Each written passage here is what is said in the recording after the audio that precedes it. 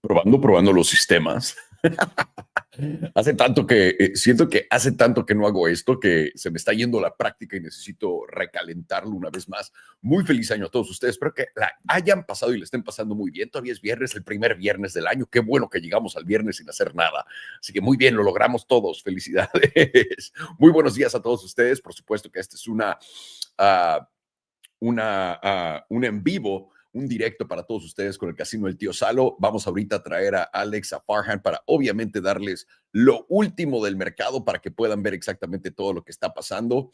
Y también al mismo tiempo, antes de empezar, platicar con ustedes rápidamente de un par de cosas, como siempre. Entonces, antes de irle a dar al casino y que hagamos esto, vamos a platicar rápido lo que está pasando en Estados Unidos, tío.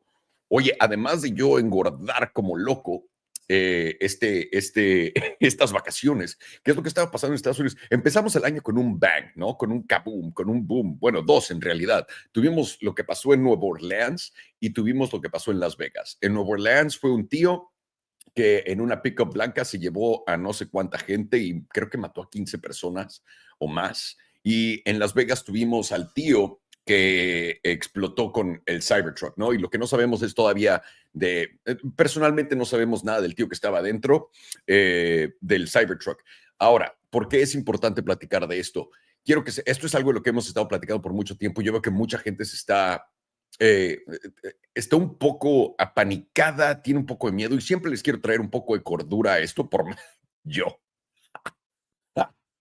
Pero la realidad de esto es bastante clara y es algo de lo que hemos estado platicando por un rato. Esto es algo fabricado por nuestros gobernantes y esto es algo que deberíamos de detener porque es loquísimo. La historia de los drones, sí hay algo flotando. Hoy en la mañana vi 2 estrellas fugaces, había visto una en todo un año que llevo viviendo aquí. Hoy vi 2 y también vi un dron saliendo de mi casa. Estaba arribita de mi casa el hijo de puta y lo estaba grabando. Son enormes, enormes. Nunca había visto uno tan cerca.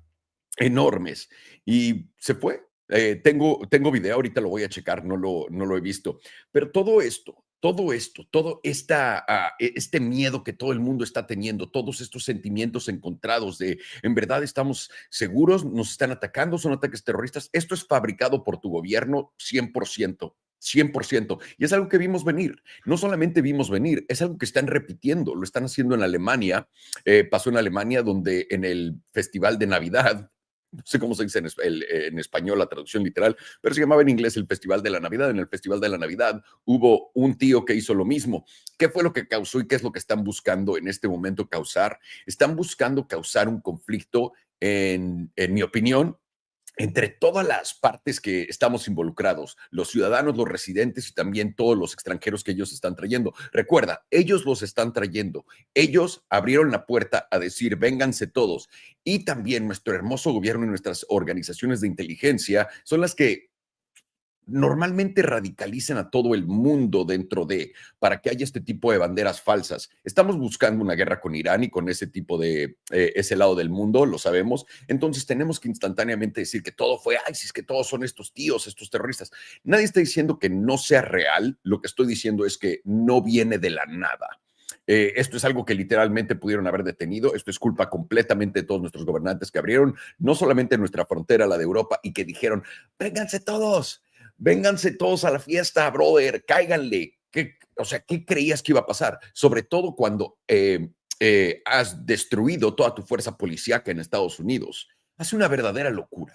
Entonces, ¿qué es lo que está pasando en este momento en Estados Unidos? Estamos ante un psyop gigantesco, gracias a nuestros hermosos gobernantes, por ninguna razón, solamente porque quieren. La razón por la que quieren es porque quieren que literalmente lleguemos al punto, y esto lo hemos platicado 1000 veces, es por eso. También a cierto punto siento que simplemente estoy repitiendo lo mismo porque todo se está repitiendo. Esto una vez más acaba de pasar en Alemania. No tenemos ni siquiera que pensar más allá. ¿Qué es lo que buscan? Que todo el mundo empiece a decir. Los medios tradicionales, por ejemplo, empiezan a platicar del evento, pero no hablan de qué raza era el que lo manejaba, de quién fue el que lo empujó a eso. Abren la cortina del misterio. Luego la gente demanda saber. Esto pasó paso a paso en Alemania y ahora está pasando paso a paso acá. La gente demanda saber quién fue el hijo de perra que hizo estas cosas. De ahí no se habla nada, empieza todo el mundo a culparse y a decir, es que son los árabes, es que son estos güeyes, es que es por la frontera abierta, es que van a deportar a todo el mundo y empiezas a causar todo ese problema. En realidad, la cosa más clara que podemos ver es simplemente lo que buscan es que no podamos platicar entre todos nosotros y llegar a una resolución pacífica y cerebral, porque en realidad, ¿por qué los dejamos hacer las cosas que quieren? Es una estupidez que todos nosotros, siendo los jefes de toda esta gente que trabaja ahí, ¿no? En realidad, sé que imprimen dinero de la nada y que con eso se están robando todo, pero en realidad nosotros pagamos con nuestros impuestos y los impuestos que nos cobran cada que compras o vendes algo, cada que compras una propiedad, cada que vendes la propiedad, cada que ganas dinero, cada que ganas tu salario. El único común que existe es los impuestos siempre se pagan. ¿Saben quién es el más grande ganador de la lotería en todo el mundo? El gobierno de ese país. Siempre se llevan. En Estados Unidos hubo un mega loto, ¿no? De $1,000 millones. El gobierno se llevó 600 millones, 600 millones. Así, toma la lotería del gobierno. Para ellos está exactamente esto. Y aquí a este punto tenemos que entender lo que está pasando. Lo único que quieren es revuelta entre todos nosotros, que nos peleemos porque tú le vas a Trump, porque tú le vas a Kamala Harris, y por eso no podemos platicar de las estupideces que están haciendo enfrente de nosotros y de cómo nos están poniendo en peligro solamente para poder implantar su estupidez de agenda o sus necesidades a quien les paguen para crear este tipo de escenarios y quien se vaya a beneficiar a fin de cuentas. Todavía no sabemos quién lo vaya, bueno, personalmente sí sé quién lo vaya a hacer y es parte de lo que platicamos acá y es por lo que estamos hablando de esto, porque no nada más se trata de, oh, esto es lo que está pasando, ven qué chido, ok. Entonces, ¿cómo puedo ganar? Apuéstale a las cárceles. Lo que van a hacer es que les roguemos, Palantir, las cárceles, les roguemos, por favor, pon cámaras en todos lados. Necesitamos que todo el mundo que es un criminal ya no sea un criminal. Y ya las reglas están cambiando a ese lado. Las cosas en realidad pasan enfrente de nosotros, pero por alguna razón decidimos ignorarlas por mucho tiempo, pero es claramente lo que están intentando hacer. Destruyeron todo para poder reconstruirlo, porque así es como haces más dinero también, compras todo barato, ya que tienes todo el dinero del mundo también y lo estamos viviendo. Ahora, mucha gente está preocupada y acabo de ver aquí Saúl Rangel antes de irnos a ver las tablas con Alex y con Farhan. Ahora que está acá Saúl preguntándome que qué está pasando en este momento en China, que si es mame o si no. Uno, esto de el miedo también de que les van a traer otra pandemia, etcétera, es puro palo. Es absolutamente puro palo y es parte del psyop de todo. Recuerda, por más que quieras, China, Rusia y Estados Unidos trabajan juntos o de alguna forma Estados Unidos nos filtra noticias de estos lugares, donde no sabemos nada de ellos, no nos dejan y no nos dan acceso a nada de su cultura, no nos dan acceso a sus datos económicos, pero el primer día del año, ¿qué fue lo que nos dijeron? No, Xi Jinping va a atacar Taiwán y acaba de decir que Taiwán es de China instantáneamente, ¿no tuvo un mensaje de año nuevo Xi Jinping? Eso fue lo primero que dijo, que iba a reunificar Taiwán con China cuando Taiwán es de China. Es una estupidez.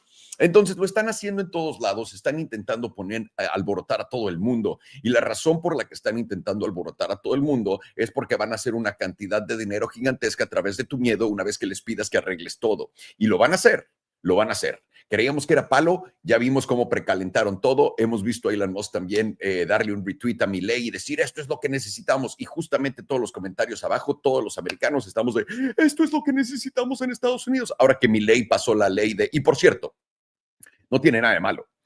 Milei pasó la ley de vamos a tener todo el gasto de gobierno va a ser transparente, etcétera. Todos los comentarios después del retweet de Elon Musk son, por favor, es lo que necesitamos también nosotros. Necesitamos poder salir de este hoyo y que nos den toda la transparencia del mundo. Lo mismo pasa con las prisiones en El Salvador. Es lo que queremos que traigan acá a Estados Unidos. Lo van a traer todo.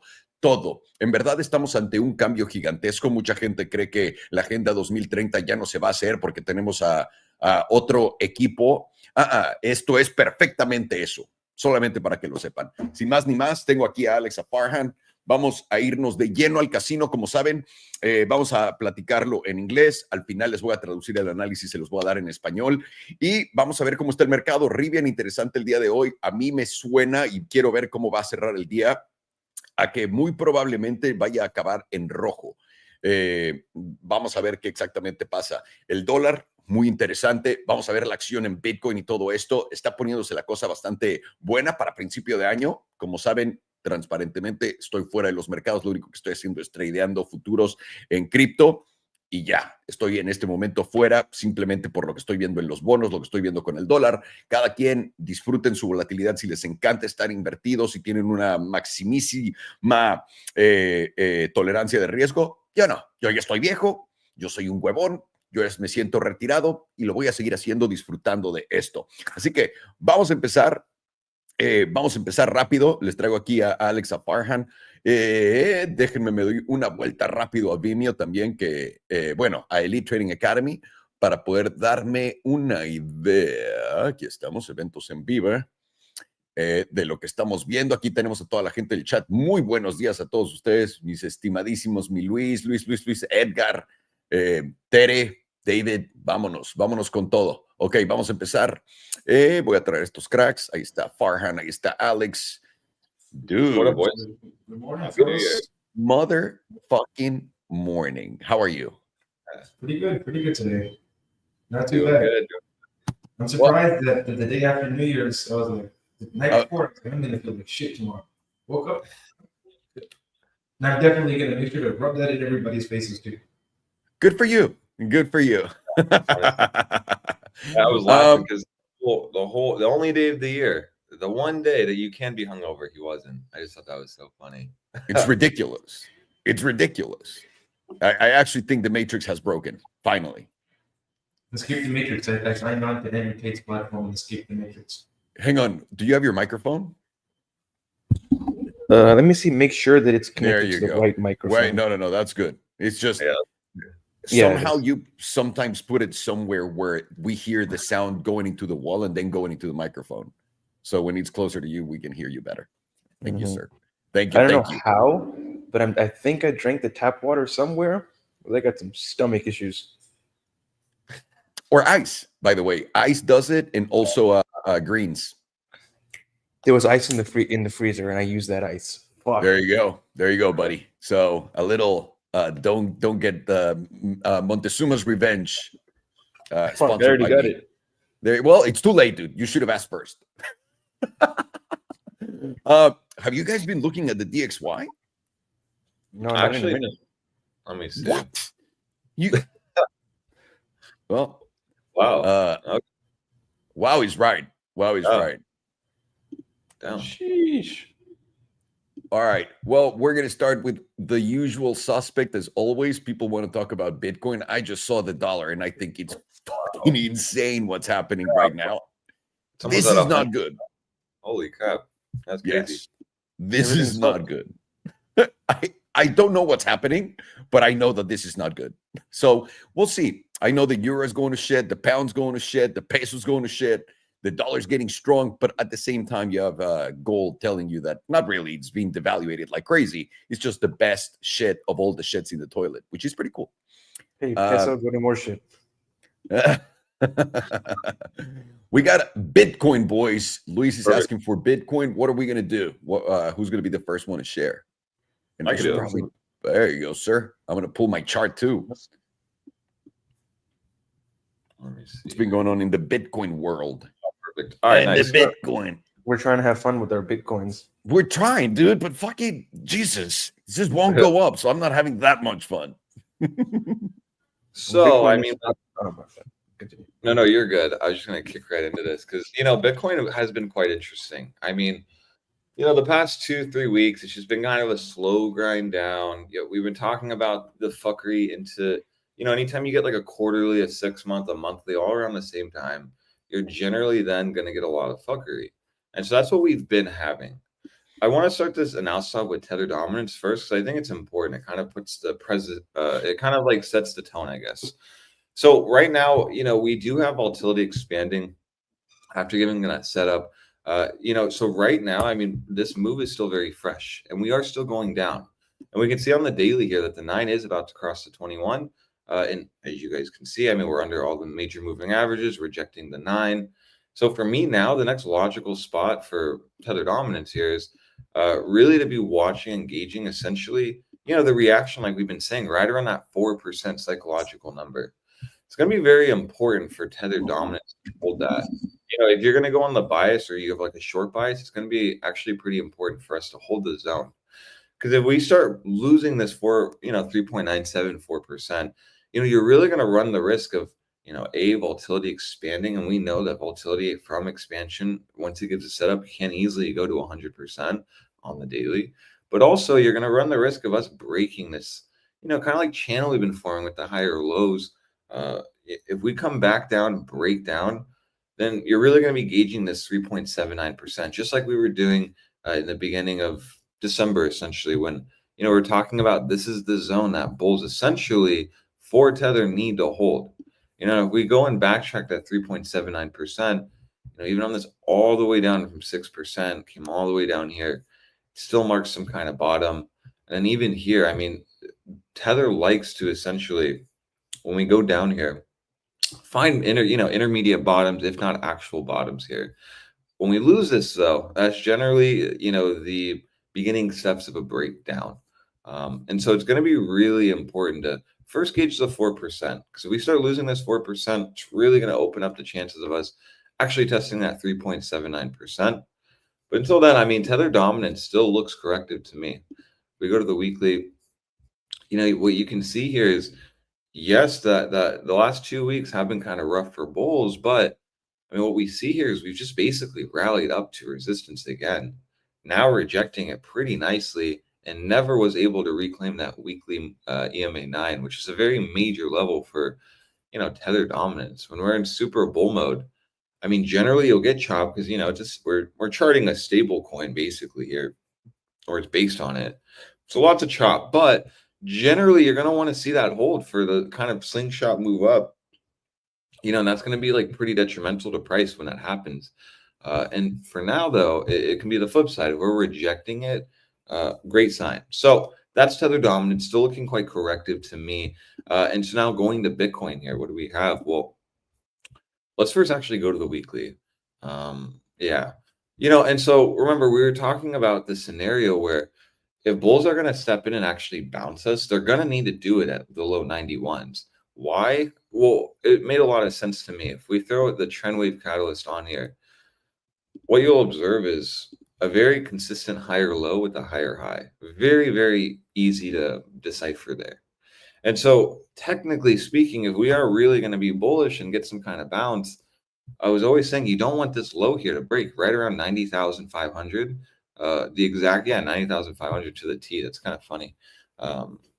You just don't want that to break, because in doing so, that'll break the last higher low. It'll flip this weekly uptrend into a downtrend.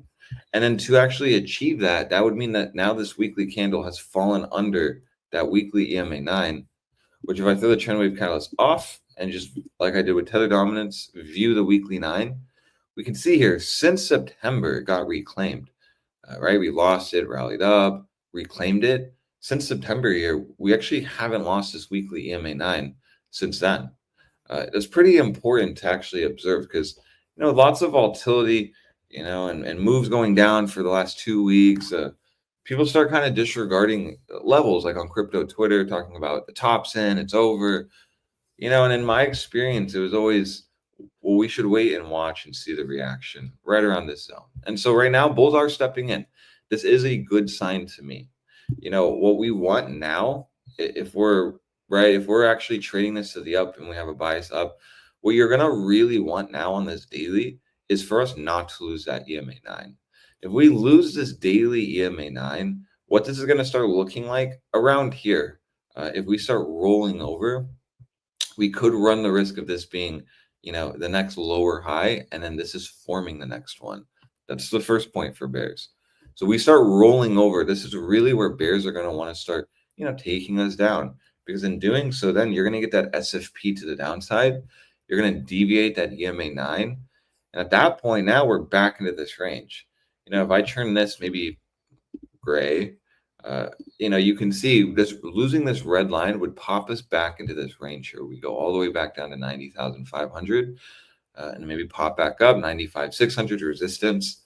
That's the risk we'd be running. And then at that point, breaking this last low that was formed on December 30th would most likely break us down. But until then, we can see here that actually Bitcoin is looking really good. And as long as it's holding this reclaim of the daily EMA 9, which remember, I mean, it was just steadily resistance this whole way down. This is actually technically giving us a long trigger. Now, we gave the Academy longs right around, the low 91s last stream. I believe it was on Monday. And so this long is playing out really nicely. To me, technically, on the daily, I mean, the next target is at 99,400.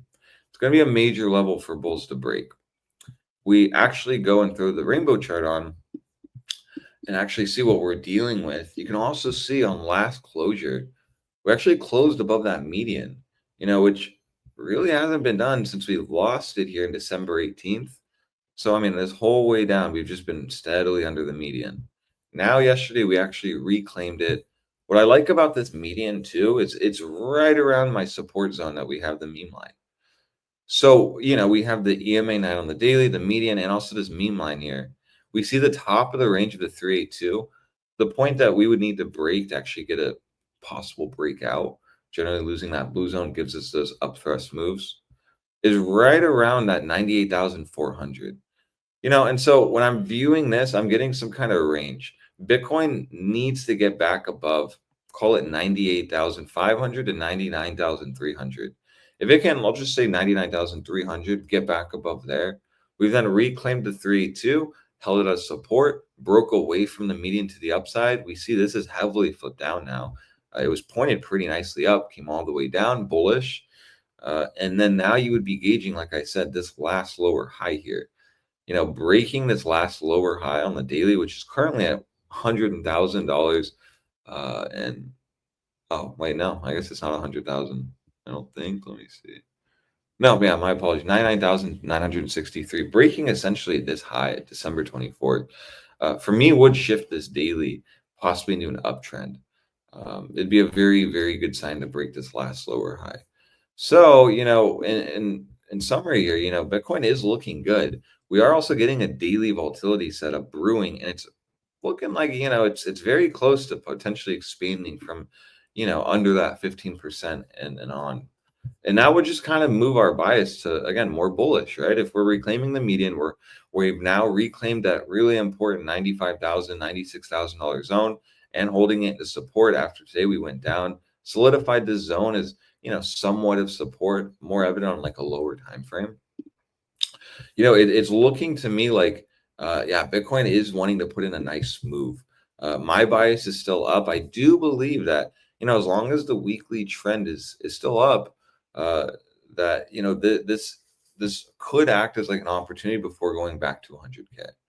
Now, we do want to be mindful though.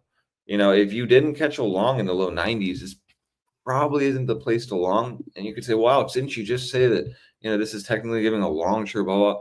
Technically, yeah, but I mean, if you would have to really use low leverage at this point because you would really run the risk of us breaking down. Volatility spikes up. This is an SFP losing the median, goes under the daily EMA 9. And at that point, then, yeah, we're really running the risk of going all the way back down to this range low around 91,800. And then, if we are breaking, like I said, that December 30th low, it's most likely going to take us to the low 85s, 86,000s, which is right around where that 78.6 is. But also the daily EMA 100 on Bitcoin, which is a very important level for bulls to actually either get a bounce from or for bears to lose that and then act as major resistance, essentially flipped into major resistance. So we're actually really on the precipice of possibly putting in a bigger move on Bitcoin. I am curious here. Let's see how the Bollinger Bands are. Just maybe they're giving us anything. No, nothing much. Let me see, maybe the lower time frames. Let me just go to the 4 hour real quick. Yeah, I mean, so the Bollinger Bands on the 4 hour are getting tight. It just plays into essentially if Bitcoin does start getting 4 hour closures back above that 99,300, it's probably going to end up slingshotting us back up to the 105, if not all the way to this higher on $107,000. So that is something to just be mindful of in going in, Bitcoin. Definitely not the spot to start degenerately longing. That was at the weekly EMA 9. But it's also, in my opinion, definitely couldn't be the spot to maybe start shorting. Just if you run the risk of us breaking out. You know, the weekly too, this is still looking good. We'll obviously have to see where this closes, but you know, on this weekly, I'm really gonna want this weekly to close back above 95,600, because it's just like what I was saying. It'll just put us back into a new weekly range. We then will have a really big shot of actually testing that high $99,000 level. You know, and then at that point, when if we go here and throw the HPDR on, and then you know go here on the weekly, you can even see just how nicely that median held. Yes, we went under it for a little, and that was kind of the idea. You know, we'd spike under this weekly median, get everyone pre-bearish, tap that EMA 9 on the weekly, it'll act as a spring, and then we'll ideally shoot up. So far, that's exactly what happened. And we can even see on the HPDR, the next level here is the 38.2, and that is right around $109,000. So with the daily volatility giving us a setup, with the weekly looking as nice as it is so far, you know, it's looking likely that, yeah, once we break that 99,400 level, you know, the next level next could be that $109,000. Let's go to the monthly here. And let's go to the index for this one. I think the index is good when I'm viewing like a higher time frame, like a monthly. And so it's going to be actually crucial for bulls essentially to get back above 100,000. Not only because of, you know, the meme line here, right here that we were showing, not only because, you know, it's a psychological number, so major point in price. Let me just get this back on. I hate when the chart does this. It's so annoying. Messes up the flow. It gets me every single time. It's very annoying. Okay, perfect. You know, but also it's kind of solidified by this monthly median here. You know, Bitcoin has been under the monthly median since, I mean, July, which is kind of crazy to think about, because even on this massive move up from, you know, 69Ks all the way up to 100,000, we actually still haven't on the index reclaimed that monthly median. You know, and it's going to be a big level, because in doing so, reclaiming this median, I mean, it's going to give us an over time, of course, because it's a monthly chart. The next, you know, target technically at $160,000, which is, you know, at least for me, pretty absurd. I mean, taking that, it's still, we're talking about a potential 63%, right? And so if we know that this is potentially brewing, we have to then be on the expectation that bears are really going to try to push us down hard from the 99,500 to the $100,000 level. You know, that is kind of like their big break if they want to start rejecting us. You know, so that is something to be mindful of, because when we're coming up here, you know, we easily could reject the meme line here, the top of the 382, never get the breakout. And then remember, we still need to break this last high here. So if we start maybe rallying up here, hitting that monthly median, hitting the 382 on the daily, coming to the meme line, and then rolling over, you know, it still could, in theory, keep this last lower high.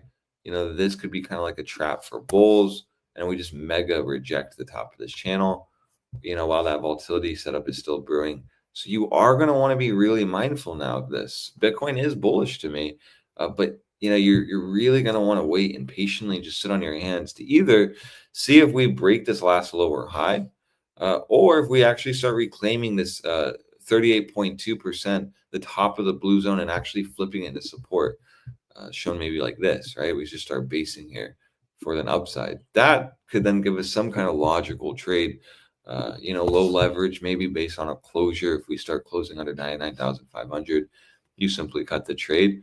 Could be logical. But here, I mean, it could still go one or the other ways. And for now, bears are going to try to be putting in that work to try to reject us. You know, let me actually go back to the weekly here, because I mentioned something. You know, and we just want to be mindful of just the reaction here as well. If we go, I think it's on more like a 5-day. Let me see. You know, what you don't want is this to start like rejecting around here. This turns into a left shoulder, a right shoulder. You got the head, and then you know, potentially start breaking down from that head and shoulders. So, you know, that is just something to be really mindful of right around that 99,500.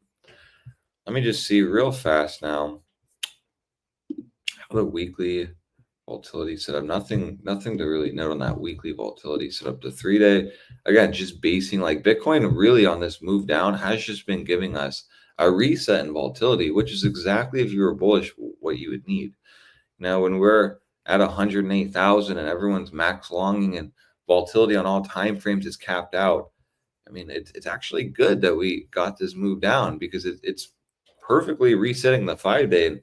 I mean, possibly by next closure, we could be getting volatility set up here as long as it goes back under 15%. So, I mean, it just is something to know on this 5-day. Also, the 5-day potentially is going to reclaim that EMA 9, looking like a quick SFP, bounced where it needed to, held the bottom of the 382 right around where the meme line is. And remember, on these trades, these often make the easier trades, in my opinion. You know, you have a bias that this zone should hold. You understand this low was the last higher low. And so if we're going to be bullish here, you know, it's just like what we were talking about on Monday. You could easily long this around 91,000, 90,800, and literally have your stop right around here, right around 90,400 even. You know, because if the low here is 90,767, you essentially could just have it right around 90,600, 90,500. You know, when people hear these type of trades, they're like, well, I mean, how are you only going to risk like 0.3%? Well, that's why. It's just like understanding the levels here. The extremity low longs often are the best longs, because they just give you such a tight risk to reward here, where the reward definitely outweighs the risk. And so, you know, I'm glad this is working out so far. My Bitcoin idea is somewhat playing out, but I am just very cautious around this 99,400. You know, because I know how Bitcoin likes, I know how this game is. I know how dirty it can be. You know, we get a nice pump. Everyone thinks, okay, wow, yeah, the bottom's in on that EMA 9, you know, retest essentially, just for us to bigly reject that, kind of acts like a bull trap, then putting in another lower high on the daily. So that's my Bitcoin analysis for now. It is brewing a setup. It is still looking bullish.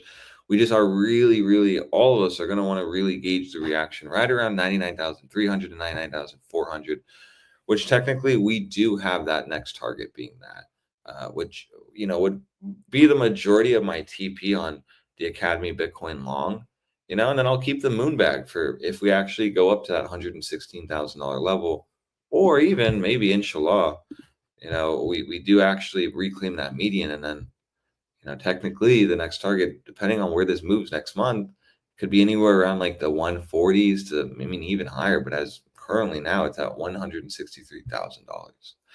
So that's Bitcoin. Let's check Bitcoin dominance real quick, because, you know, Bitcoin dominance is interesting to me still. It's still looking top to me.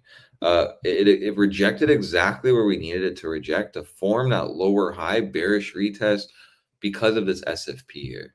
Right, reclaimed the level, quickly lost it, came all the way down, pumped up, rejected that 59.75%, and then had a very nice follow through from that. As long as we're losing that daily SMA 200 on Bitcoin dominance here, you can just see how important this has been holding, and actually breaking away from it and getting a sustained move down. You know, Bitcoin dominance looks like it's on the press of breaking down, in my opinion. You know, if we start really closing dailies back under 56.7%, you're going to run the risk of us coming all the way back down to 54.3%. And I do believe, you know, as long as Bitcoin dominance is looking as bad as it is, we technically here, I mean, have a bias that alts should be okay as long as ETH BTC is above, you know, that 366 level, which it hasn't reclaimed yet, which I'll go into a little more after Bitcoin dominance. But you know, right now, Bitcoin dominance is still looking very corrective to me. You know, we see here that just simple median rejection, losing essentially that 61.8%. We see here the 78.6% is around that 56.6% level. So, you know, just kind of, in my opinion, this range is going to be where bulls are going to want to step in. We can even see here this 2-day losing that EMA 100 after basically got reclaimed here. Not a good sign, you know, and this is still, in my opinion, if we go down to the weekly, still looking like a lower high to me. I mean, we see here this high, yeah, it was nice, but it still never broke this high right here, you know. And to me, still, this is in a downtrend on the weekly. We did get the bearish retest, slight front run of the median here, but you can even see on this weekly median, I mean, it's now pointed up really nicely. We're now losing that weekly 9. We're at the kind of last stand here, which if I take this HPDR off so you guys can see, it's like the last stand right around that EMA 34 in the weekly. Technically speaking, if we lose that, next target is right around that 55, 54%, if not all the way down to the 53.6%, right around that weekly EMA 100, which in my opinion is going to be a major spot for Bitcoin dominance, essentially. So I'm still in the camp that this is topped. This is looking clean, very clean. If we start actually breaking this essentially support, it's going to give us probably a fast move down. And that could bleed into certain altcoins, of course, because if Bitcoin dominance is turning bearish and it's looking like it's in the beginnings of a downtrend, because remember, we identified this downtrend, this whole move down, after we essentially broke that 59.5% right around November 20th. I remember we formed that. That was supposed to be the next higher low.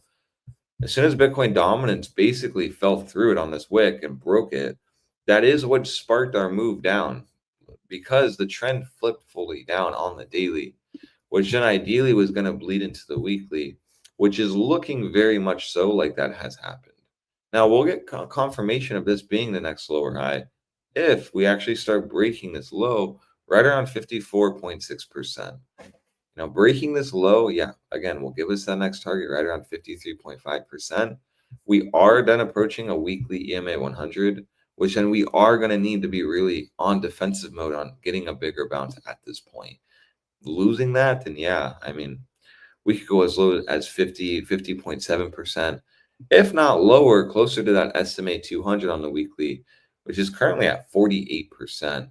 A level that Bitcoin dominance hasn't tested this entire year. This entire 2024, we've just been in a steady uptrend. If you want a good example of what an uptrend looks like, just look at this. This is very just to the book, higher lows and higher highs. But if we really start coming back down to the low 50s, definitely wouldn't be a good sign overall for at least Bitcoin. Money's not going to be flowing as much into it. Alts could get the upper hand.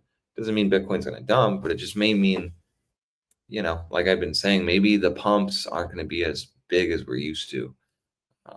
So that is Bitcoin dominance here. It is looking interesting to me, but still looking topped. And really what will be the nail in the coffin for, anyone who's really bullish on alts is you're just really going to want this monthly, which unfortunately, is fresh. We still have 31 days, but you're really going to want to get this monthly 9 lost. This will then churn, in my opinion, this will be the beginnings of a bear market on Bitcoin dominance, which could be what we've been hoping for with alts, and I was talking about that like a month ago. My altcoin scenario, alt thesis, alt season, as the kids call it on crypto Twitter, scenario essentially. Still could play out, but now segueing right into ETH BTC really fast, because we just talked about Bitcoin dominance. We understand it's looking corrective. It looks like it's possibly in a downtrend on the weekly. Now, if we go to Bitcoin, ETH BTC, my idea for alt season doesn't change. We essentially want to get bullish on altcoins if we are above that 366 level, which luckily for us now, we have a really easy gauge. This weekly 9 has been holding us down very steadily.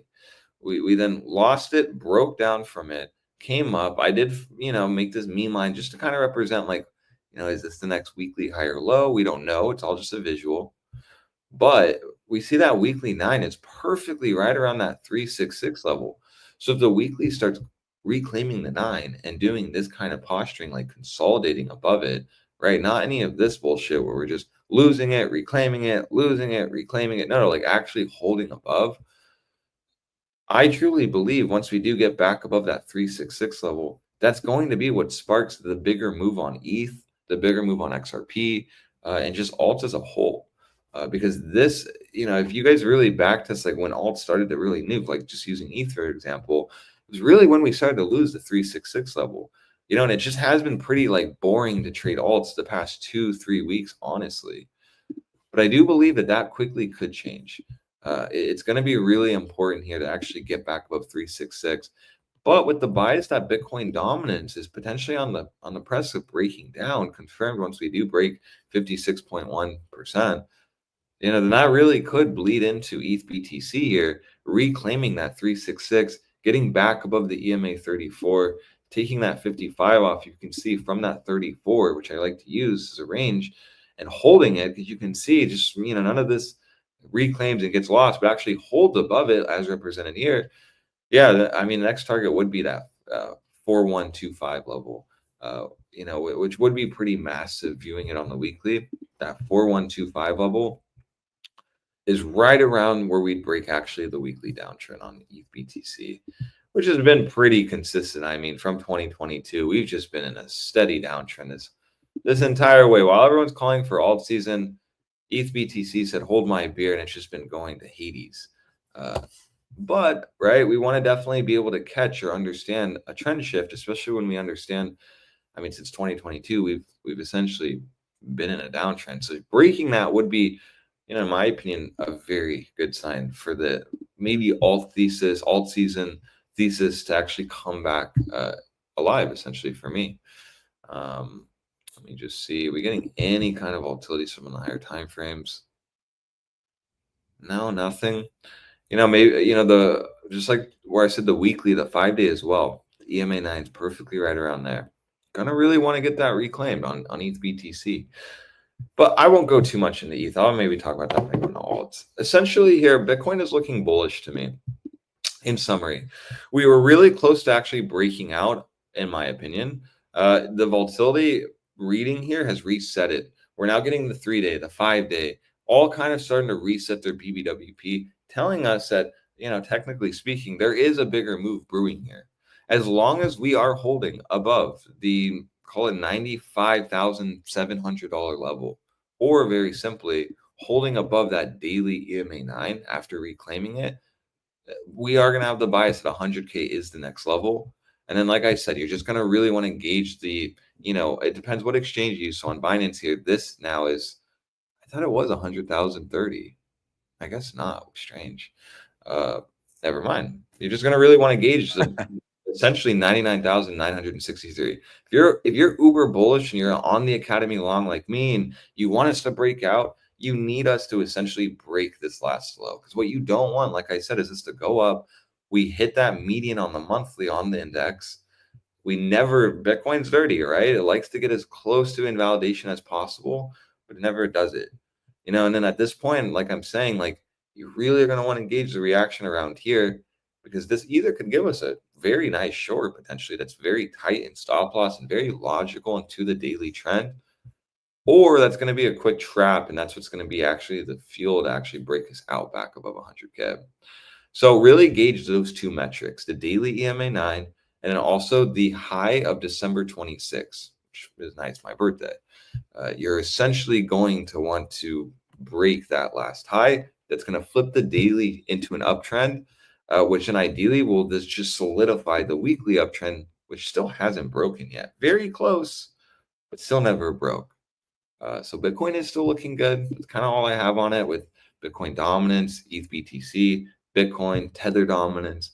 It's looking okay so far. So we'll really gauge the next reaction when we get there, right around the 99,300. I do think that's going to be the next target. Visually too, I'll just leave it off with this.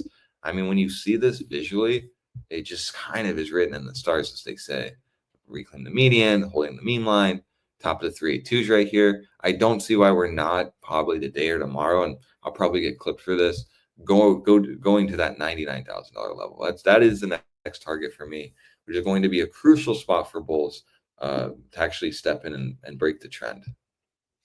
Well, fingers motherfucking crossed it holds and he doesn't SFP. That's the whole point. That's what we want. That's all we're looking for. Come on, you fucking. I'm sorry. Fucking Bitcoin. It'd be very dirty for it to reject that 99s and then go straight to 85K from there. It would be fucking disgusting. Yeah. Can you move? What about you, Farhan? Do you see it the same way? I kind of see it very, very like on the verge of basically the same way, like a breakout. And if we reject that 99,000, oh my God, I need this dude to move. Can you please go away for a second, sir? I thought you were making a statement. You were like, oh, and if he breaks down, Ow. oh my God.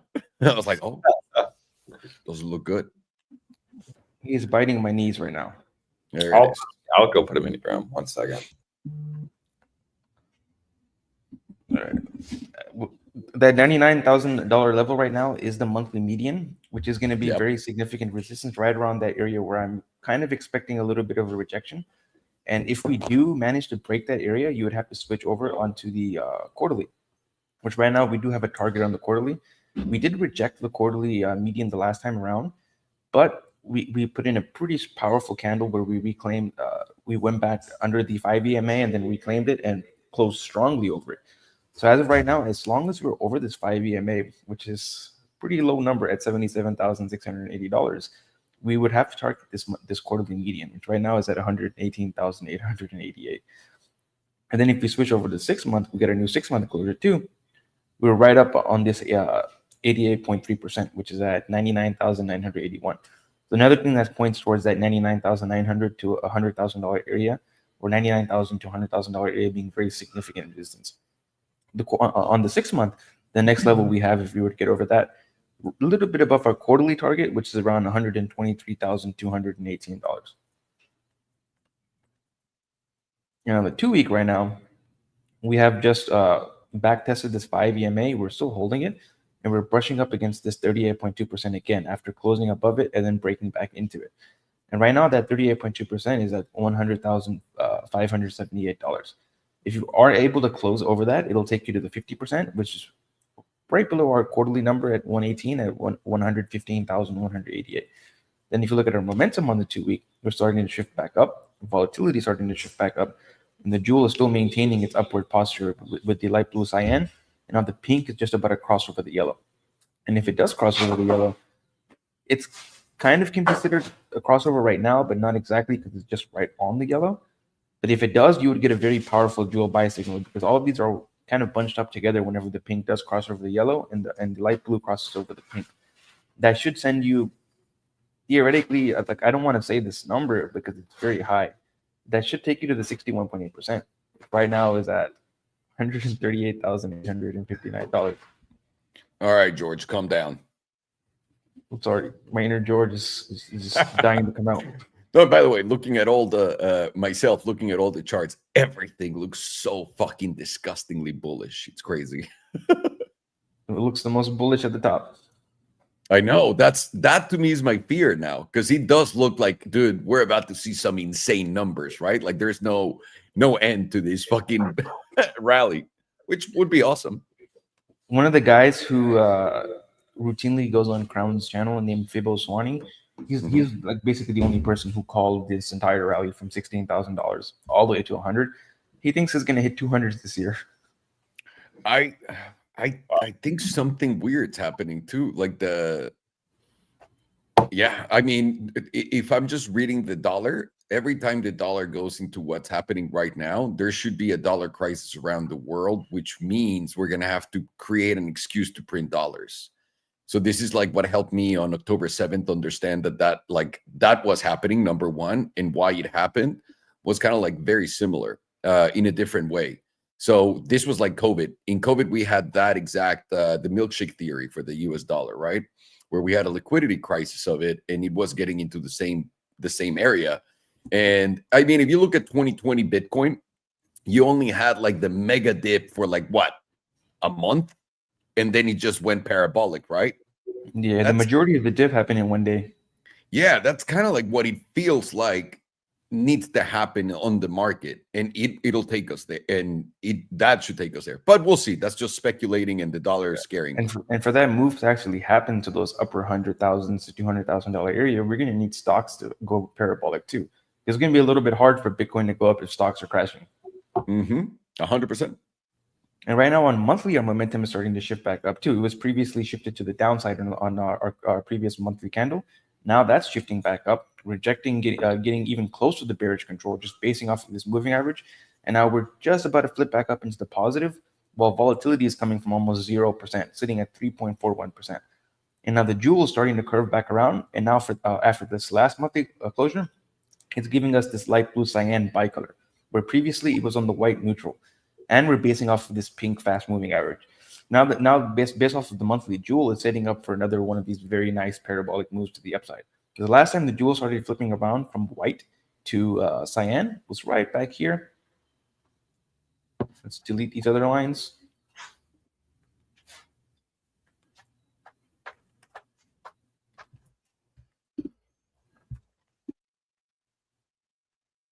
That was literally right at the bottom. We started flipping back around from white to cyan. And the move from there was about 334% to the upside. Tiny. Yeah, nothing. Barely moved.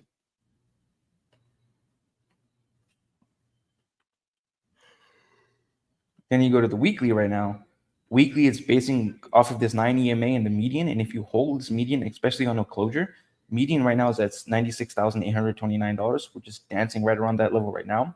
That would take you up to 38.2%, which is just under our quarterly number at 118. This is at 116,266.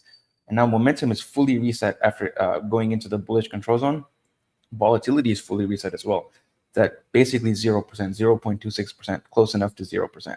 That would also be just the right volatility setup. This is the HPDR equivalent of the Hamas setup, where volatility is at 0% and momentum just about to start flipping up. And that would take us towards, at the very minimum, that 38.2%. But usually it likes to go up towards this 61.8. And 61.8 is also right below that 138 number at 134,665.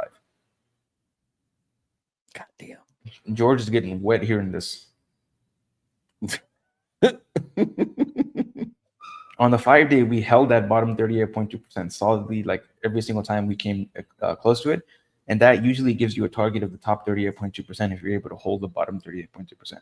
Top 38.2% sits at $116,996, $117,000. While momentum is starting to shift back up, rejecting bearish control, volatility is at very low levels, sitting at 18% right now.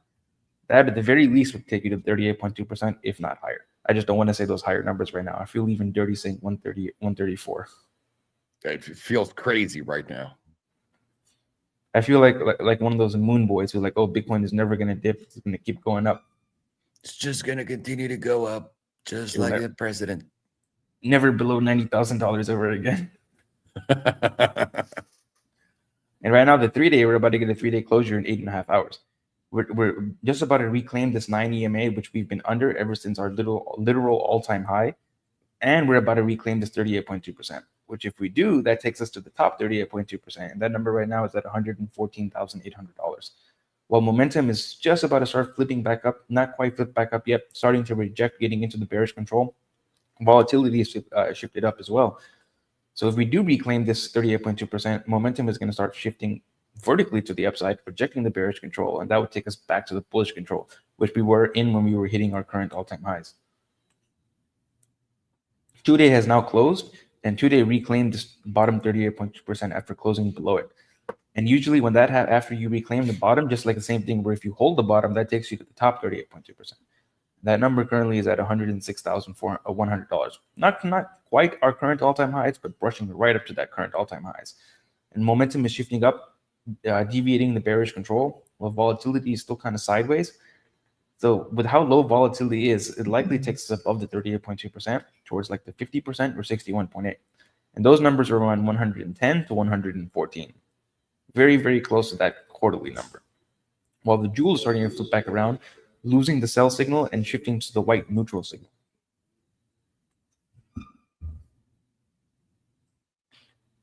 On the daily, we've now just closed over the median, and we've been under that median ever since our literal all-time highs, whenever we started breaking down from the all-time highs.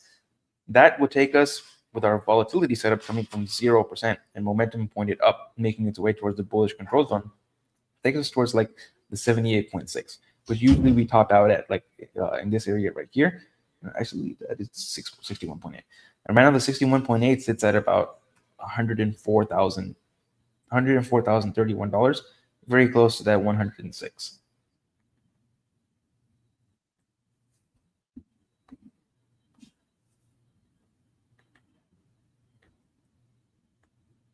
Four hour has now gotten a fresh silver cross to the upside, and we've gotten our back test of the 9 EMA.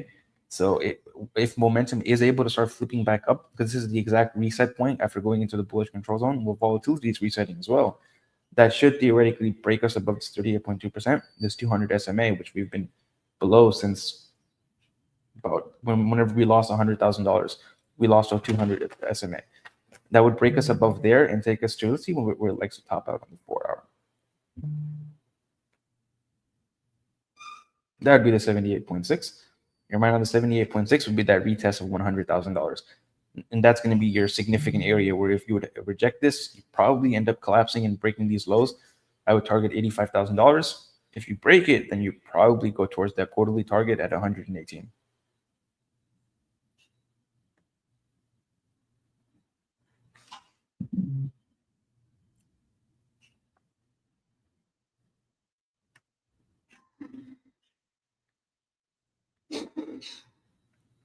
Here's something that's very interesting.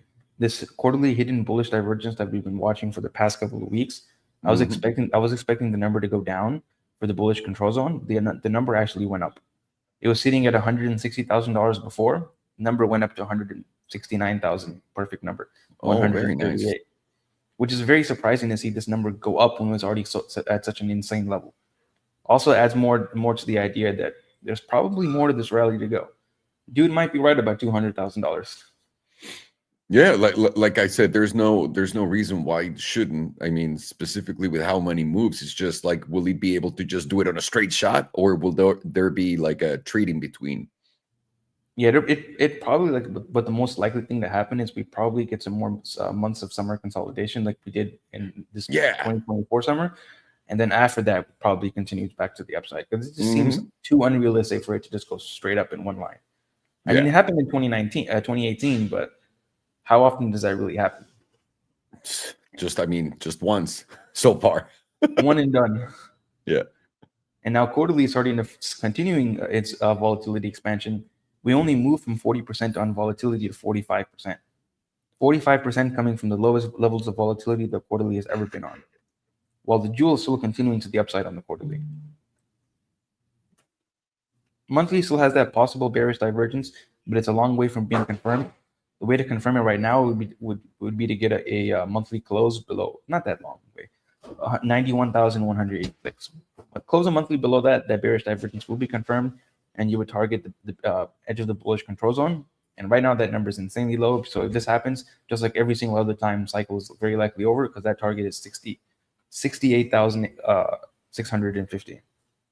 And if we were to break below $70,000, also the 2021 cycle high, and break below that again, very likely we continue lower and the cycle is probably over. That would probably take us somewhere around like 21 EMA, which would be the first bounce zone, somewhere around like $63,000. Probably doesn't hold because this is the area that we went to during the summer consolidation. Then from there, the 55 EMA, and this is probably where we find our cycle bottom, which is about like in the mid 40s. And the $40,000 zone also was the initial area before this massive rally first started. We went up to the 40,000s in right around the end of 2023. We got a $10,000 dump in like a single day. And then from there, we went straight to $73,000. So it would be very Bitcoin-like to do that again, go back to retest that 40,000 area breakout zone, $45,000 to $48,000, and then shoot up from there into the 200s. Nothing on the 2 week. Weekly, nothing. Okay, nothing. Now, today on this last close that we had yesterday just did confirm several drives of hidden bullish divergence, along with the jewel flipping around, and that would give us a target of the bullish control zone. And right now, the bullish control zone sits at $112,400. Another thing pointing towards that quarterly median.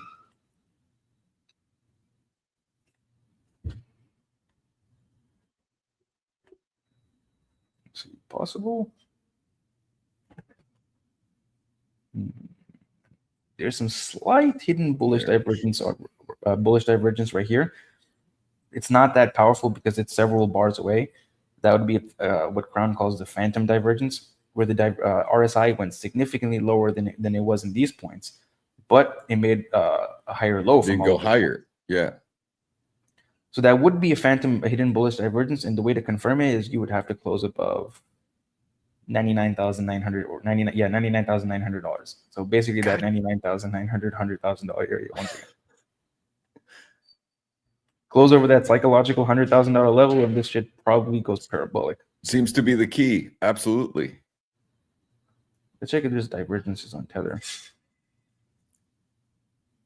Tether has now confirmed the quarterly regular bearish divergence after our December closure. We are currently at the middle zone on the RSI, which should be theoretically a bounce zone. We're not really getting much of a bounce right now. We're getting continuation. And from there, you would look at the bearish control zone. Right now, the bearish control zone is so low, it doesn't even tell you where it is. The only target we can get from this is the middle zone, which is at 3.48%.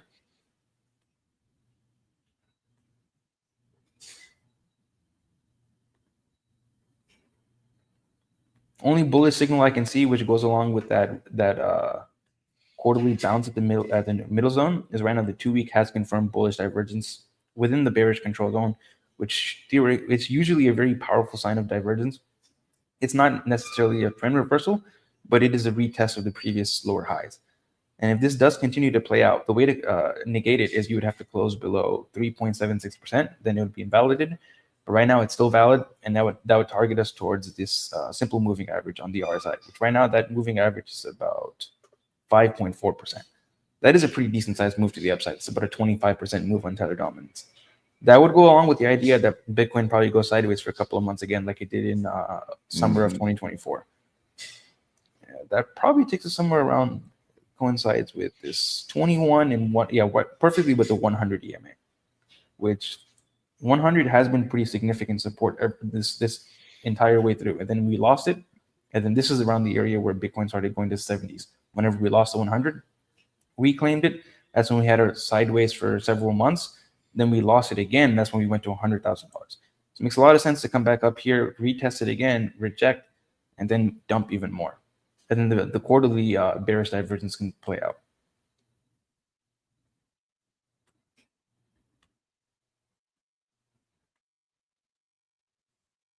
Two-day currently has some hidden bearish divergence, 3 drives of it. So that does make it a little bit more likely that the monthly hidden bullish, monthly bullish divergence gets invalidated. What was the monthly rate? No, it wasn't. You had the week. Well, you had the 2 weeks. 2 weeks. Yeah. 2 weeks.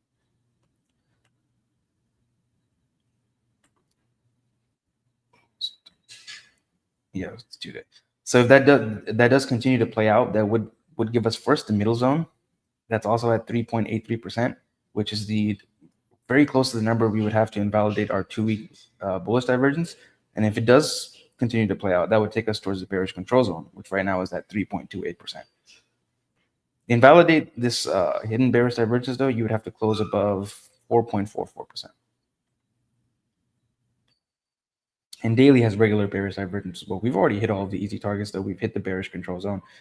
And the only way down from there, and with volatility coming from such low levels, it is kind of likely, is that we would hit the critical zone. And right now the critical zone sits at 2.93%. 4 hour, nothing.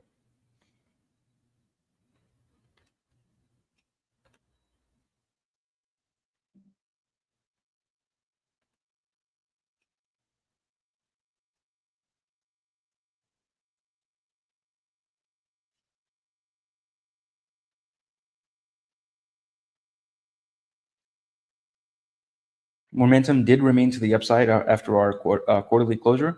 The pivot went up significantly. It was previously at $45,000. Now the monthly quarterly pivot to keep momentum to the upside is exactly at $60,000. And we have broken into the critical zone with volatility support. 6 month is still also maintained its upside posturing on momentum, rejecting getting out of bullish control. And the pivot went up from about $26,000 to $29,800, $30,000. We're about 3 times away from that pivot. Monthly has also remained to the upside, maintaining the critical zone, flipping back up, and we're flipped up as long as we're above like $90,000, which is very close to that 91,180 to invalidate the to validate the regular bearish divergence. 2 week is kind of dancing on the edge. We still got that Hamas setup where multiple periods of 0% volatility, and we're gonna flip down if we close below 97,380, which we're just slightly above right now, like $100, which is like 0.001% above that right now. If we do maintain momentum to the upside, we're gonna maintain the bullish critical zone, just like we did in this area. And then what happened after we maintain the critical zone is we got a massive pump to the upside, which is very likely to happen again. Where if you maintain the critical zone on a closing basis, that's when we probably hit that $118,000 number. So it's very unlikely to happen on this closure. Probably going to take 1 or 2 more closures for that to happen. Weekly is still pointing to the downside, while volatility is still contracting on the weekly. And weekly is just about to test the edge of the critical zone, and we're going to flip down as long as we're below $106,000. And if you remember that top 38.2% on, I believe it was the 2 week, was around, no, not the 30.2, the 50%, was at about $106,000. Mm-hmm. 5 days still contracting on volatility, basically just about to get the full reset. It's at 18%. Would like to see it drop below 15%, so then we can get another Hamas setup on the 5 day. And then momentum is still to the downside as long as we're below 105,800. Very close to 106. 2 day is just now starting to flip back up. It's still technically to the downside. We're going to be down as long as we're below $98,000, only $600 away from that, and we're at the edge of the critical zone. This would be the area where bulls would absolutely have to step in, or we're going to dump to that $85,000 number. Because then we would enter the critical zone. But as you can, if I don't know if you can see, the stochastic is starting to flip up a little bit, where we get this blue line starting to point back up to the upside. It makes it a little bit more likely that we would close over $98,000. Not guaranteed, just a little bit more likely, while we're still getting volatility expansion. So if we do close below this number, the volatility expansion is going to take us into the critical zone, and that'll be $85,000 very likely.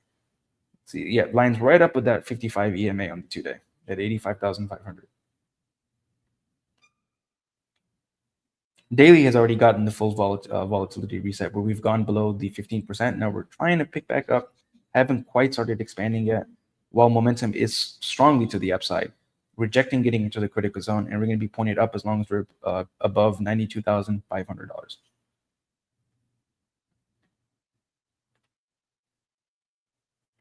Come on. And now 4 hours starting to give Ow, he's biting me again. Get off, sir. Alex, stop it. Yeah.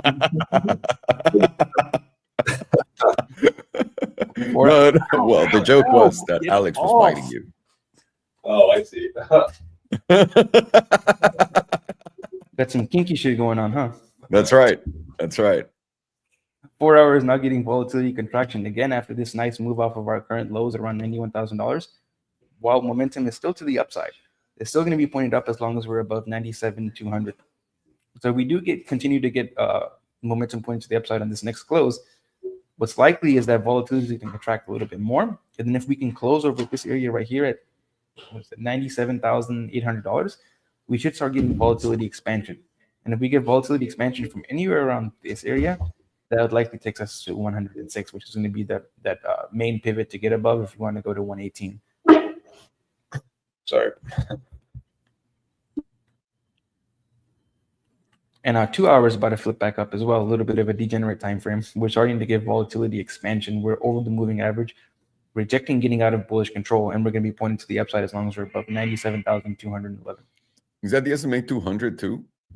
The purple one? Yeah. Yeah, it is. So if you go all the way up to like the quarterly, we are maintaining our 38.2%, and we would have a target roughly from there to the median.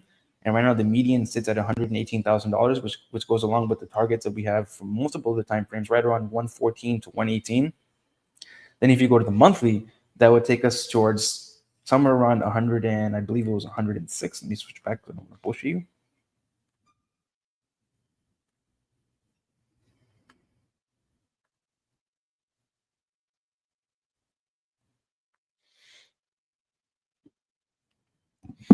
Please don't bullshit me. I have a lot of that in my life. I can't find a good man. I don't know why. I just keep dating hot guys with tattoos that have like a lot of girls around them, but it never works out for me with them. I wonder why. It's time frame. That was 106. Was it the 5-day? Nope. Which one was it? Are you looking for the 106 number? Yeah. The 106. Oh, it was the 2. It was the 2-day. It was the 2-day. Yeah. So that would take us towards that 2-day 38.2%. Which, if we get a breakout above that 38.2%, that would take us towards the 61.8%, which is right under that quarterly median. But the significant resistance zone is going to be that $99,000 to $100,000 area, which right now is also the median, and it's the median, I believe, on the monthly as well. Switch back. Yeah, the median on the monthly as well, where that's also going to be the significant resistance, because when we hit $108,000, that was a projection of the monthly median. So if we can get over that, that takes us to those George numbers. And I like right now it's very scary to say, like it's very like what's the word to say? Like it makes me like cautious to say that any number around here, but we're getting those targets. If we close above that area, then if you shift lower time frames, momentum is shifting to the downside right now, while volatility is shifting down too. Then you shift to the even more degenerate time frames, and now momentum is starting to shift back up. We're putting in bullish divergence, and we're getting volatility expansion, which takes us towards that $99,500, $100,000 area. If you close above that, you should see a very nice Hamas setup, if you will, to the upside, probably towards 118 first tap around. Very likely rejects that area. And then from 118, if you can get a monthly close over there, then I guess we're getting 2020 all over again, and we probably go somewhere around 160s at first, and then maybe dude's right, maybe we go to $200,000. God damn! I hope they clip you. Yeah, I said maybe. Nah, but they need to edit that out. They need to edit that out 100%. This is how it works, Farhan, okay? Not everything plays the way you think it's going to play out. Maybe the charts do, but not the internet. We got two interesting ones. We have Aura in between, Edgar, and we'll get to Aura. But I'd like to, number one, the BTC long in the academy is still valid. Yes, it's still valid. That's something I want to say. Para toda la gente que está viéndonos y vieron el post que pusimos para la academia en el long de Bitcoin, todavía es válido, y es justamente lo que vamos a analizar ahorita. The short is no longer valid, but it did hit TP1. Yeah, the short ya no está válido y sí le pegó al take profit número 1. Pero el long sigue. And the other one is MicroStrategy. So let's do, I want to do Rivian and MicroStrategy, and then we'll get to Aura. All right, so I'll do Rivian. Okay. And Alex will do MicroStrategy. Perfect. All righty. I'll share Bitcoin with everyone. Have you noticed MicroStrategy was the first one to break out, and now it's looking like it's breaking down? It is. It's very odd, but also he's doing like did you see what he's trying to do? He's trying to like basically offer 10 billion shares. Billion. Right. It's putting out, I think they're called like convertible notes or something like that. Yeah. I'm not 100% sure. I saw actually a video on it. A friend of mine did a great video on it, but I don't have the data or the facts right in front of me, but it was crazy. So maybe that's why, but I guess we'll see. Ok. Vamos a ver Bitcoin. Lo primero que voy a hacer es quitar el HPDR. Denme un segundo, que aquí está Vinny el Pitbull. Vinny, how are you? Good morning. Good morning, my good boy.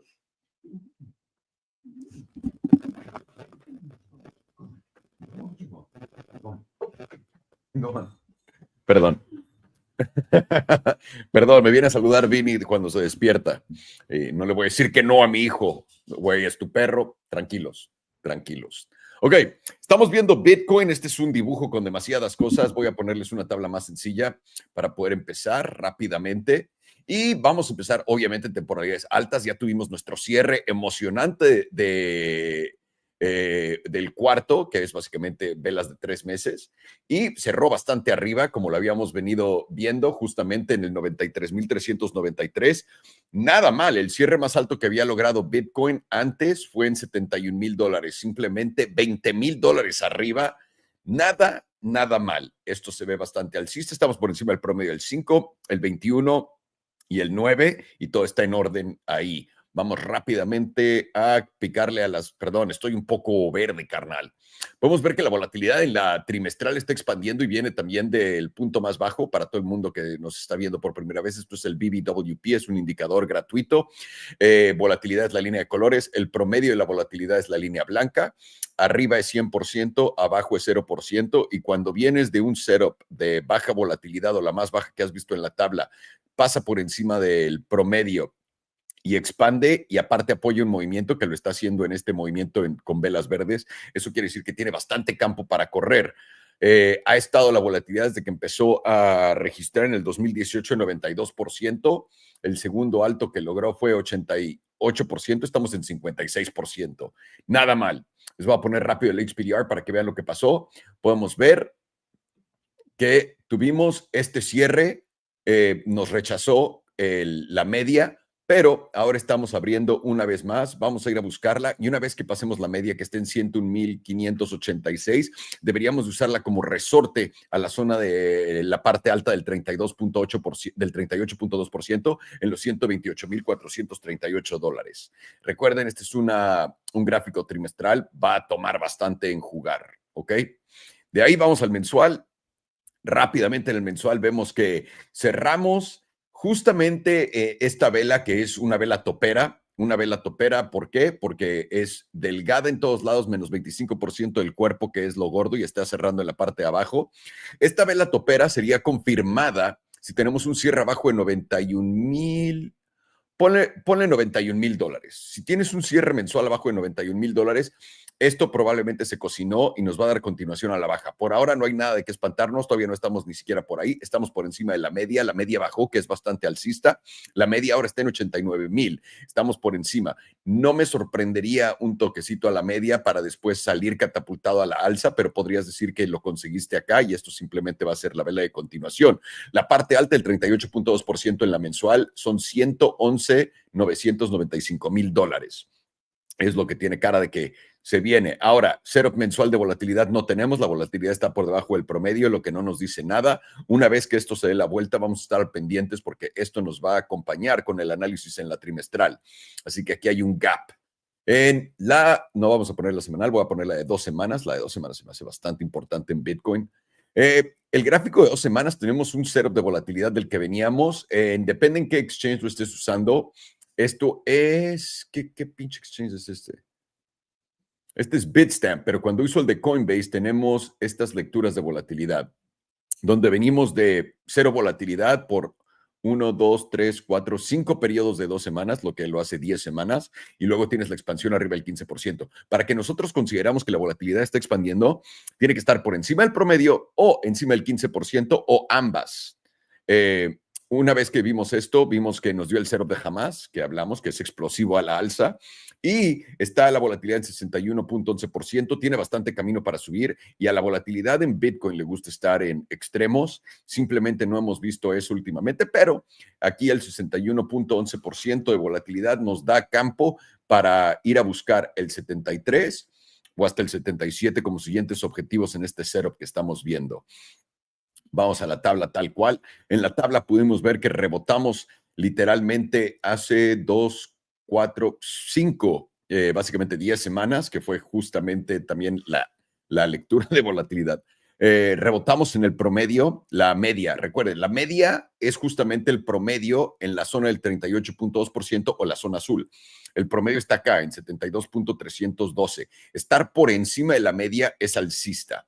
Estar por encima de la media es muy alcista. El problema es cuando llegas a estar en lugares, ponte tú, hasta acá arriba el 95%, eso diría que solamente tienes 5% de probabilidad de continuar con el movimiento. Como vemos, todavía falta bastante, estamos apenas peleándonos entre 38.2 y 50%, lo que nos da bastante camino para poder seguir expandiendo.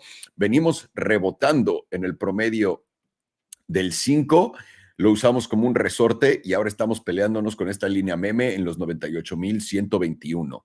Ahorita les voy a enseñar esa línea meme acercándonos un poco más. Déjenme simplemente lo hago en esta tabla más limpia. Tal cual, como lo dijimos, estamos justamente peleando en esta zona. Vamos a la semanal. En la semanal estamos justamente por encima de la media. La media está en los 95,945, lo pueden ver aquí a la derecha de la pantalla. Y les voy a poner rápido la volatilidad. Volatilidad, no tenemos un cero, la volatilidad está contrayendo para volver a resetear. Veamos dónde nos da la señal de que se va a ir para arriba. La parte alta del 38.2%, la zona azul está en $109,000 y eso sería nuestro siguiente objetivo, un nuevo alto histórico en esta vela. Acercándonos un poco más, voy a decir, la de 2 días es la que nos tiene la fotografía más cercana a lo que puede pasar. Tenemos acá nuestra media está en 98,854. Como hemos visto, este es un punto bastante importante para el precio y ahorita se los voy a enseñar simplemente dibujado para que lo puedan ver sin todas estas estupideces, para poder darles la versión más corta y sencilla de todo esto. ¿Qué es lo que estamos viendo? Estamos viendo que estamos rebotando encima del promedio del 9, encima del 5 y ni siquiera venimos a tocar el 21 y eso nos debería llevar a la parte alta una vez que podamos romper la resistencia en la media en los 98,900, básicamente.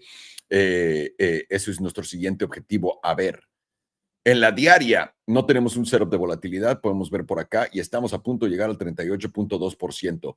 Va a ser clave poder pasar el 38.2% y tener un cierre por encima que está en 98,440, que también coincide con la media. Este cierre por acá nos ayudaría a testear el 50%. El 50% está en los 100,000 y es aquí donde está básicamente la crema y los tacos en todo la crema de los tacos en todo este plato. ¿Por qué? Porque una vez que podamos romper este 50%, vamos a tener casi aire limpio a ir a buscar esta zona con los máximos históricos una vez más. Aquí está la resistencia potente en estos momentos que estamos viviendo con Bitcoin. En temporalidades más degeneradas, como la de 4 horas, atentos, tenemos al promedio de los 200 justamente aquí en la zona de los 98,100. Esto podría ser resistencia y nos podría dar otro SFP como el que vimos acá. Recuerden que si no están entendiendo todos los términos que usamos, etcétera, tenemos el curso ese de Zero a Trader por cualquier cosa bastante sencillo, después de 1 hora 40 minutos, todos los videos bastante bien desglosados para que puedan entender todo esto, que es en realidad bastante sencillo. Pero al mismo tiempo tenemos un cruce plateado, estamos recargándonos en el 9 y todo. Lo que queremos hacer es definitivamente romper este promedio de los 200, el S&P 200 a la alza. Podemos ver que lo perdimos el 19 de diciembre y lo pudimos retomar apenas en un par de cierres, pero lo perdimos una vez más y eso nos ha llevado a caer y crear bajos más bajos. La estructura aquí es más bajista. Entonces queremos definitivamente romper esto. En la de 4 horas romper los 99, de nuevo, los $100,000 y de ahí podremos ver aire limpio. Con eso dicho y hecho, les voy a poner mi tabla sencilla. Le voy a esconder los promedios rápido para que lo puedan ver. ¿Ok? Tenemos la primera resistencia importante con la que nos vamos a encontrar, que nos ha resultado en rechazos y luego grandes bajones, está en 98,133. Eso va a ser el primer objetivo a vencer. Lo vimos en diferentes temporalidades. Si somos alcistas, queremos definitivamente ver cierres en ello.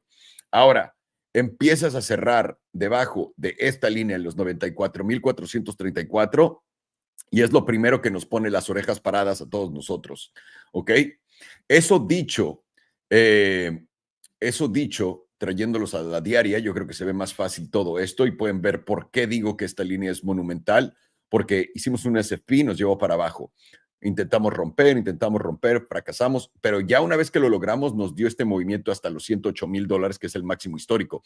Una vez que perdimos esta línea, que también este fue como el front run de ello, que es lo adelantado, luego acá, una vez que la pierdes, puedes ver la cantidad que baja esto. Y de aquí estamos rankeando. ¿Qué es lo que está pasando y qué es lo que estamos viendo? Tienes un máximo, tienes un alto más bajo y lo que queremos acá es barrer, si somos alcistas, este máximo. Por eso tenemos que poder romper los $100,000 para poder estar seguros de que esto va a dar continuación. Ahora, ¿hay un trade aquí? No, aquí no hay un trade, señores. No lo hay y les voy a decir por qué. Voy a ponerle los promedios. Estamos por encima de todos los promedios, definitivamente. Nos vino a aguantar el 55. Estamos por encima del 21, el 9, etcétera.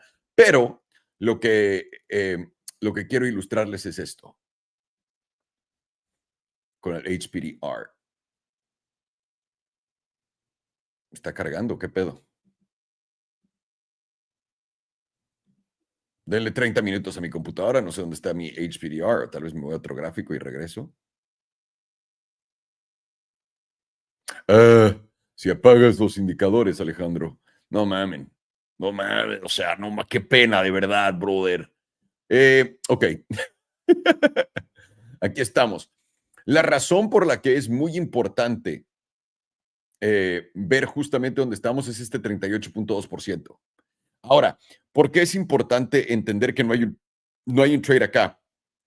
Porque tienes la media del canal, déjeme lo dibujo acá, está acá, ¿no? Esa es la media. Ahora déjeme quito el HPDR y les explico rápido esto bien entendidito. Esto se ve alcista, pero la cosa es, tienes la media acá. ¿Dónde está tu invalidación si quieres entrar en un long acá? Tu invalidación está acá. Eso es demasiado. Y ahora, ¿vas a hacer un short? Puedes hacerlo, tu extremo está acá, pero tienes que esperar a que el precio venga literalmente acá, probablemente abrirlo en 90,390 y esperar que no barra esto. Lo que nosotros pensamos, de acuerdo a lo que estamos viendo en la volatilidad y también momentum en esta tabla, es que vamos a intentar definitivamente romper esto. Una vez que vayamos y venzamos a esta zona, vamos a tener aire limpio para consolidar por acá. No pensamos que puedas llegar y crear un nuevo máximo histórico tan rápido. Creemos que va a haber consolidación por bastante tiempo. Ahora, vámonos rápido a Tether para que también vean del otro lado de la moneda lo que estamos viviendo en Tether. Habíamos dicho que iba a buscar este promedio del 100 en el 4.55% o iba a buscar esta línea del 4.69%. Llegamos hasta acá en el 20 de diciembre y desde ahí hemos estado bajando, creando un alto más bajo, pero no hemos hecho un bajo más bajo y esto continúa su tendencia alcista, que es algo de lo que hemos estado platicando. Tether, la relación de Tether y Bitcoin, recuerden, es si esto baja, Bitcoin sube, si esto sube, Bitcoin baja. Lo que queremos es que definitivamente si somos alcistas en Bitcoin, esto se cargue esta línea meme y pueda una vez más retestear el 378. Si por alguna razón formamos un tipo de piso por acá, nos damos la vuelta y rompemos barremos este máximo de acá, vamos a ir a buscar el 4.59, el 4.69%, nice, y eso va a hacer que todo cripto caiga. Así que importante, siempre se lo lleva con él. Así que eso es algo que tenemos que estar al pendiente. La dominancia de Bitcoin parece que sí está cocinada, es lo que estamos esperando todos, sobre todo viendo cómo está perdiendo el S&P 200 en la diaria. Cuando les pongo la semanal también puedes ver que el 9, el 5 y el 21 lo estamos perdiendo y vamos a ir a retestear primero esta línea meme diagonal y después el promedio del 55. Y eso nos podría llevar hasta el 53%, que es abajo de esta línea meme. Esto sería alcista para todos los que están buscando alt season. Que todas las alts empiecen a pegar como locos, los NFTs tal vez, las meme coins, las que sigan vivas, que no hayan rogueado, van a seguir todos por acá y este sería lo que estamos esperando. ¿Qué es lo que no queremos ver? Que la dominancia de Bitcoin se dé la vuelta si es que estás buscando alt season y barra este alto en el 60%. Si llegas a barrer ese alto en el 60%, probablemente va a continuar la dominancia de Bitcoin a buscar ese 62% y la teoría de que es alt season se iría al nepe. Pero por ahora yo viendo simplemente los alts, la relación de Ethereum y Bitcoin, que está a nada de poder romper a la alza, recuerden, para nosotros esta es la línea importante, no la que acabo de dibujar. Es justamente esta línea importante, el punto 0.3678. Si podemos romper a la alza ahí, que también coincide ahora con el promedio del 9, y también esta línea meme en diagonal, vamos a ir a buscar esta zona del punto 0.39. Una vez que vayamos a esta zona, podemos ver si la vamos a vencer y pasando de estos máximos en el punto 0.41, va a ser aire limpio y va a ser el mercado alcista en altcoins y todas las cosas que hemos estado buscando. En todas las temporalidades se ve bastante bien. Bitcoin se ve bastante alcista. estamos esperando a ver si nos confirma la dominancia de Bitcoin y también esto, que va a ser momento para las altcoins a tener otro rally. Y si es que ya vimos el fondo que tiene cara de, sobre todo viendo a Solana por acá, en los 175 y viendo que está en los 217, nada mal. Esto es la semanal en Solana, esto es la diaria en Solana, y esto es justamente ayer, tío Salo compró unos Solamis para comprar también unos NFTs como pendejo y le salió bien la jugada. Así que voy a disfrutar un poco de ello. Pero interesante, empieza a pintar bien y pueden verlo acá, sobre todo en Solana, rompiendo este cruce plateado a la baja, lo va a volver a cruzar a la alza pronto, así que pinta bien, todo pinta muy bien, tenemos que ir paso a paso, no confiarnos y ver nuestra línea. Una vez que rompamos esos 98,000 en Bitcoin, vamos a tener aire limpio para irnos al cielo y al más allá, damas y caballeros. Vale, y eso es Bitcoin. Let's do, what are we doing now? Either Rivian or MicroStrategy. Who's going to whip out the chart first? I'll whip it out on screen. Whip it out on screen right now. And if anyone laughs, so help me. No, just MicroStrategy. MicroStrategy. Thank you. Yeah, the chart that couldn't do it. Yeah, I mean, when we made this high, this was a very fat rejection high to the daily EMA 9, straight up. And so the idea here that I had was, we essentially were going to consolidate, hold, and then form a lower high. In my opinion, I was hoping it was going to be around this $500 level. Just didn't do that. We just, made a very shallow one here, then another shallow one, and then here as well before we broke down. And so now, this theory is dead completely. And the daily is totally in a downtrend now, consistent lower highs and lower lows. And so right now we just made a lower low. We are right around that daily EMA 100. We haven't fully hit it yet. So that's something to just know. But you should be looking for some kind of lower high. And that should be made right around that $341 level, right around that EMA 21, corresponding with the EMA 34. It's good confluence there. Assuming we don't just straight up reject the 9, but the way Bitcoin's moving and crypto's kind of catching a bid, it wouldn't surprise me to see it actually go back up to that maybe 338 to 340 level. But at that point there, you really should be gauging, the reaction around there. I mean, that we are in a steady downtrend. And if technically speaking, this little pump up here was the next lower high, then it would make sense to kind of get that next lower high after the lower low formed right around that $339. So, it's definitely not bullish. Curious to see how the daily looks on the HBDR as well. Let's just see. And then, yeah, I mean, nice point here with the HBDR is if you see that median, it's currently right around $333. So just kind of ties into, if we end up breaking, catching a bid and going up anywhere around the zone, either where the median is or closer to that EMA 21, should act as major resistance for MicroStrategy.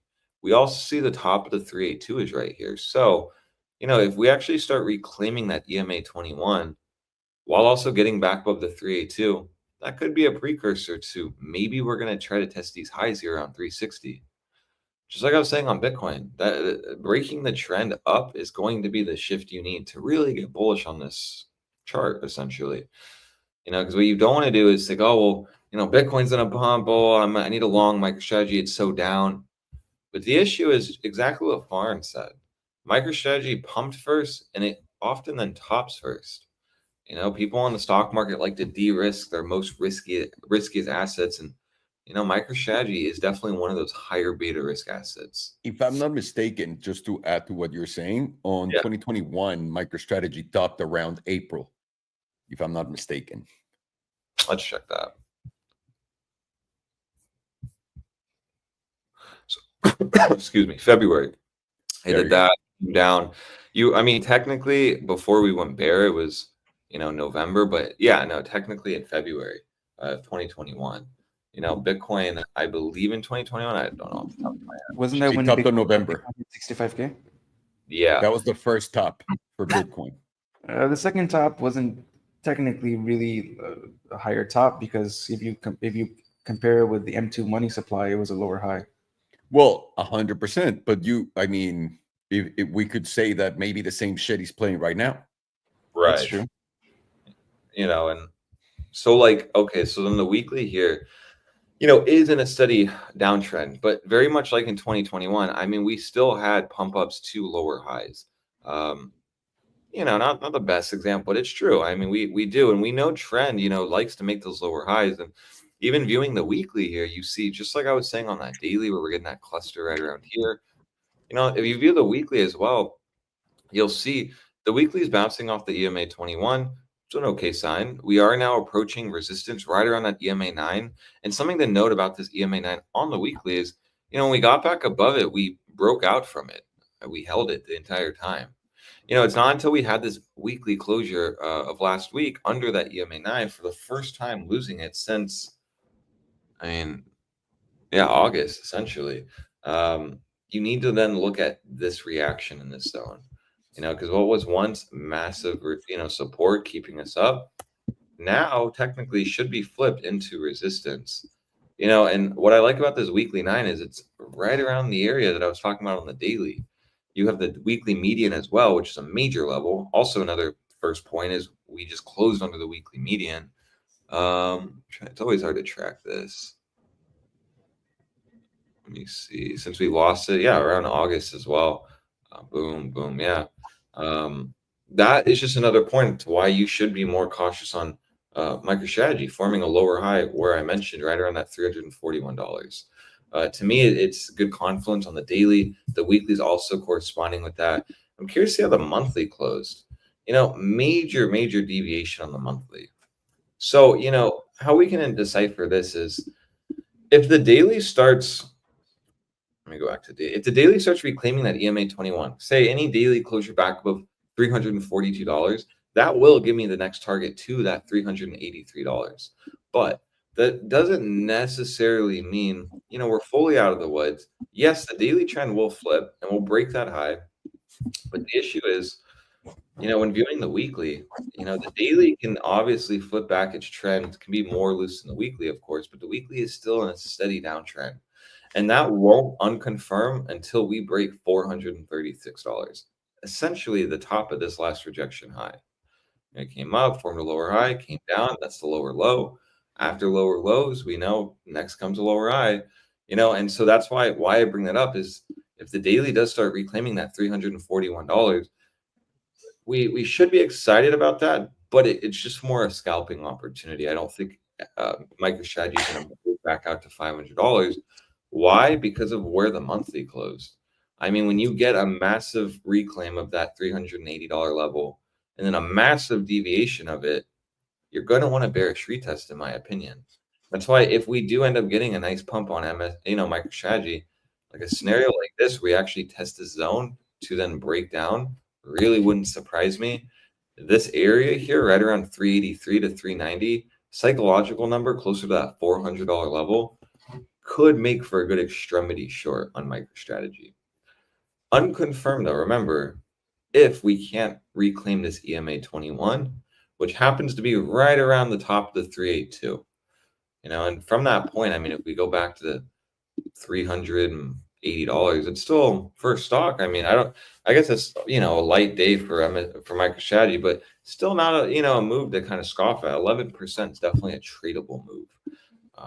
So for me, I mean, with MicroStrategy where it's positioned now, you know, it wouldn't surprise me here to get some kind of reaction up. Your first goal as a bull is just to reclaim this daily 9. Getting back with the daily 9 then could either make us into like moving average range where the EMA 9 support, the EMA 21's resistance, and we just kind of start like squeezing here, just like real tight before a move up or down potentially. But you know, as long as we are still under the daily 9, that is just still an area we need to watch as the first point of resistance. My only idea essentially for going to that 21 is we have a tiny little gap here. We essentially are going up on Bitcoin. Bitcoin's at 97,500 now. If MicroStrategy wants to catch some of that crypto bid, probably is not going to get stopped by this EMA 9.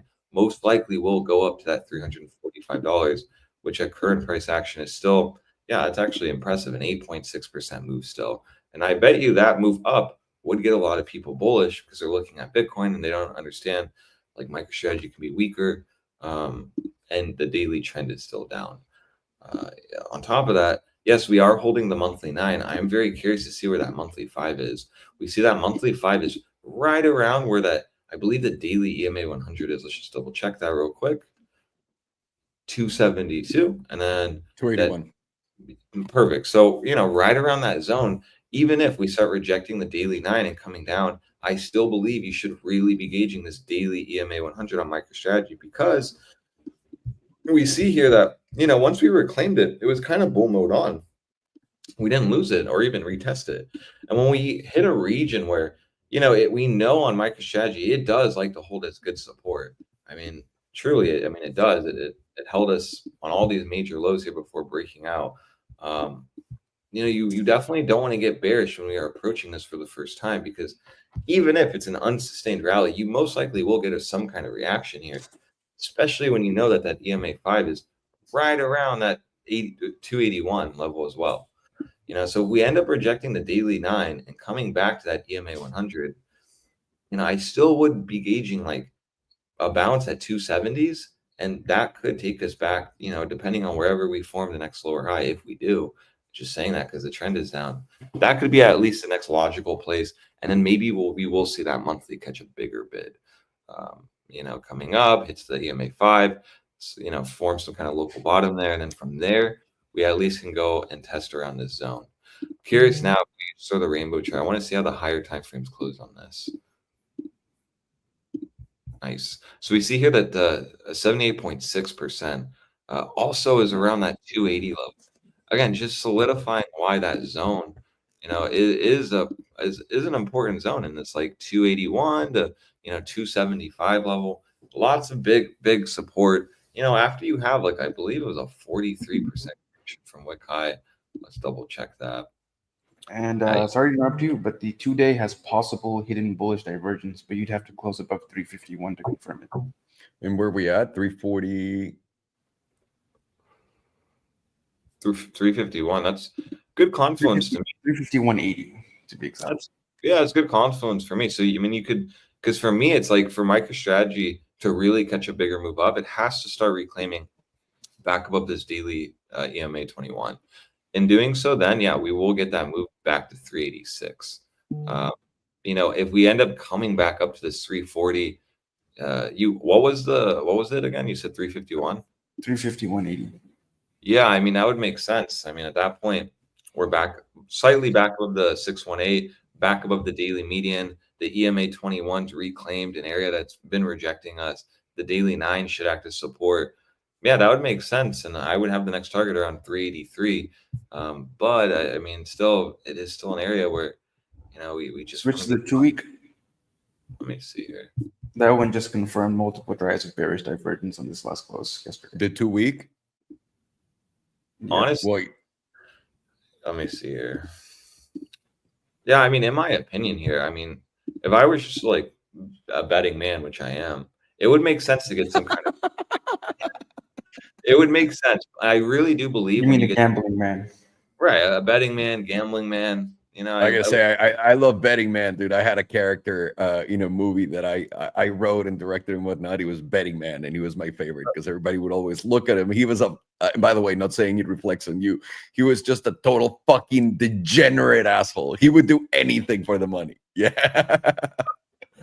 I mean, like, why I say is because when you get these big SFPs, like this was like an SFP, and the monthly did it as well. I mean, generally speaking, where most go wrong is they start shorting into here, when really the extremity trade is take a short here, anywhere on the zone, have your stop here. Now, yeah, you might have to, you know, not leverage up or size up because it could be big. But I mean, if you get a move up to this point and then reject, it is going like visually, you can just see, yeah, I mean, the monthly, that's a lower high. I mean, the 2-week, that's a lower high, and that will play into the monthly then doing that as well. That to me seems a lot more likely, especially with Farn mentioning that 2-day bullish divergence. You know, it just will really depend on this daily EMA 21 then, in my opinion, getting reclaimed, which in my opinion is right around 345. Farn has 351, which makes sense. We're, you know, reclaiming this level. So it's right around the same region. I mean, a few dollar difference. Good confluence to me. So, getting back above like 351 then will confirm the 2-day bullish divergence. You'll get back above all the major moving averages. Also, the 2-day will reclaim the EMA 9. And at that point, yeah, I mean, you just visually can see it. Next move will be around $384. That, though, is going to be a really big decision for, MicroStrategy. Reclaiming that, yeah, it'll actually start looking okay. And then we can actually start talking about maybe testing, that $438, which would be a pretty big zone for MicroStrategy to actually test right around this last monthly high, essentially. If we can break back above there, yeah, MicroStrategy will actually start looking pretty good. And I don't see why then we wouldn't go, and test closer to the $500 level, and then at that point, we have to just watch very closely, where this monthly closes, because if we really start closing back above on a monthly $401, it's going to give us the next target right around $645, which is pretty insane. But, with what we see with Bitcoin potentially looking like it wants to go to $138,000. Oh, thank God. Yeah. $38. Sheesh, I was like, I'm about to get mega liquidated. Yeah, no, not $138. We'd be fucked. Even Michael Saylor would be fucked. I was about to say Michael Saylor would be mega fucked. He would have to work at a Chinese parlor, at an Asian massage parlor with those tiny little hands. I would select Saylor to give me a handy. I'd be like, look at that fucking huge thing in your tiny little hand, sir. God. Sorry. I'd still be small in my situation. Good Lord, Farhan.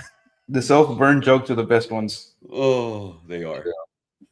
Yeah, I mean, like, if we are going to break out on Bitcoin, then this doesn't seem too degenerate in my opinion. But remember, I mean, again, even the monthly is kind of telling us the same thing. Got to get back above $400. I have the meme line at $383. Makes sense to me. Let's see how the 2-month closed here. What is this line? Interesting. Yeah, I mean, it at least closed above the 78.6 level. But even then, I mean, not much data on this. I guess that's like the point, the counterpoint. But I mean, yeah, we're still kind of at the, not extremes, but just we're very much up there. And these ranges didn't really move in favor of bulls, in my opinion. And I mean, they kind of went down. No, I don't remember what they were, but I mean, yeah, I don't remember what they were personally, but I just know that, generally we would want these to kind of start moving up, get maybe the 618 more up. The fact that it's just all down here, and we're just at the extremes. And even on the 3-month here, it just plays into, yeah, this zone at 383 is going to be a big zone. I mean, that is the 97.5% and right around the 100%. But again, remember, the counter argument is, well, there's just not much data with this. And that is fair. That is 100% fair. But you still have the statistics backing it with the meme line on top of kind of where we are, on the 2-week and stuff. It would make sense to test 383, in my opinion. So, I'm going to be on the camp that once the daily reclaims the 21, just so I can have a buffer, right? Because I don't want to say, oh, from here, we're going to go to 380 and, we reject the 9 and roll over. But, as long as we can get back above that 341 or 351, if you really want that confirmation of that 2-day bullish divergence, 351 probably is a safer bet. Then, yeah, that'll be my confirmation. Yeah, we're going to go to 383. 390, and then at that point, I'm really going to be watching MicroStrategy very closely for potentially a major short or for a major long. A big decision will be made right around this zone, and I don't want to get caught with my pants down, playing it wrong essentially, because this could be very profitable. But with volatility kind of resetting on the higher time frames, we're not really getting anything on the monthly here. We see we're now falling under the moving average. Granted, bulls really do just kind of want to reclaim this zone and ideally just kind of consolidate for a little bit. That can at least then give us potentially a volatility setup maybe on the daily here, because as of right now, we don't really have any volatility setups. I'm curious, maybe on the 4-hour, anything? No, I mean, what about the hourly? Give me something. Yeah, I mean, at least we have this hourly volatility set up, which just could play into us testing that daily EMA 21. So I mean, that we're really not getting too many volatility setups supporting a mega move back up to $500. I'm not really seeing that. what I am saying is, there is a chance we can go to the 340. That's the hourly EMA 100.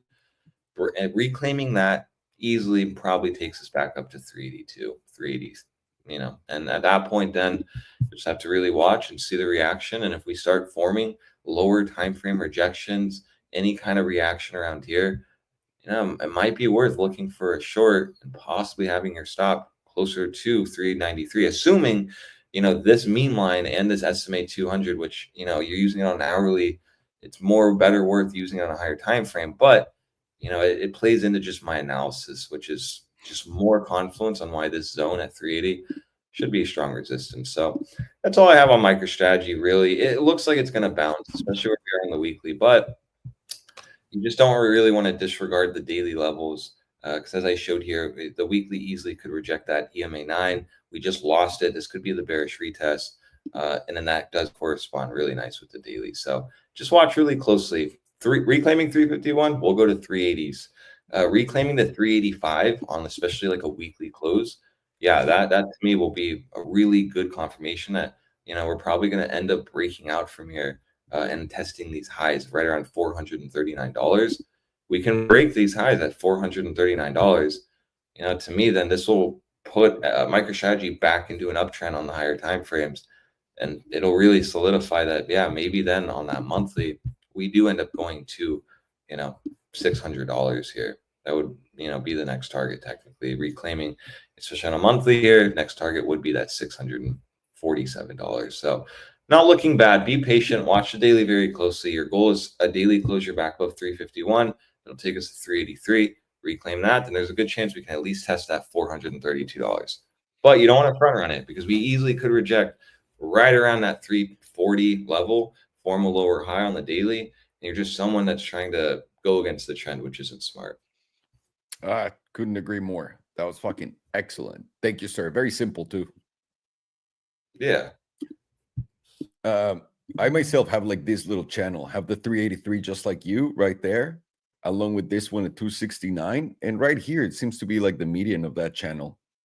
Being above takes you to here. Being below, probably to where the EMA 100 is on the daily, 274. But this should hold. Worst case scenario. Yeah. Seems like it. Let's hope so. Let's have Michael Saylor pray with those tiny little hands to God. Yeah. Should hold, because if it doesn't, I'll get liquidated. Fingers crossed, then. Ok, tenemos MicroStrategy en este momento justamente enfrente de todos ustedes. Ok, lo primero que quiero hacer es enseñarles en la diaria lo que tenemos, ok. Estos son niveles importantes. Primer nivel, súper importante en extremos, 504. Por ahora no nos vamos a preocupar por él. El precio de MicroStrategy está rangueando en lo que yo creo es un canal. Y yo estoy identificándolo como un canal bastante sencillo de ver. Esta línea meme morada en 421 es más como la parte arriba de extremos del canal. El canal lo tengo entre 383 y los 268. ¿Por qué? Porque una vez que subes de 268, vieron acá que fue una resistencia importante. Y luego, una vez que lo superamos, vieron este movimiento tan gigante que dio. Entonces, una vez que superamos y nos encontramos en este nivel por encima de los 270, ¿qué son? 269, nice. Tenemos básicamente una alta probabilidad de buscar la zona alta de este rango. Olvídense del morado, de acá. Y lo que están viendo es el precio ranguear entre el rojo y las líneas blancas, y las líneas amarillas son la media. Pueden ver que MicroStrategy en este momento está pompeando, y está pompeando en la diaria al promedio de la 9. Queremos definitivamente tomar el promedio de la 9, pero más importante aún, queremos tomar de vuelta el promedio 21 en la diaria. Una vez estando encima de esto y teniendo cierres por encima del promedio del 21, va a ser muy importante ver que estemos formando ya estructura alcista y que esto haya sido el bajo en todo este movimiento. ¿Por qué lo digo? Este fue tu alto, acá tienes un alto más bajo, acá tienes un alto más bajo, acá tienes, ponte tú el primer bajo, segundo, tercero, cuarto. Estás oficialmente en la diaria, rompiste tendencia alcista y estás en una tendencia bajista. Para poder revertir eso, Lo único que tenemos que hacer es treparnos por acá, aguantar encima de la 21, poder colgarnos encima del 383, porque este es un nivel importantísimo para el precio. Una vez encima del 383, la confirmación de nuestra tendencia alcista regresando y que esto fue un SFP, que es lo que parece con el promedio del 55, está aquí arriba, hasta los 421. Ahorita hay un trade en MicroStrategy. Podrías decir que tal vez tiene más probabilidad de un long, pero también puede ser rechazado acá. Algo importante que les quiero enseñar con MicroStrategy es esto. Me pongo la mensual. Yo creo que es la que nos va a ayudar más a poder ver esto. En la mensual, quiero que vean esto. El ciclo de Bitcoin no hizo tope hasta noviembre del 2021. MicroStrategy hizo tope en febrero del 2021, acá, en el ciclo pasado, en los 130.98. Ahora, esta línea, para mí, en los 130.98, es donde definitivamente no creo que MicroStrategy vaya a caer de. Yo creo que va a ranguear a futuro entre los 130, 170 y la parte alta de esto. ¿Ok? Simplemente lo que les estoy poniendo acá enfrente es que MicroStrategy no va 1 a 1 con Bitcoin, porque hay mucha gente que dice, güey, si Bitcoin va a volver a subir, entonces MicroStrategy también, y por eso es bueno meterte en un megalón. Puede ser que sí, pero acá lo pueden ver. Esto fue en noviembre del 2021, aquí abajo en la tabla, y esto es más o menos un poco lo que en verdad pasó con Bitcoin, que fue una divergencia bajista que se dio en el segundo tope, pero este fue el primer tope de Bitcoin, el segundo tope de Bitcoin, que fue acá básicamente, y acá tienes una divergencia en MicroStrategy. ¿Se va a dar lo mismo? Digo, tío, nadie sabe. Ahora, vamos rápidamente a la trimestral. Vamos a ver cómo cerró esto. Pueden ver que esta fue una vela súper predatoria que llegó hasta $543, pero cerró en 288. Ese había sido el cierre trimestral más alto que había tenido MicroStrategy. Antes de eso, había estado en los 170. Bastante buen peso. Vamos a poner atención a esta vela y a ver a dónde quiere ir. Déjeme rápido, quito ese dibujito tonto que acabo de hacer. Podemos ver que estamos en extremos, definitivamente en volatilidad. No tenemos nada que nos esté diciendo que esté pasando. Voy a acercarme a la mensual. Mensual también. Tenemos básicamente nuestro cierre más alto en los 383. Tenemos una vela más baja y ahora estamos viendo si podemos aguantar. Estando por encima del promedio de la 9 en la gráfica mensual, esto me dice a mí que estamos definitivamente en postura alcista, aunque en la diaria se haya roto. Y la volatilidad no me dice nada, probablemente un doble extremo. Sí, probablemente esté a punto de pintar un doble extremo, pero no hay confirmación de absolutamente nada.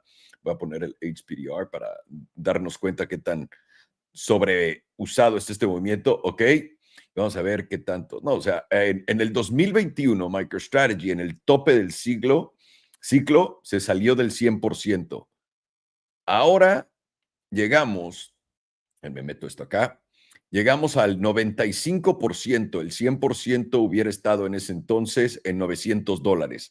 Hay dilución en MicroStrategy, están creando más acciones, etcétera, por supuesto. La media del canal está aquí abajo en los 147, lo que nos pone en una posición bastante alcista en este momento en la mensual. Vámonos a la de 2 semanas rápidamente. 2 semanas lo mismo, pero de nuevo, ¿qué les digo? Cada que estamos en este tipo de posturas, en donde estás tocando el 97%, solamente tienes 3% de continuación a la alza. Ahorita lo que está haciendo MicroStrategy, si lo estamos viendo ya en esta temporalidad, creo que se ve mucho más sano, es simplemente consolidando. Ahora, esto es, y atención, esta es una vela topera, esta es una vela de 2 semanas, topera, que hace una vela topera, cuerpo delgado, puedes ver el cuerpo completo, 25% de la vela es la parte gorda y está en la parte de abajo. Ahora, si fuera roja sería más fuerte, pero si MicroStrategy llega a cerrar esta vela de 2 semanas en 4 horas y 20... Ah, no, ya cerró esta, güey. Estamos en esta. Qué estúpido soy. Esta sería la primera confirmación que tienes de que vaya a poder continuar esto a la baja. Si esta vela que cierra hoy cierra abajo de 338, que es justamente el punto pivote del precio, y ahorita se los voy a enseñar, eso no se vería bien. No queremos definitivamente cerrar abajo de 338. Les voy a enseñar ahorita por qué. Vamos a la semanal. En la semanal, MicroStrategy está por encima del 38.2%, que coincide con mi línea meme, que le llamo la media del donde está rangueando el precio. La media del canal está, la media de la zona azul está del 38.2%, que es la zona azul, está en 347 dólares con 38 centavos. Estamos acá. Si cerramos aquí en las siguientes 4 horas, sin perder la zona de los 320, si podemos aguantar por encima de ello, vamos a tener una buena posibilidad de ir a buscar el promedio de las 9, que está en los 335, y de ahí buscar la media, que está en los 347. Y ahí a ver si nos rechaza o si empuja para arriba. Si empuja para arriba, nos va a llevar a la parte alta del canal. Pero todavía no tenemos una respuesta en ello. Lo que vamos a ver en la diaria es simplemente esto. Y pueden ver que justamente tenemos nuestro promedio del 21 en los 342, nuestro promedio del 9 está en los 323 y estamos a punto de entrar en la zona azul. La zona azul está en 325 dólares. Está empujando. Una vez que entremos acá, vamos a esperar a ver si podemos tocar la media y de ir a buscar esta zona. Pero para hacerles el cuento bastante sencillo, eliminar todo el ruido de esto, es bastante fácil. Queremos que MicroStrategy empiece a cerrar aquí arriba, consolidar, dejar que todas las líneas del HPDR empiecen a bajar, de ahí subir a este nivel y irse nivel a nivel. De nuevo, no vas a saber que esto cambió la tendencia alcista, tristemente, hasta por acá en los 440. Entonces, todavía falta bastante para saberlo. Si estás pensando en entrar ahorita, va a ser importante que esto no vaya a ser un SFP a la alza y que en vez esto haya sido un SFP, que esto haya sido un SFP a la alza, en vez de que esto vaya a ser el SFP a la baja y después vaya a buscar la siguiente línea meme o hasta el promedio de los 200. Por ahora, en la tabla de 2 días, tenemos una posible divergencia alcista, pero para que esa divergencia alcista se dé, tenemos que tener cierres encima de la línea amarilla que está en los 342, que es el promedio del 21, y es justamente eso lo que quieres poner atención si eres alcista en MicroStrategy. También otra idea sería, si llega a esta zona en los 421, podrías abrir un short e invalidarlo aquí arriba en los 453. A ver, eso te daría una probabilidad de un trade, pero ahorita no tienes un trade extremo. Tu invalidación en un long acá en 322 está aquí abajo en 284, que es es considerablemente potente ese movimiento. Así que atentos. Vamos a ver qué hace MicroStrategy, pero esta es la zona que quieres poner atención, justamente promedio del 21 en tu temporalidad diaria. Así que ahí lo tienen. Let's go to Rivian, son. Apparently, ChatGPT is saying I'm a retard for drinking the entire bottle of Pepto-Bismol. The whole bottle. Wow. Can I tell you something? I don't think it's only ChatGPT. I think even the creators of Pepto-Bismol. It says there's dangers of overdose. Of Pepto-Bismol? What can happen to you? It says it can cause difficulty breathing and mass confusion. All right. Well, I'm not feeling it yet, so we're good. Let's see which time frame do I want to do. Let's do the weekly. So right now on the weekly, we have reclaimed, not quite on a closing basis yet, the 55 EMA, which ever since how long? Since we were about, we've never even been over the 55 EMA on an actual solid closing basis because we don't have enough data to populate it. But with how much data we have, the 55 EMA has either been resistance or a deviation point since about like $27, $28. Right now, we are still above it. It's not really like telling us the trend is going to reverse yet because we did close above it back here in July 8th, and then we quickly lost it again. And we're near the same areas on the HPDR that we were back then too. Right there approaching the 95%, 97.5% on the HPDR, where if you hit those areas, you have less than a 5% chance of continuation. Right now, we are approaching the 95%. We haven't quite hit it yet. We're getting rejection at this meme line right now. the meme line is at $16.35, while momentum is reaching very extreme levels and volatility is reaching very extreme levels at 92%. And then we look at the jewel. Oh, fuck. The jewel right now is freshly breaking into the bullish control, while the pink is rejecting getting under the yellow. The last times, every single time we tapped the bullish control, it was a deviation or a rejection. So right now, what we should be looking, instead of looking for a breakout to the upside, we should be more cautious and be looking for a rejection, especially because every single time that we've tapped the bullish control zone and we've gotten towards the 97.5%, it's been a major rejection and we've ended up making lower lows after that point. And let's see if there's any momentum divergence. Not on this one.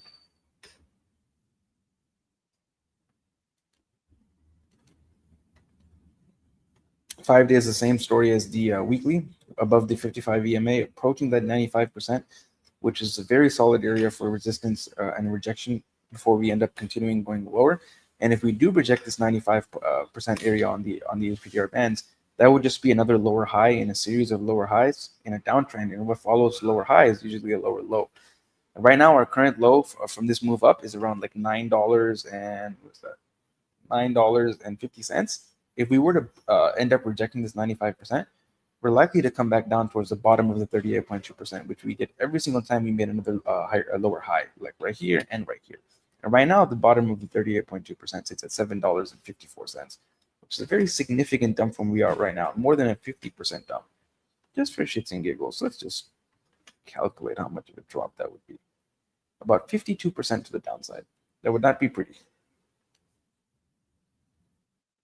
2-day right now is over the 200 SMA. But just like the weekly and the 5-day, the 200 has been an area of deviation. What's more hopium on the bull side is that the 2-day HPDR ranges have stepped up. So right now, the blue 38.2% stepped up pretty significantly from all the way down around like the $10.40 area. Now the bottom is at just about $15. So this is a little bit more of a saving grace for the bulls.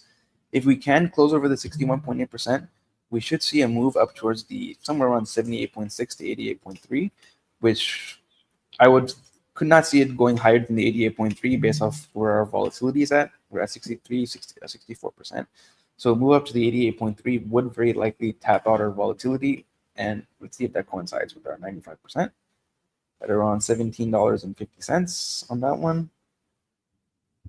That is about $17, and yeah, just about the same exact area where that 88.3% is at around $18, slightly over our 97.5%. Would be a deviation of the weekly 97.5%. But from this area, it's going to be very, very unlikely that you're going to end up continuing towards the upside because you only have an 11.7% chance on the 2-day, and then on the weekly, you have a 2.5% chance of continuation. So the statistics are heavily against you if you're bullish on this at that area. And daily is already tapped the 88.3%, which is right now we're getting that rejection perfectly from the 88.3%, and we're still below this meme line.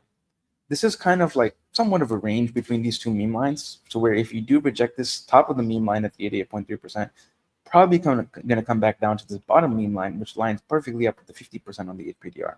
And that level right now is at about like $12.50. And momentum on the daily is now reaching 84%, with volatility reaching 84% as well. It's not quite like topped out just yet, but it's getting very, very close to the levels where momentum and volatility will both top out. Maybe up towards that 95% on the daily, which is right under that $18 number. And then from there, almost certainly momentum and volatility will top out. And then you're probably going to end up, and especially if we close below this meme line, probably going to dump significantly. And from there, once you made another lower high on the weekly, probably going to make a lower low and go towards that $7.50 area. I probably sound retarded for even saying these numbers while we're at $16. No, not at all. I mean, I sound retarded by saying I drink the entire bottle. So No, you don't sound. You did it. On the 4-hour, we are rejecting exactly from that area where we likely get that rejection on the weekly, is at the 95% on the HPDR. On the 4-hour, it's sitting at $16.48. While momentum and volatility are at very extreme areas right now. They're at 92.85%. just about the area where it usually has topped out every single time before we made our lower highs. Right now, the jewel is starting to flip back around within the bearish control zone. So that is a little bit of hopium. Like right now, if you were to draw a vertical line the last time that happened, right around here. Let's move it a little bit. That's good. And that was, we did get a little bit of a move down, but not really that much. Kind of maintained these lows. And then from there, we pumped pretty massively. So that is a little bit of hopium. But on the other hand, whenever the jewel flipped around there, we were within the 38.2%. Right now, we're significantly above the 38.2%. So that is a little bit of a difference because right here, you had room on the HPR bands to go up significantly. Right now, you don't have that. Right now, you're already at the 95%. So probabilities are very heavily against you to get this same type of move that we got back here. What's more likely to happen is that this curvature of the jewel fails, turns back around, and goes back into the bearish control zone.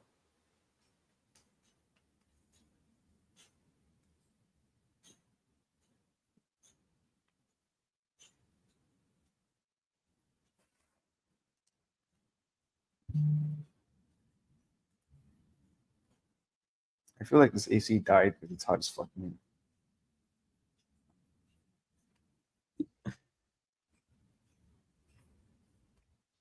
So the monthly still has 3 drives of bullish divergence in play, has not been invalidated yet. The way to invalidate it would be that you would have to close below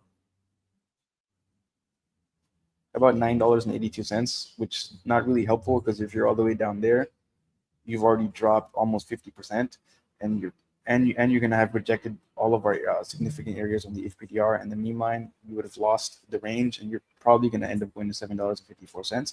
But that would invalidate the bullish divergence. Right now, to continue the bullish divergence to the upside, you'd have to close above $18.86, and that would give you a target of the bullish control zone. Right now, the bullish control zone sits at just under $30 at $29.94.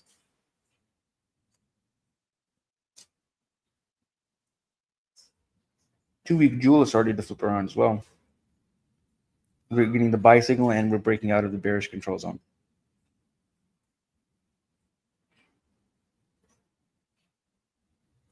This one.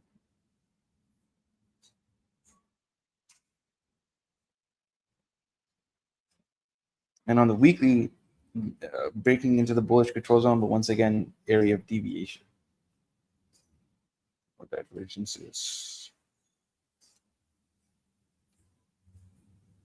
So the daily is about to put in a third drive of hidden bullish divergence. And we would have to close above about $14.72 to confirm that. We are getting volatility expansion to support that hidden bullish divergence. And if it does confirm, we'd likely hit the critical zone. Right now, the critical zone is at $23.71. Right, just about $6 below that $29 number. And the 4 hours about to put in a fresh drive of regular bullish divergence with volatility expansion. That would target the critical zone, and to confirm it, we would have to close above that same 1472 number. And the critical zone right now on the 4 hours sits at $17.74. Not that much really higher than where we are right now, just about $1.70. And for crypto people, $1.70 to the upside is nothing.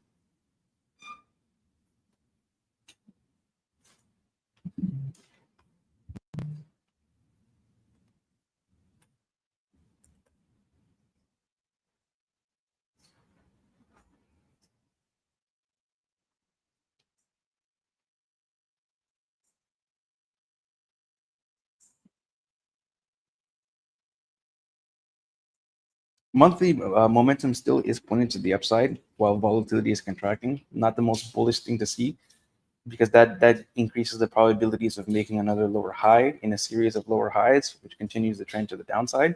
We want to see as monthly volatility start flipping up to support the momentum to the upside. And the way to confirm volatility expansion to the upside is you'd have to get a proper breakout, and you would have to close a monthly over $18.86 to get that. But as of right now, we are rejecting the critical zone, and we are flipped up as long as price is above $13.10. The next move from here is going to be the edge of the bearish control zone. And once you get there, it's going to be a lot more difficult for momentum to stay to the upside, and this pivot is going to go up a little, probably a lot. 2-week is also pointed to the upside with volatility contraction, rejecting the critical zone, and we're pointed up as long as we're above $11.08. Weekly is about to enter into the critical zone with volatility expansion, and we're pointed up as long as we're above 12.27. 5-day as well, pointed to the upside, volatility expansion, and we're pointed up above 13.30. 2-day started to get volatility contraction. Now the volatility oscillator is starting to flip up a little bit. We're still below the moving average, so it's still technically volatility contraction. While momentum is about to flip back up, rejecting getting out of bullish control, and we're going to be pointed up as long as we're above 14.93. So if this can confirm volatility expansion on the 2-day, with momentum breaking into the critical zone, that would increase probability significantly of that bullish divergence playing out toward that $17.74 area. And if you can close over $17.74, preferably on a weekly, that would very likely take you towards the other divergence target of $23.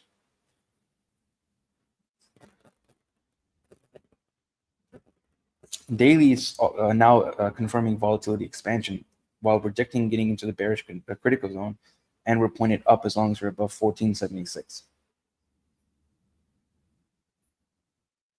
And 4-hour is also getting volatility expansion only at 75%, so not quite topped out yet. Rejecting getting into the critical zone, and we're pointed up as long as we're above $14.55. So if you go all the way up towards the monthly, which is the highest time frame you can go to get any type of data, momentum is currently pointing to the upside despite the trend is to the downside, but momentum is pointed up while volatility is contracting. We want to see a breakout above 1886 to confirm volatility expansion.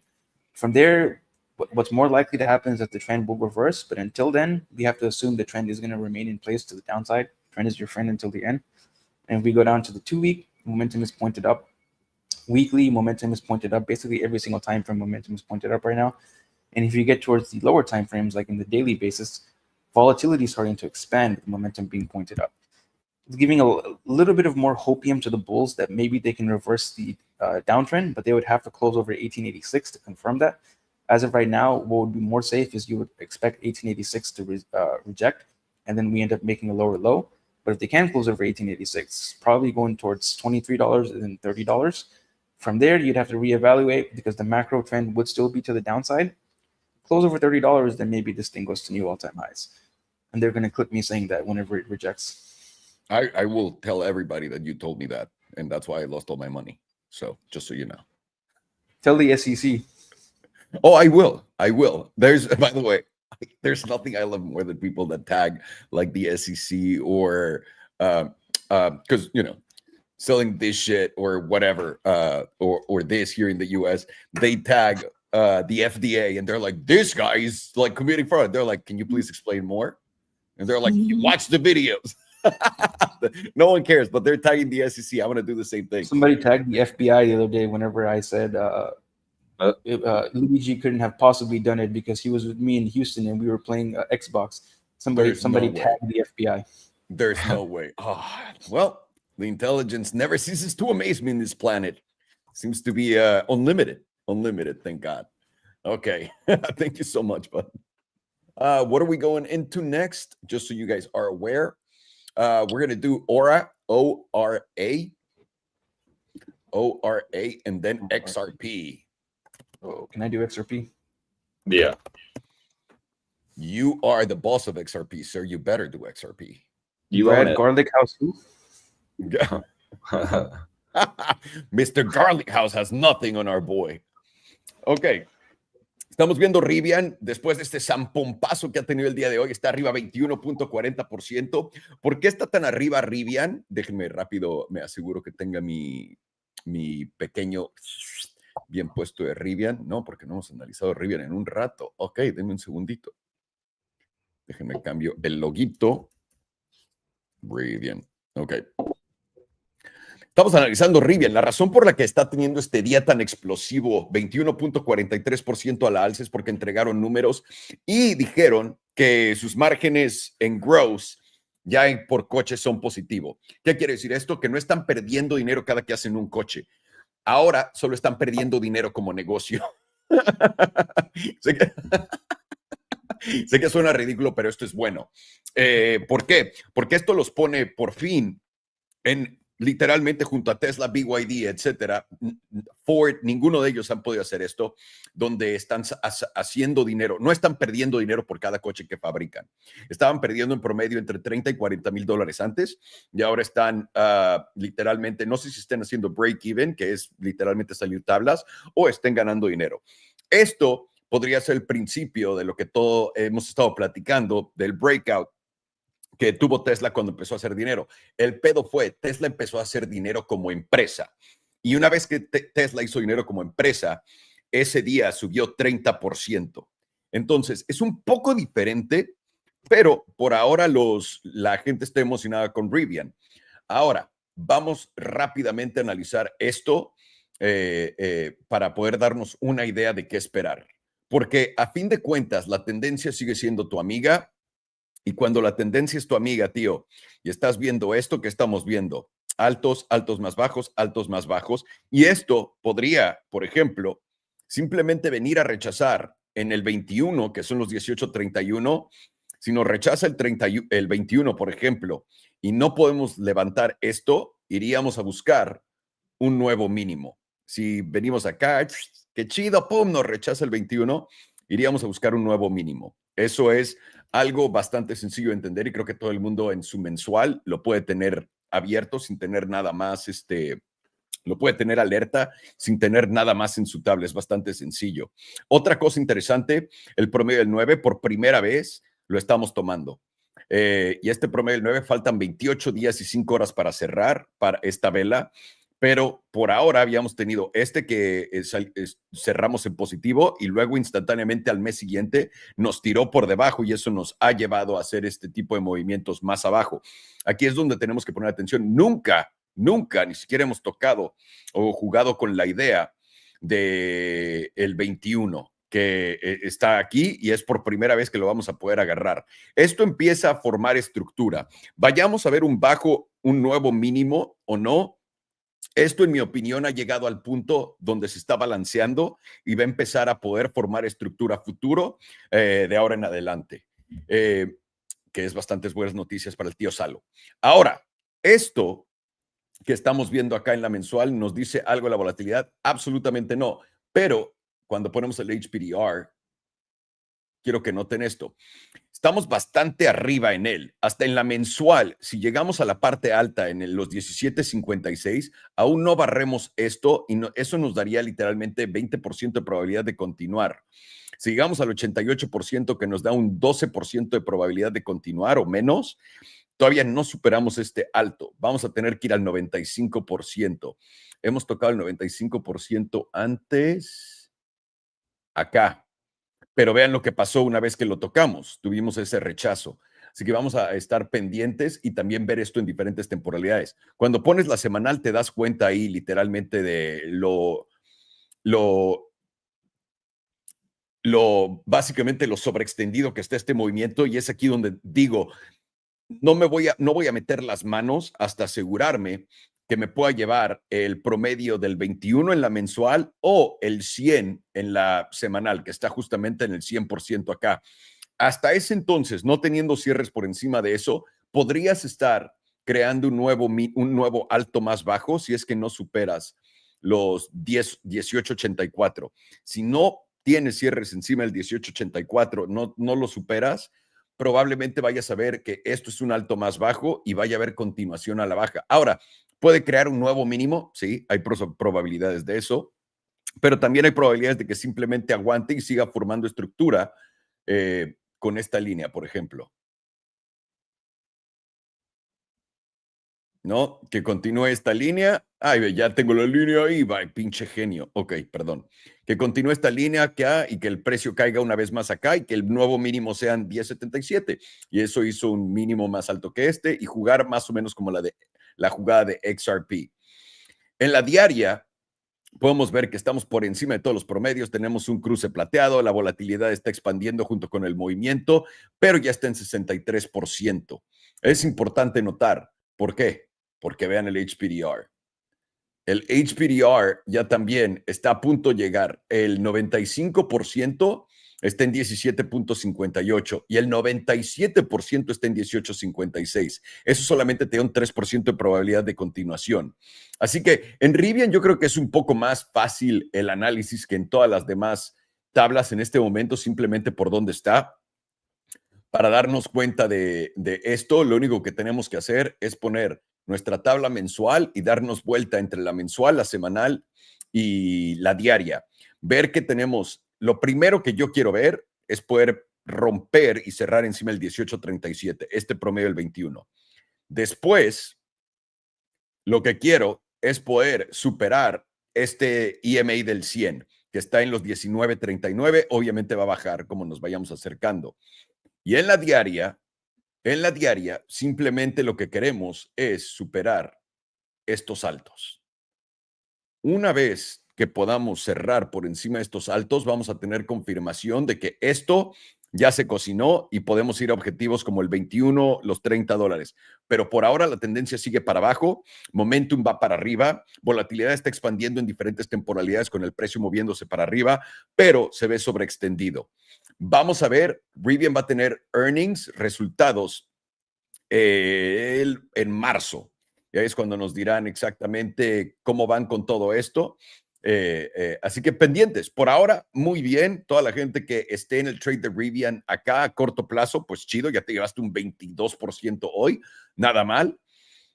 Para todos los que seguimos a mega largo plazo, de nuevo con mi IRA, que esto yo creo va a ser una putada solamente Rivian, porque ha estado comprando desde los 16 para abajo. Esto hace una locura. Ahora quiero ver cuánto hay en esa cuenta. Ok, simplemente eso. Simplemente pon tu línea aquí arriba, ver si es que Rivian se va a ir a dar la vuelta o también si es que ya tomamos esto y lo ocupamos en los $15 como soporte y podemos ir a buscar esta zona. Eso sería lo más ideal, ver justamente acá esto por un rato en lo que todos los rangos del HPDR bajan en todas las temporalidades y dar más posibilidad de continuación al movimiento. Pero ahí lo tienes, tíos, damas y caballeros. Esto es Rivian en la diaria, en la de 12 horas, rápida. Déjame ver la de 12 horas. Es que sí está el movimiento ya cansado y no mamadas. All righty. What are we doing now? Aura? Yeah. We'll see if it has some aura to it. Ah. We're starting with that, huh? I guess so. All right, fine. The uncle jokes are my job. You got a lot of jobs in this company, dude. You're the official hopium dealer. What else?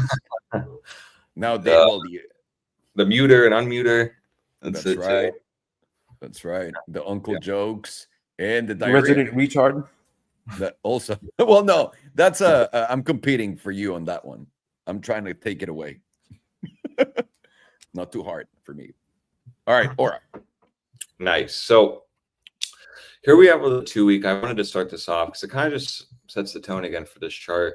You know, that estimate 200 on the 2 weeks, a pretty big level. Granted, you know, this chart's only been out, I guess, since 2005. I mean, compared to, like, I guess now it's pretty long. I actually can't even say anything. That's a long time. So this has a lot of data, especially when it's attached to a 2 week.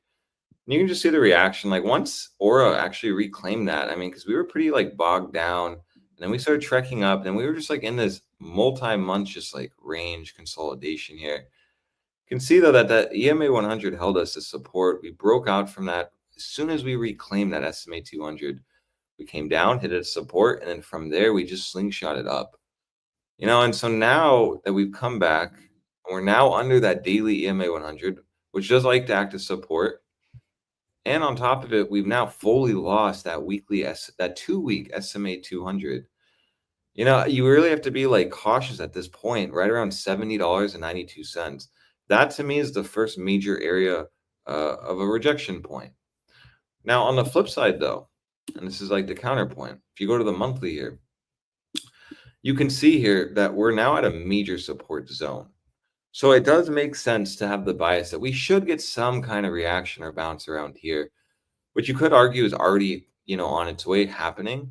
But again, even with this major SFP that happened, we know that this area at $71 likes to be held as support, you know, and so any rallies up to this point need to be looked at as potentially just a bearish retest. Curious to see what the HPDR says. And this is on the monthly, and you can see we're now at the bottom of the 382. You can see here that we are under the median, and the median is now coming in right around the top of this channel, right? Because this is like a tight range. It's like support at $70.85, $71. You have resistance at $75.76.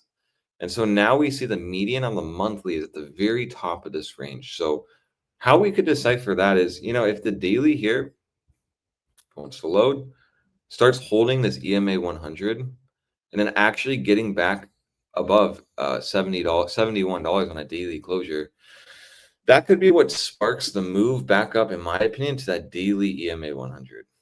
You know, an area that likes to get held. It was a very strong point. Let me just take this off. You know, it's an area that likes to essentially be held. And then from there, we like to form local bottoms once it gets reclaimed and then go up. And so since we now rejected it, and you can see we have, you know, a slight little gap here. We actually fully lost it, never even tested this into resistance. This to me would be a major point, in my opinion, to possibly be looking for maybe a short potentially. Only reason I'm not fully confident on that idea is, you know, especially where we're at and the structure here. If I throw the daily trend wave on, you know, we can see just how important getting back above that $80, $88 is going to be.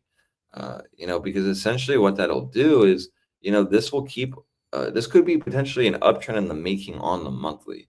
We're making higher lows. Yes, we just made this high. We broke this last high, but, you know, I'm not counting this as the last lower high because it didn't form a lower low here. So I technically have to take it from this point at $88.43. So that's the objective for bulls, essentially. You know, you have to first get back above $70, $71. And then once that, you have to clear all the clusters of moving averages plus the median here. No, my apologies. Where is the median? No, I thought the trend wave was the median for a minute. That confused me. No, let me go back here. You know, you have to first clear 71, and then you have to get this cluster of the median and the moving averages all right around here. We'll call it like $74 to $77, $76. But if you can do that on like, let's say we get, you know, like a weekly right around there, you know, that'll actually start looking okay. Because what we see is that SMA 200 on the weekly, you know, it did get lost just like how the 2-week freshly did. But I mean, if we end up going from there, then, you know, the next target would be the median right around the 80s, $79, $99, $80. And then at that point, reclaiming that, yeah, would give us to move to the 618, close to that $87, $88. So, you know, how can I tie this into a nice bill that can make sense, right? Because it's in a precarious spot is what I'm trying to say. You know, you essentially need to see bulls not break. Essentially, like, we don't want this 2-week to turn red, you know, because if this 2-week turns red, then you're really gonna like turn this monthly red. And at that point, you're really running the risk of us first losing this EMA 100 on the monthly, but also losing the 382, the bottom of that range, which would constitute a breakdown. And the next target from this point would be taking out this low and going all the way down to $55, $56.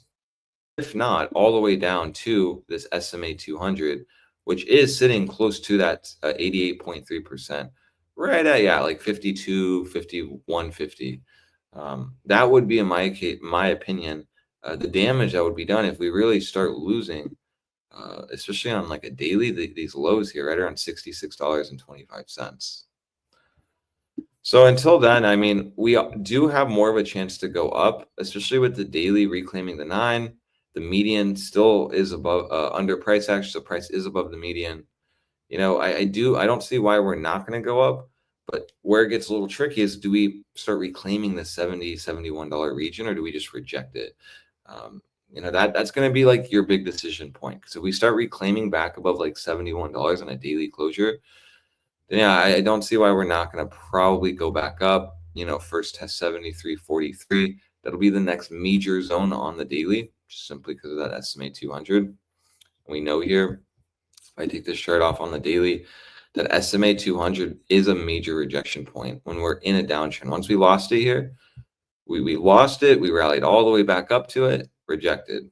rejected, rejected. As you guys can see, all the way up, rejected here. So that's a major point. You're essentially going to want to try to get back above there. And that's why I like using, in my opinion, the kind of like $75.80, $76. It's kind of like, you know, your zone for when you know, okay, well, the daily, you know, we start doing this, we reject and come down, pop up, and then start consolidating here. That'll actually start looking pretty good for a breakout to the $88. Because essentially what that would mean is this monthly here is now back above the 9, back above the meme line. And then now it's, you know, a test here if we're actually going to go and break essentially, you know, this last high here on the monthly that was formed in November or not. Doing so would probably slingshot us back up to the top of this range. That's where things get really interesting because we start actually reclaiming $88. Yeah, we do have a chance to go back first to $100, which is a nice psychological number, if not actually testing some of this rejection high closer to $115. Now let's see what the HPDR says on that, right? Because we always want to just see what it says because it's backed by statistics. You can see here that right around my meme line, right around that $88, you see, you know, it's like right around 84, 85 bucks. It's the top of the 382 on the monthly, breaking that out. But first, remember, we have to get back above the median, which is right around that $75, $76. Well, then, yeah, take us closer to, you know, that 88.3, if not all the way up to the 95%, which happens to be right around the zones we were talking about, close to $100 to $115. You know, so Aura is trying to create Aura. I mean, it's trying, but the issue is it just is so, it was so sold down, you know, and the fact that even if we rally a few percentage points, like from this point here, you know, it like could go up 6% from the low, but then at that point, like technically speaking, we should find some kind of rejection around that 71.20 level. And that's just based on that SMA 200. You'll know that this will really start going up though if this is closing in 3 hours. If we bust on through, let's say today, reclaim this SMA 200, now we are working potentially an SFP, a range reclaim, and then it'll really, yeah, be good confirmation that we're most likely going to go back up to the 75 bucks, if not over all the way up to the median at $78. The issue with that though is, you know, with this 2-week volatility setup firing off, and it's very freshly firing off, and we know that, you know, Aura does like to go up to the extreme levels on volatility. So I'm saying it's kind of like, you know, it's hard to be like even talking about it going to 75 bucks because honestly, it really looks like once we get to the 71.50 level, that could just be where bulls take us and bears take us and reject. While then, you know, it doesn't do much to volatility. We are bearish. We just lost the SMA for the first time, and you know, let's see here, yeah, since January. So you know, the beginning of 2024. We should be looking at this zone as the first point of resistance. I was like, what the fuck are you talking about? It's January right now. Okay. You said 2024. Goddamn. Yeah. The whole year it's been above it. I'm lost. Yeah. You know, and it's also acted as support here. And then this is kind of what brought us up, you know, to the 80s. So this is going to be like your big point of area. You know, if we can get back above the SMA 200, we're not out of the woods yet. But that'll be at least a major point where, okay, we can at least say, all right, we didn't lose that. Because that once we lose that, it generally, I mean, like once we're under it, it does like to go down and reject it. You know, we're not dealing with a lot of data here where, you know, we can see the reaction of, well, when it did lose it or not. But we just know when we're under it, it does like to make these big moves down and reject. Like from here, rallied up to it, came down. It was a 13% move. And then at this point here, this is a 15.8% move, rejection from that 2-week SMA 200. So, you know, in summary, you're really going to want to watch essentially volatility on the 2-week because it is giving us the setup and the bias is still down. We have the 2-week median, you know, above price. We're under the EMA 9, the thing I like to use. But most importantly, that SMA 200 on the 2-week is very rare to flirt with it because, you know, it's on a 2-week. You don't really tap the SMA 200 a lot, you know, unless it's like at a very crucial destructive part of the chart, either up or down. So when you mega dump all the way down here, come all the way down here, and now you're just flirting with it, this is the first spot. So really watch if you're a bull, you got to get back above $71, preferably on a 2-week close. That then will solidify that we're SFPing to the upside, the meme line, the SMA 200. But when I get an SMA 200 on the 2-week matching up nicely with the meme line, right around that 50%, you know, this is the first point that you are going to want to watch for rejection. If we start reclaiming $71, you know, you can use the EMA 21 essentially. We start reclaiming that on a daily. So the 9 holds, we go up to the 21 and start reclaiming that. Then I do believe that could be what sparks the move if to 73.50, if not all the way back up to this top, right where the EMA 100 is, and this gap at around $75. But again, at that point, if we're at $75, you have to be really cautious at that point, because, you know, these will move, but you're at the 88.3, approaching the 95%. You're now at that EMA 100, which has never been tested, along with maybe even coming up a little up to fill this gap, or that gap just acts as a trap where, you know, bulls assume that, well, there's a gap here, just like I was. But then you realize, I mean, we're at 75.25, the meme line's at 75.80, so it's right by the meme line, and this gap is like way up here, might not get filled. So I want to ask you and Farhan here, especially Farhan, because he's the one who basically brought the HPDR to my life. Yeah. when you're looking at this on the daily, and you see that the numbers are like literally numbers that are not too far off, like the $76, $78 number in this price, which wouldn't even take us to all-time highs or even close. It's already in the 97% to 100%. Doesn't that, just by looking at it, is bearish as fuck? Yeah, especially since you see how much it dropped. If you look above that, the ranges have stepped down. The ranges have stepped down a lot, and every single time the ranges step down, it gets even more bearish. Got it. Okay. Yeah, because just by looking at that, I was like, damn, that looks fucking like impossible. Yeah. So like how I interpret that, and Farhan, you can correct me if I'm wrong. If we go all the way up here, test this, maybe fill the gap, you should be looking for, assuming these don't move, you should be looking for a rejection here. That's where you'd want to get that retest around here. And then consolidate, and then ideally these start going up, you know, and then that could be what breaks us out. That's kind of how I interpret this.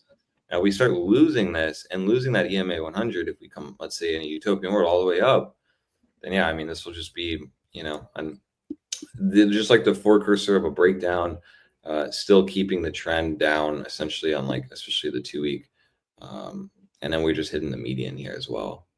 So I agree with you. It is going to be hard for bulls. And that's why when viewing this chart, you know, it's like, I do think we can go to $71. That seems very easy to me. 71, 70, that seems likely, especially since the top of the 382s right here. But at that point, you know, you really have to just be mindful of that 2-week estimate 200, because that's really just going to be probably what's going to keep this chart down. Getting back above there, great. It can open up and move back up to the 74s, maybe a wick up to 75, 80. But then, yeah, I mean, we could just be literally in a range then. Like, all right, we got back on the SMA, come back down, come out, and we're just like ranging here. So like that would be the best case as a range. A slow grind up in a range. That way, then we can get these volatility setups to actually start being in favor of bulls. But until then, this 2-week is still firing. It's, you know, not a Hamas setup because we don't have zero volatility here, but I mean, this still is pretty low. We haven't had this low volatility from expansion since like October. I mean, this one was slightly higher, so I'll use this one in October of 2021.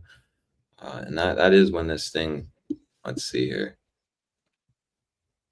Boom, boom, boom. Little tricky, but I mean, slow grind up from this point.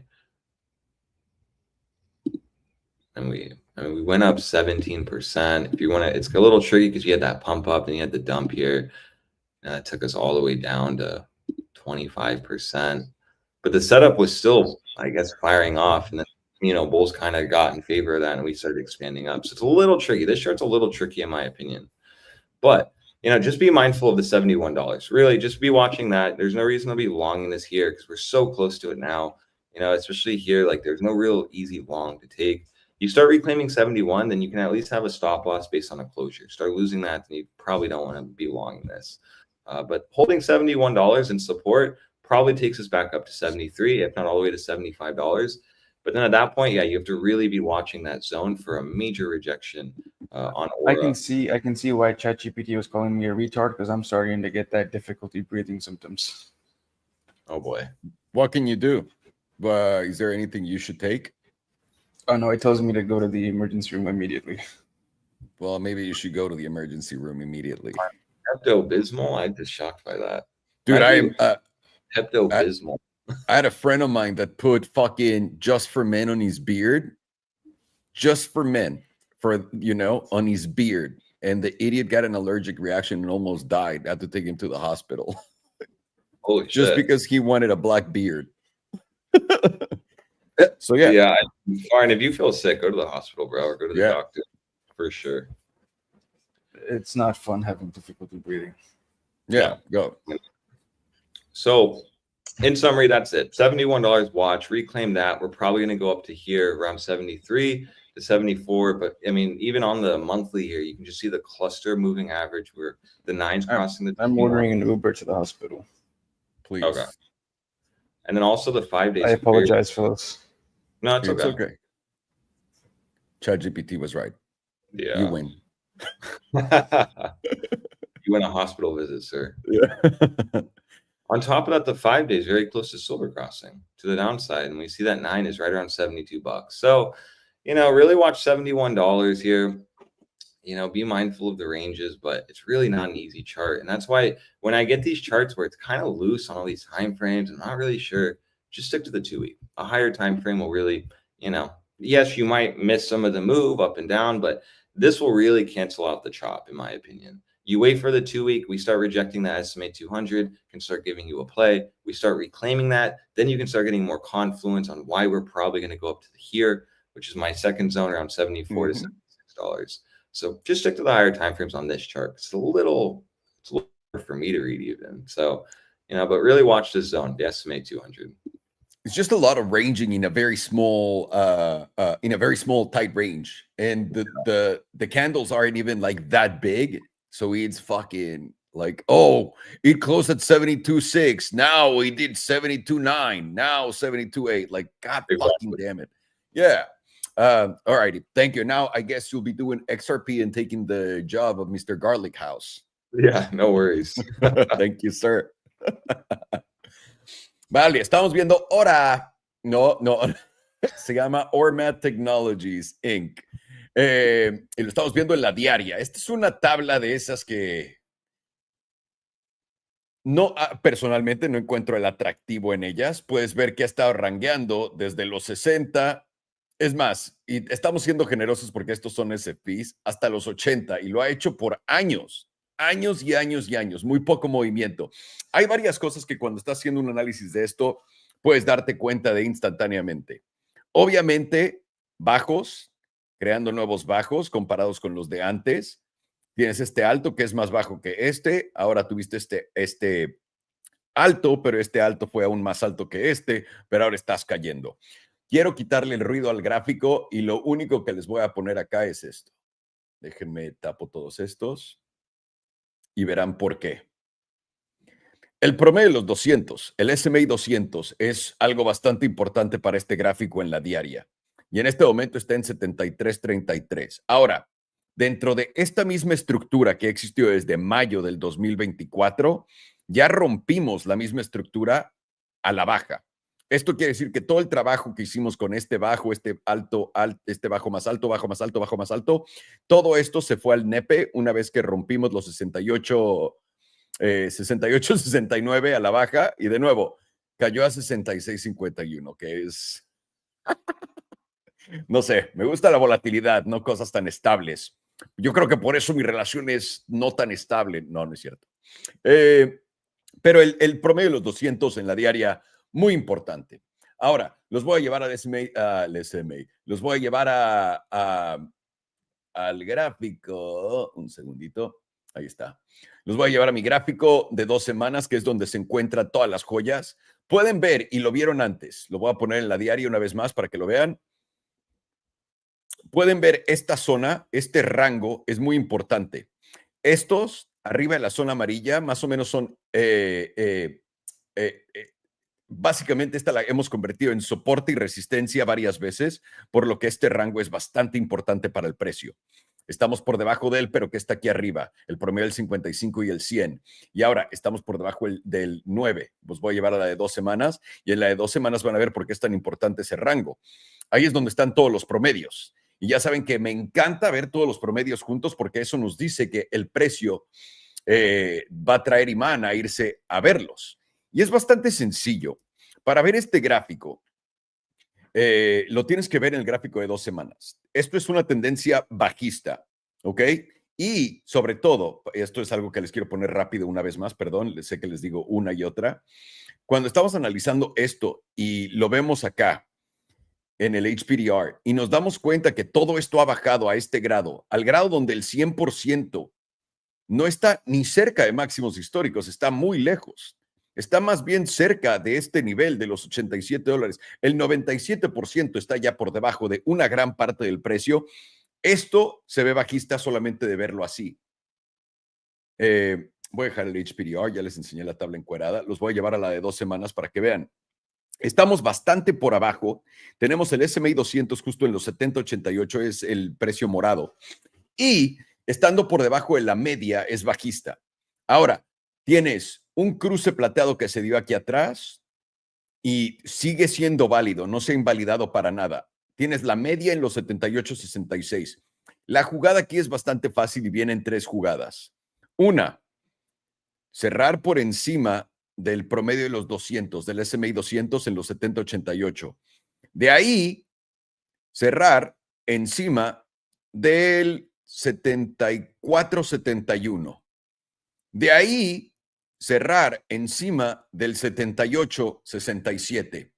Y de ahí, poder cerrar encima del 82.32. Y eso te debería de romper este máximo y darte una vuelta acá. Lo que personalmente y lo que nosotros creemos que va a hacer esto es ir a esta zona, rechazar y continuar para abajo. Es lo que tiene más cara de, y sobre todo cuando estás viendo, déjenme les enseño algo, volatilidad está expandiendo con esta caída. Ahí está. ¿Qué vela está cubierta en la volatilidad? La roja.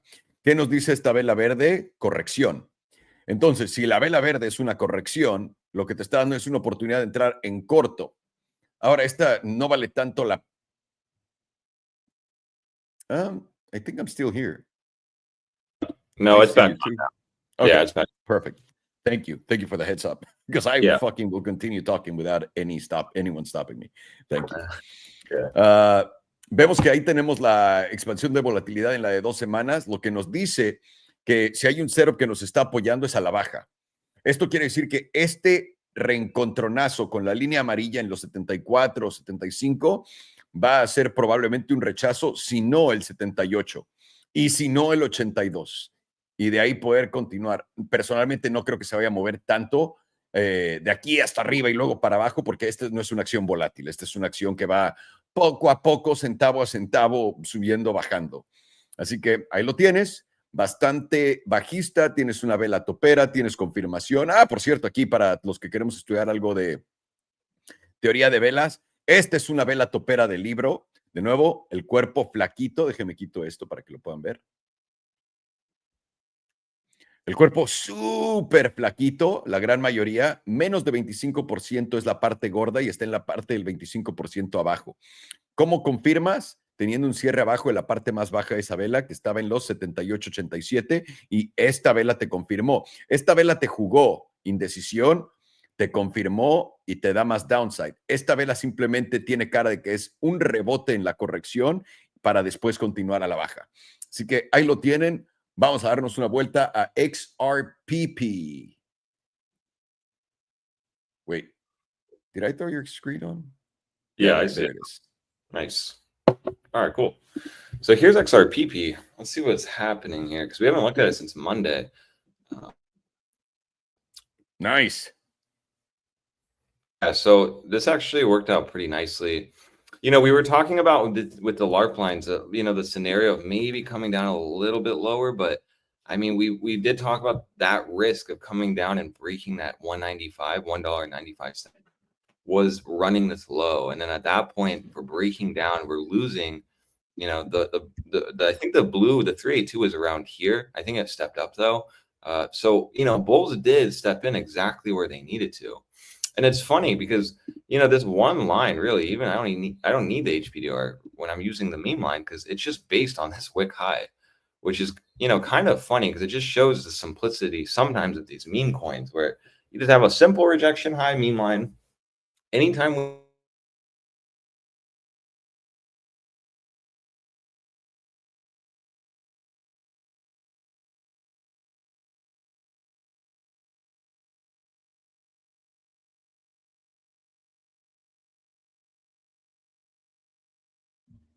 Okay, are you guys listening to us? ¿Nos están escuchando? Y si sí, ¿me pueden escuchar a mí? Pregunta para el chat. pullback consolidation around there at $3.20 if we get there. Right there, the monthly as well as at $3.15. Let's say the weekly. How about anything different? And we can see here breaking that 90% or just breaking essentially the high that was formed on early December, right at 190 will probably slingshot us up to the $3. So, you know, we're seeing a lot of confluence on the weekly, the 2 week, the monthly, around $3.15 to maybe $3.70. Personally speaking, I do think that, you know, close to that 320 will probably be a good spot to, you know, look for some kind of rejection, possibly just another higher really come, you know, like it, just like we drew that one rejection high based on here, could just do it from here. Now we're just, we go here, we put it on, and then, you know, it's like we could get some kind of pullback at $3.20, $3.15, you know, and that could lead us all the way back down to that 291. But then at that point, that could be what forms that, you know, next higher low. Maybe we go to this next wick, maybe at 270. A little tricky when you get up here, but essentially you'd want to just be playing the trend, and the trend is still very up on XRP, and it's still looking quite healthy. You know, the issue is just volatility. I mean, obviously this can stay at extreme reads, but on the 2 week, we're now at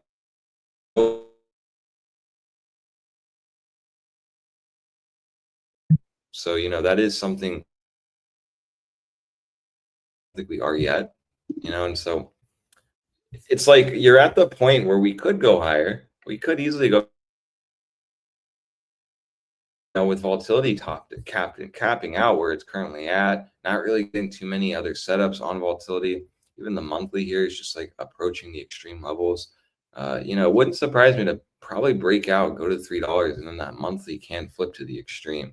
And then at that point, we should be looking for some kind of reaction around here. And that could just lead to, you know, like I was saying, the pullback to maybe 275 to 290. Or we do end up just going back to like that 222. But I personally wanted to see this wick high here flip into support, if assuming we even break it. It's like the higher time frames. The dailies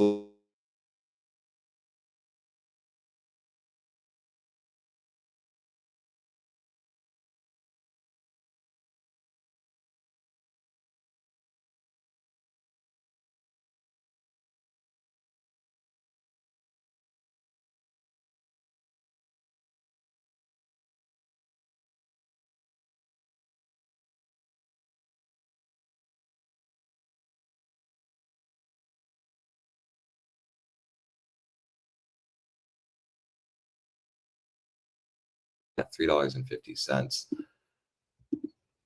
which was on the weekly, I believe, right? No, it was on the 2 week, I think. Let me just go back real quick. Right around that. Yeah, it was the weekly actually. You know, and that's why like I was saying, well, do we have any other levels around that 3.5? Kinda. I mean, you know, you have that 350, but yeah, you just see the major gap for the daily. I mean, 350 to $5. So that tells me though, when I see these big step ups and we're at the 97.5, 95%, probably a good time to like maybe start, you know, if you're in a trade from that 195, you know, wouldn't be dumb in my opinion to sell around, you know, 291 to $3, just personally saying, because then you just try to figure out where the next higher low is. But XRP is still looking really good, still looking strong. It's in the process of breaking out. You know, you're essentially today going to want to close, you know,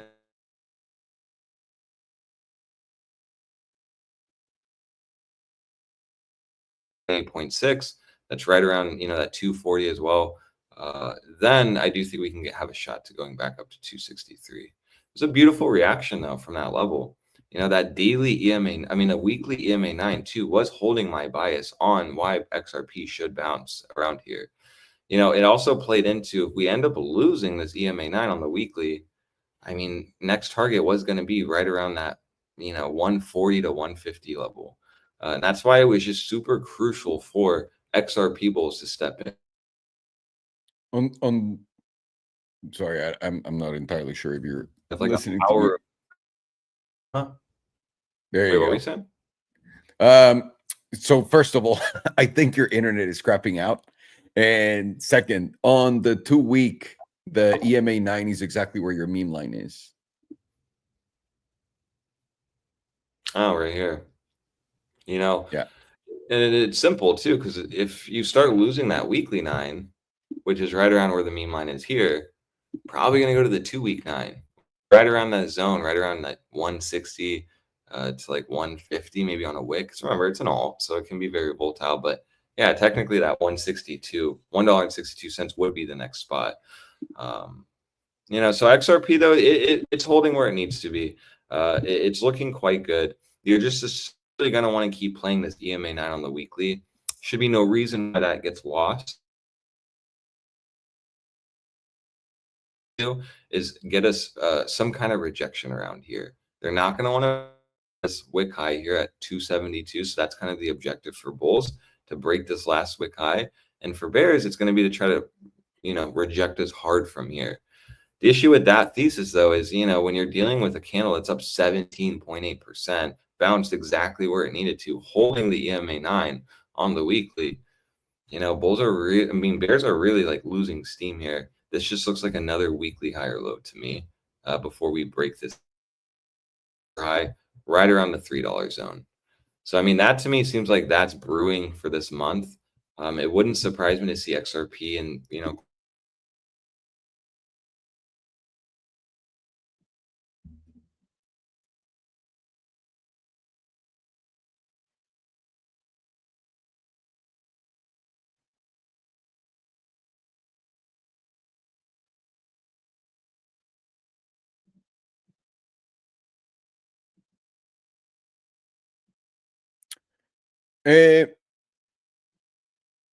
Pregunta para todos ustedes, ¿me pueden ver?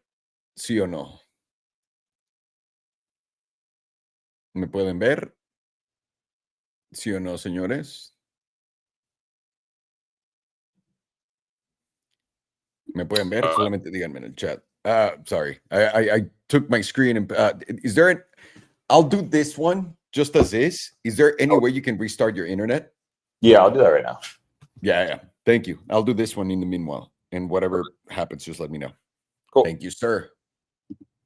Voy a hacer XRP rápido, que están teniendo problemas de internet en México. ¡Wow! ¡Qué sorpresa! Y estamos viendo XRP. Por cierto, excelente tabla la XRP. Habla de un setup de jamás. Este es el setup de la Tercera Guerra Mundial, cabrón. Ve el putazo que dio a la alza. ¿Por qué decimos eso? Recuerden, volatilidad. Este es un indicador que es absolutamente gratis. Se llama BBWP. Cada una de estas barras azules es 0% de volatilidad. Es volatilidad nula. Y tienes 1, 2, 3, 4, 5, 6, 7, 8, 9, 10, 11 sesiones solamente acá con 0 volatilidad. Y eso es en la de 2 semanas.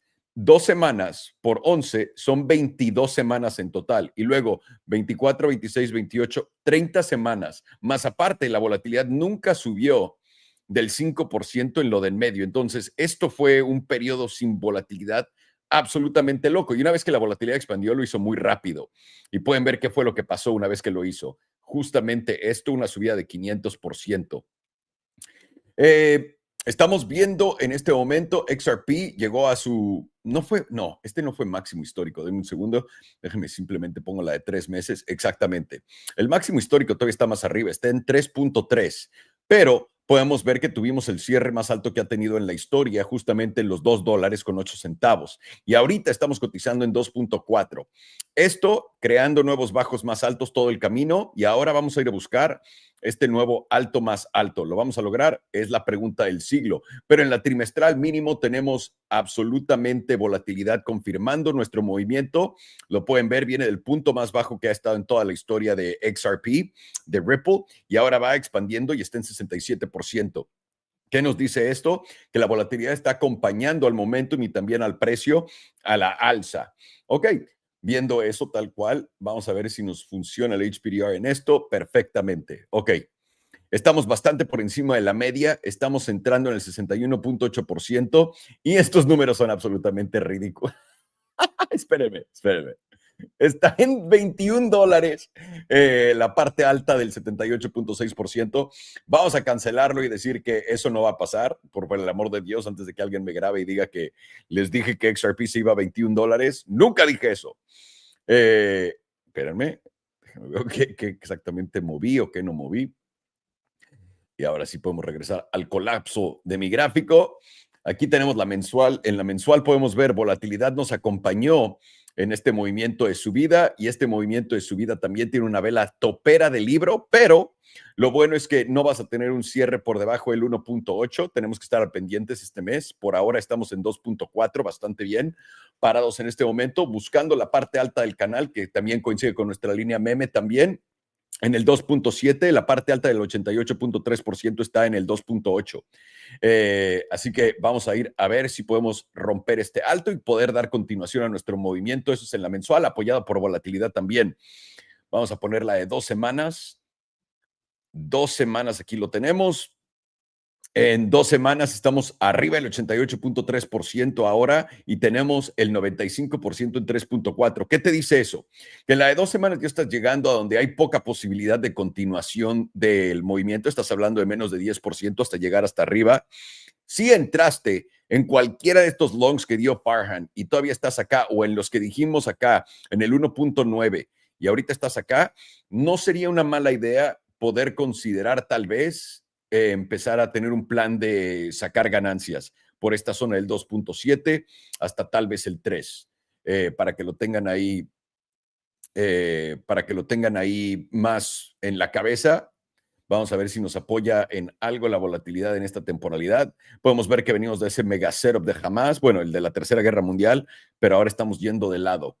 Recuerden que a esta madre le gusta estar sobrevendida y entonces no nos debería de preocupar ver eso. Ahora, la parte alta del 88.3% está en 3.15, que también nos da confluencia con lo que acabamos de ver en la de 2 semanas. Estamos por encima del promedio de la 9.21, cruce plateado y estamos en extremos. No hay razón por la que no podamos hacer un doble extremo, que es justo lo que les acabo de decir en la de 2 semanas. Y en la diaria tenemos una vez más expansión de volatilidad del punto más bajo, el que ha llegado desde el noviembre del 2024. Estamos por encima del promedio en 73% y le gusta ir extremos, lo que nos dice que en corta temporalidad esto va a tener ganas de subir. ¿Qué es lo que estás buscando en este momento? Un cierre arriba del 2.5% en esta vela que cierra en 6 horas y 21 minutos. Eso te daría casi un boleto libre al $2.84 por Cardano. Por moneda, espero que no sea por Cardano. Y en realidad esta tabla es de las más fáciles de todas, en mi opinión, y obviamente sé que Farhan y Alex nos pusieron todo en la mesa y nos están alimentando como patitos o como pajaritos, pero bastante sencillo el rango. Fue justamente acá donde dijimos que íbamos a cachar estos fondos, donde mandamos esas alertas para que todos ustedes pudieran entrar. Y ahora estamos cotizando aquí arriba. La parte que sigue, 2.7, cerrando por encima del 2.7. En realidad, tu cierre más alto diario de hasta ahora ha sido 2.7. Cerrando por encima de eso, prepárate a ir a buscar los $3.2. ¿Qué es lo que no quieres? En la de 2 semanas y en la semanal podemos ver que hay algo de confluencia, que esperamos que esto simplemente va a poder subir. Y tenemos el promedio del 9 en esta zona, en el 1.63. Y en la semanal, eso, nuestro promedio del 9 llega justamente a la base de nuestra línea meme, pero el 21 es el que se acerca justamente acá. Así que veríamos si va a haber algún tipo de movimiento acá Primero, lo que buscarías es simplemente no barrer este mínimo en el 1.89 para continuar, y hasta ahorita ha respetado bastante bien la tendencia alcista. Lo único que tiene que hacer es un nuevo alto. ¿Te la va a dar de una vez o te lo va a jugar? Vamos a ver qué se da. Pero simplemente en temporalidades más cortas, estás bastante bien parado, estás por encima del S&P 200, tienes un cruce plateado en la de 4 horas, en la de 2 horas estás ya por encima del promedio de la 9 y tiene cara que el 2.7 va a ser nuestro siguiente objetivo con XRP. Así que nada mal XRP, damas y caballeros. Denme un segundo para darme cuenta. Ok.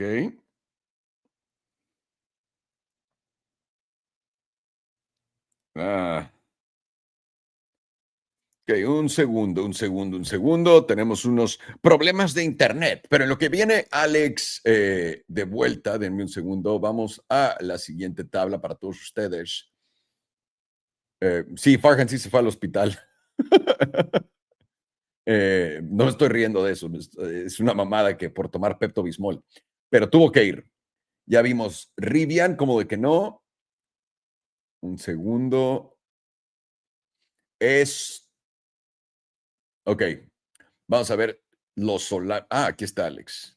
All right, is that working? I think so. They gave me a new connection, so we'll see. You want to do salamis? Yeah, definitely. Let me get that going. I even got the little sign going. Look at that. Fucking class. Well prepared.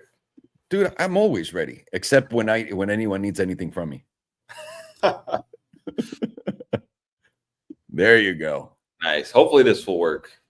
It seems smoother though, and I'm in the kitchen living room. Yeah, I mean, you can just see it on the screen. You can actually see everything without distortions. Yeah. Okay, so here we are. We're going to view Sol BTC first. It's important because, you know, if the Bitcoin pairing isn't strong, then you can't expect too much from the Tether pairing. But for now, I mean, Sol BTC is trying here. You know, we've been held down from that weekly 9, you know, for solid since November. I mean, we've just been solidly rejecting it going down. We nicely SFP'd that weekly EMA 100 and then slingshot it up. Now we're at resistance. So it's going to be really crucial for bulls to actually reclaim, you know, I'll just make it easy for me and you, everyone, the 382 essentially, the 38.2%. If we can actually reclaim that on Sol BTC, you know, that at least you can get the argument that we can at least start consolidating, you know, right around this zone, and we're back into this range where, you know, the top of it is at 25916 and the bottom is at 2284. Now I'm going to delete this because, you know, this was just more a representation of what would need to occur, which would essentially break these lows here for that breakdown. So that did occur. So I'm going to delete that. You know, but the issue is with Sol BTC, we're just so heavily now under that weekly median. It's going to be extremely hard for, you know, bulls essentially to step up and break us out. You know, it's especially since we've been talking about this range, and anytime we get these fake breakouts, we just essentially deviate back in and then fall back into the range. And that's why, you know, it's going to be difficult now for Solana bulls really to break Sol BTC out, because that median, unless this heavily comes down, is going to be a big spot on top of already that 2.6 level already being a major point for Sol BTC. But the weekly can actually get back above that median, then this would slingshot us all the way back up, first at 3.0, if not all the way to 3.2. You know, and then that'll start looking good, because then if you go to that, you know, the top of the 3.82, you're now breaking this low, this high that was formed, you know, and then if you view Sol BTC on a monthly here, you know, testing this high here would really start putting Sol back into that uptrend posturing, you know, and then at that point, you really have to start watching for those 2021 cycle highs. But just like on that weekly, the monthly too, it's going to be difficult for actually Sol BTC, Sol BTC bulls essentially to break us out. See here that monthly median too, it's just been holding price down. We've been under it for 3, 6, 7 months now. So I mean, that's going to be a big spot right around that mean line. But just like on that weekly too, I mean, this is looking slightly like a bearish retest. You know, we were holding that monthly 9 very nicely. We see we just now fell through it. Yes, the 21 held, but rallying up to that 9, you really need this to get reclaimed into this month, where you really do run the risk of this candle turning into an ugly candle and actually taking us down, close to that 1.7 level, which would be, not good, because at that point, you're now just making another lower low on the monthly, forming a downtrend on the monthly while losing that EMA 9 and rejecting it. An area we have essentially held once it got reclaimed since October of 2023. So all this year we held it. And it wasn't until December of 2024 where we actually lost it. So you're going to want to be cautious on SOL BTC, because to me, it's still not looking good. It can start looking good if bulls really start stepping in, but it's not looking good. It makes sense that we're getting the bounce we are, because of just simply where the quarterly closed, which was right, still held the EMA 9. So that is a tick for bulls. We definitely want to be above that. But I mean, even here, you can just see this was an SFP on the quarterly. We held that 227 level. We held it for 1, 2, really reclaimed it and held it for, 3 closures and then broke down. So that's why it's really going to be important for everyone watching SOL to really gauge that 2-3 level on SOL BTC. Because, as represented here, it's just going to be strong resistance. You see the cluster on the weekly, and it's going to be hard. And, bears are going to be trying to reject us here to just form another lower high to then a breakdown for that lower low. So SOL BTC isn't looking good. You really got to watch the zone that we're now rallied up into for a possible rejection. And even here, you see that EMA 100 is perfectly right at that, basically 2.2 level. So it's just going to be really crucial for us to get back above there. Doing so then could take us to that 2.3 level. Reclaiming the SMA 200 on the daily would start looking good. We then could have a chance of breaking these last, highs essentially that was formed in December, and have a shot to actually go back up to that 2.6. But remember, if we do, you have that weekly median there. You also have that monthly median right around there. I always do that. Monthly median right around there. Right around the 2.6, 2.7 level. This could keep going down. That's why it's just going to be extremely hard for us to actually break out and break the previous cycle highs essentially. But if we do reclaim that median on the monthly, next level could get pretty insane. I mean, we're still talking like a percentage move from the median, like 113% move on SOL BTC. But I'm now curious to see how the volatility is, because I know on SOL BTC we had the lowest volatility read ever recorded on SOL BTC. And now what we see is SOL BTC, yes, it didn't fall under the 15%, but now what we're doing is very slowly breaking back above the moving average. And remember, we haven't broken back above the moving average since November of 2023. This is essentially when we had that nice green dildo party on the monthly, where SOL put in a 41% on this candle and a 53% on this candle. Pretty insane, actually. So, if this is now going to start expanding, granted, we don't have a setup, but it's just low. It's something to observe. Monthly volatility at the lowest levels, now breaking back with the moving average while we're in a process of breaking down, breaking the overall uptrend, and now retesting that monthly 9 should be a resistance, in my opinion. So now viewing SOL USDT, let's see what's going to happen here. So SOL USDT, just like SOL BTC, is at resistance. We've been talking heavily for months about that $216 level. It's going to be very crucial. Let me just delete this dash because I don't know what that's on. That $216 level is going to be really important, because anytime we reclaim that and hold it, that's what leads to a nice move up on SOL. If we start rejecting here, which is where bulls are going to want to take us and reject us, then this could just lead to another daily lower high. After we just made that lower low, rallied up, unable to break this last high right at 235. It's going to be the spot, in my opinion, 235 to break. Anywhere around here, bears are going to just try to push us down to that lower high. Now let's see here. One hopium, though, is we are above the daily median.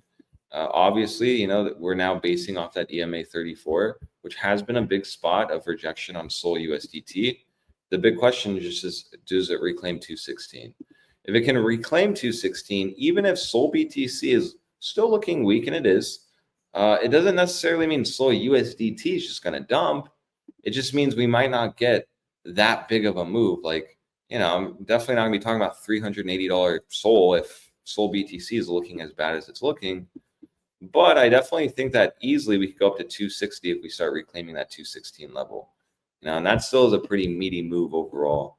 Talking, you know, a nice 29, not almost 20% move on that trade would be pretty nice. And we're testing again that just previous major rejection zone.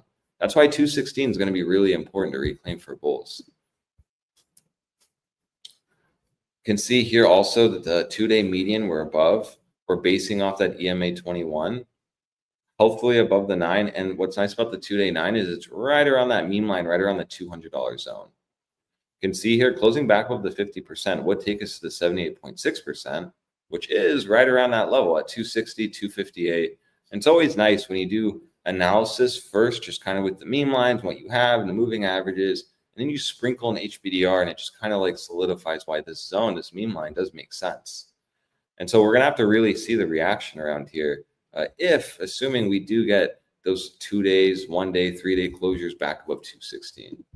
Remember, it's an altcoin too. So just it closing one candle above 216 doesn't mean it's going to break out to 260. You're going to want to see it actually hold and consolidate. That way, then, like the median can start moving down. We can actually possibly start resetting volatility on the 2-day, 3-day. Let's see what the 2-day was too. It wants to load.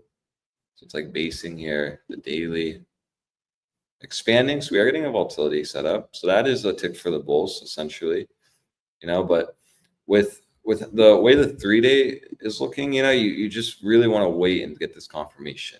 What bulls would really like to see on this 3-day is it to close back above 216. Remember, this is closing in 6 hours, and then watch this median come down just like it has on the daily. You know, it was pretty up there and then it just shot down. You know, that would actually be very bullish. And you could make the argument then that we at least could go back up to that 5-day median, which happens to be right around that region, right around that 259, which I believe will go if we reclaim 216. But, you know, at least then at minimum 243, right around that 5-day median. On top of that, the 5 days now giving us a setup. You know, so and it's still contracting. It's not firing off, but we're brewing a BBWP setup since we're under 15%. And we know the 5-day can go to extreme lows. I mean, it already has. Remember, this was the first time the 5-day ever did. You know, and that was a pretty nice move. I remember we were talking about this, Alonso, right around that 140 before we slingshotted it. It was hard because and all, but I mean, this 5-day volatility setup did give us a big move. So now we're actually brewing another one. We'll have to see if this hits extreme lows. Just like this one did, which was the first time ever, and maybe even goes to more compressed volatility, essentially on printing maybe 1, 2, 3 at the extreme lows. Who knows?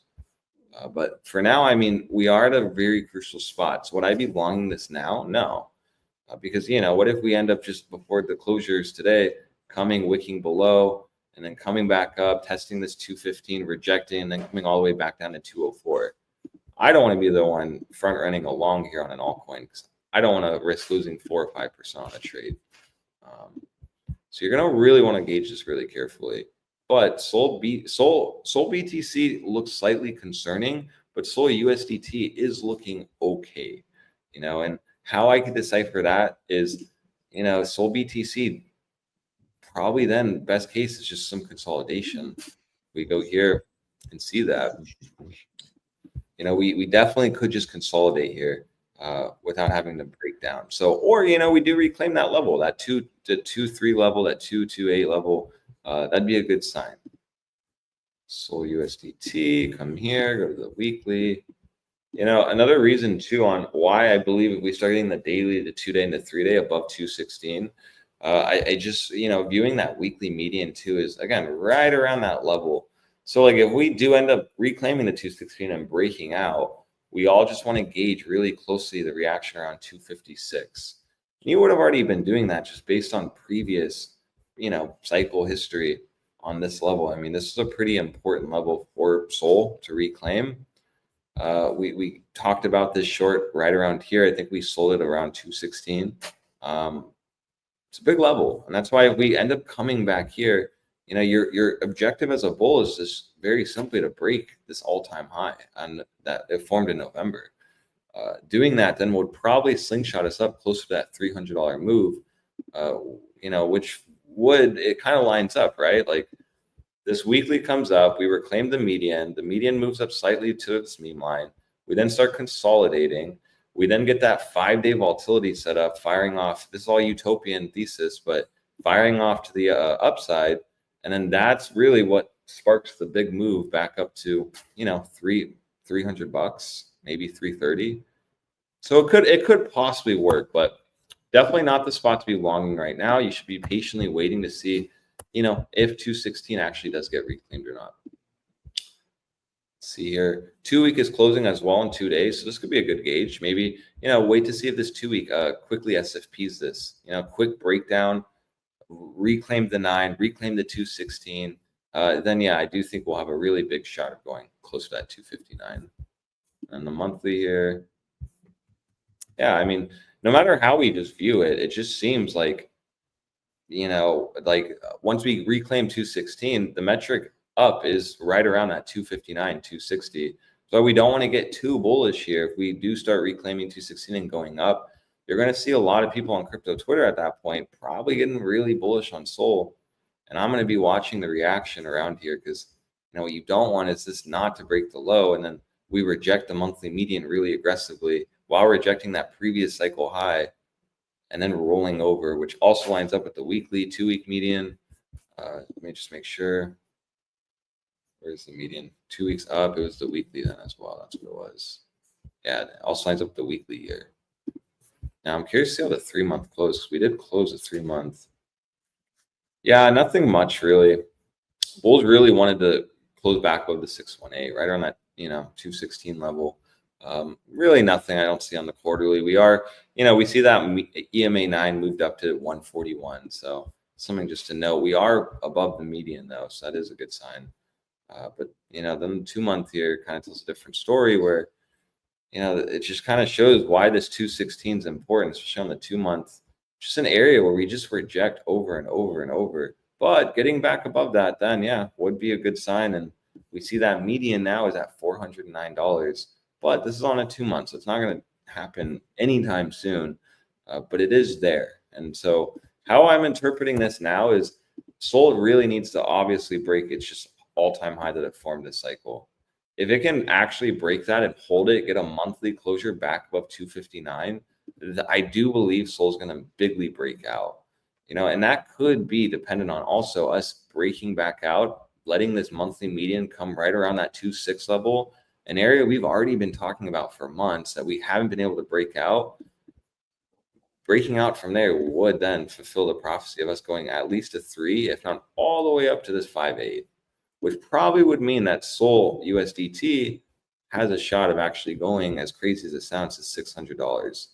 Oh, stop it, George. I know. It's all just dependent on this monthly median here. And I really do like how this monthly median is right around that really important meme line, which is just based on that previous cycle top. Yeah. So it just makes sense when I see a chart like that. Monthly volatility still the lowest it's ever been on Sol USDT. So interesting point. While the 5 days still resetting. So, I mean, every time frame we just saw, it seems like 216 is the level to reclaim and hold. Reclaiming 216 will probably slingshot us back up to the 250s. My level is 258, 259.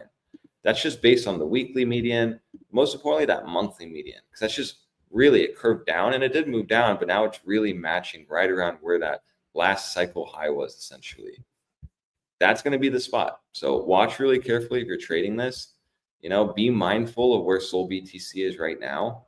You're really going to want to see this get reclaimed or just get some busting action where we kind of almost like engulf the top of this candle and just go up. Then that can at least make it so that Sol, USDT can reclaim the 216 and have a shot of actually testing the 258. But until then, and I know I mentioned the 258 a lot, but we just still need confirmation that 216 is actually going to hold. So it's an all, and this easily could start rejecting us where we're at now. Bears start stepping up. People are trying to, front run the long, and they kind of, get caught with their pants off. So really be patient on this. There potentially could be a quick scalp if we really do hold that 216. But But even then, I mean, your stop would have to be all the way at 205. But you could front run it if we start really getting dailies back under the 216. So it's a tricky chart. All the charts today have been a little weird, but I'm hopeful on Sol. I know a lot of people got bearish on it. I know it dumped a lot.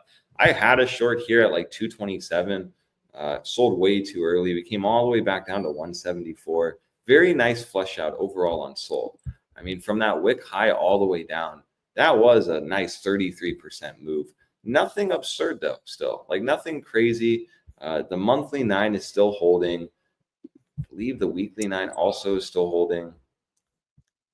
Let me just make sure before I say that. Yeah, we're reclaiming it. So it's really just going to be important to reclaim the 216. Watch that very closely. That can determine a lot for this chart. Don't long it yet. Just patiently wait. Get those higher time frame closures like the 2-day, the 3-day, the 5-day, the weekly.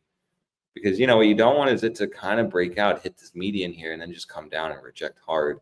Just remember, we haven't tested this 3-day median in a while. I mean, since losing it, we've actually never tested it. And so this is actually the closest we've been to it in a very long time. I mean, since December of 2024. Oh, wait, this is a 3-day. Yeah. So, I mean, I guess like a month, essentially, it's been under it. So you're going to want to engage that and really see where this moves, essentially. Because what bulls want is this to come down, close back above it. Sol reclaims 216. Now the daily, the 2-day, the 3-day median are all above. And that'll really guide my bias on that 259. So that's all I have on Sol. It's looking okay. You're just probably not going to long here at resistance because, you know, it isn't all. And anything could happen. You just gave me PTSD from when we were at all-time highs in Sol at like 269 or 259. It was 259.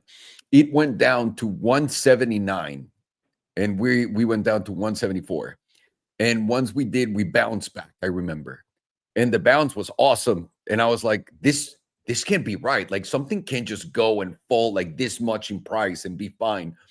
And it took me down. It took me down with it. It took me down with it.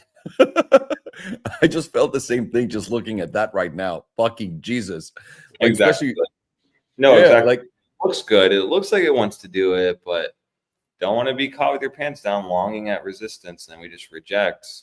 Wouldn't be good. Right here. Yeah, and it's kind of like similar, although the EMA 9 now has gone way above it, which should be good and more bullish, right? I'm guessing. Yeah. When the fast moving average moves back above all the long-term moving average, like the 100 to 21, it supports the rally. That's what you'd want to see.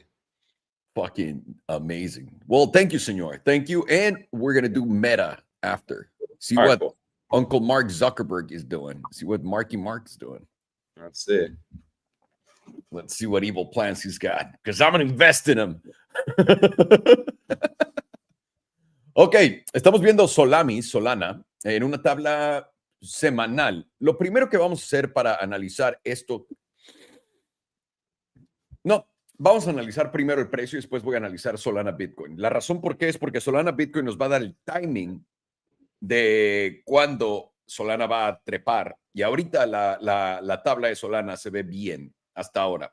¿Y por qué digo eso? Bastante sencillo. Lo están viendo aquí en la semanal. Pueden ver que claramente si queremos volvernos algo básicos en este pedo, estamos en una tendencia alcista, ¿no? Por más que hayas visto esto caer, no estás rompiendo ninguna estructura, estás creando simplemente un alto más bajo, un bajo más alto, y ahora estás buscando ir a buscar un nuevo alto. Eso es básicamente lo que estamos viendo en la semanal. Lo voy a poner en la de 3 meses rápidamente.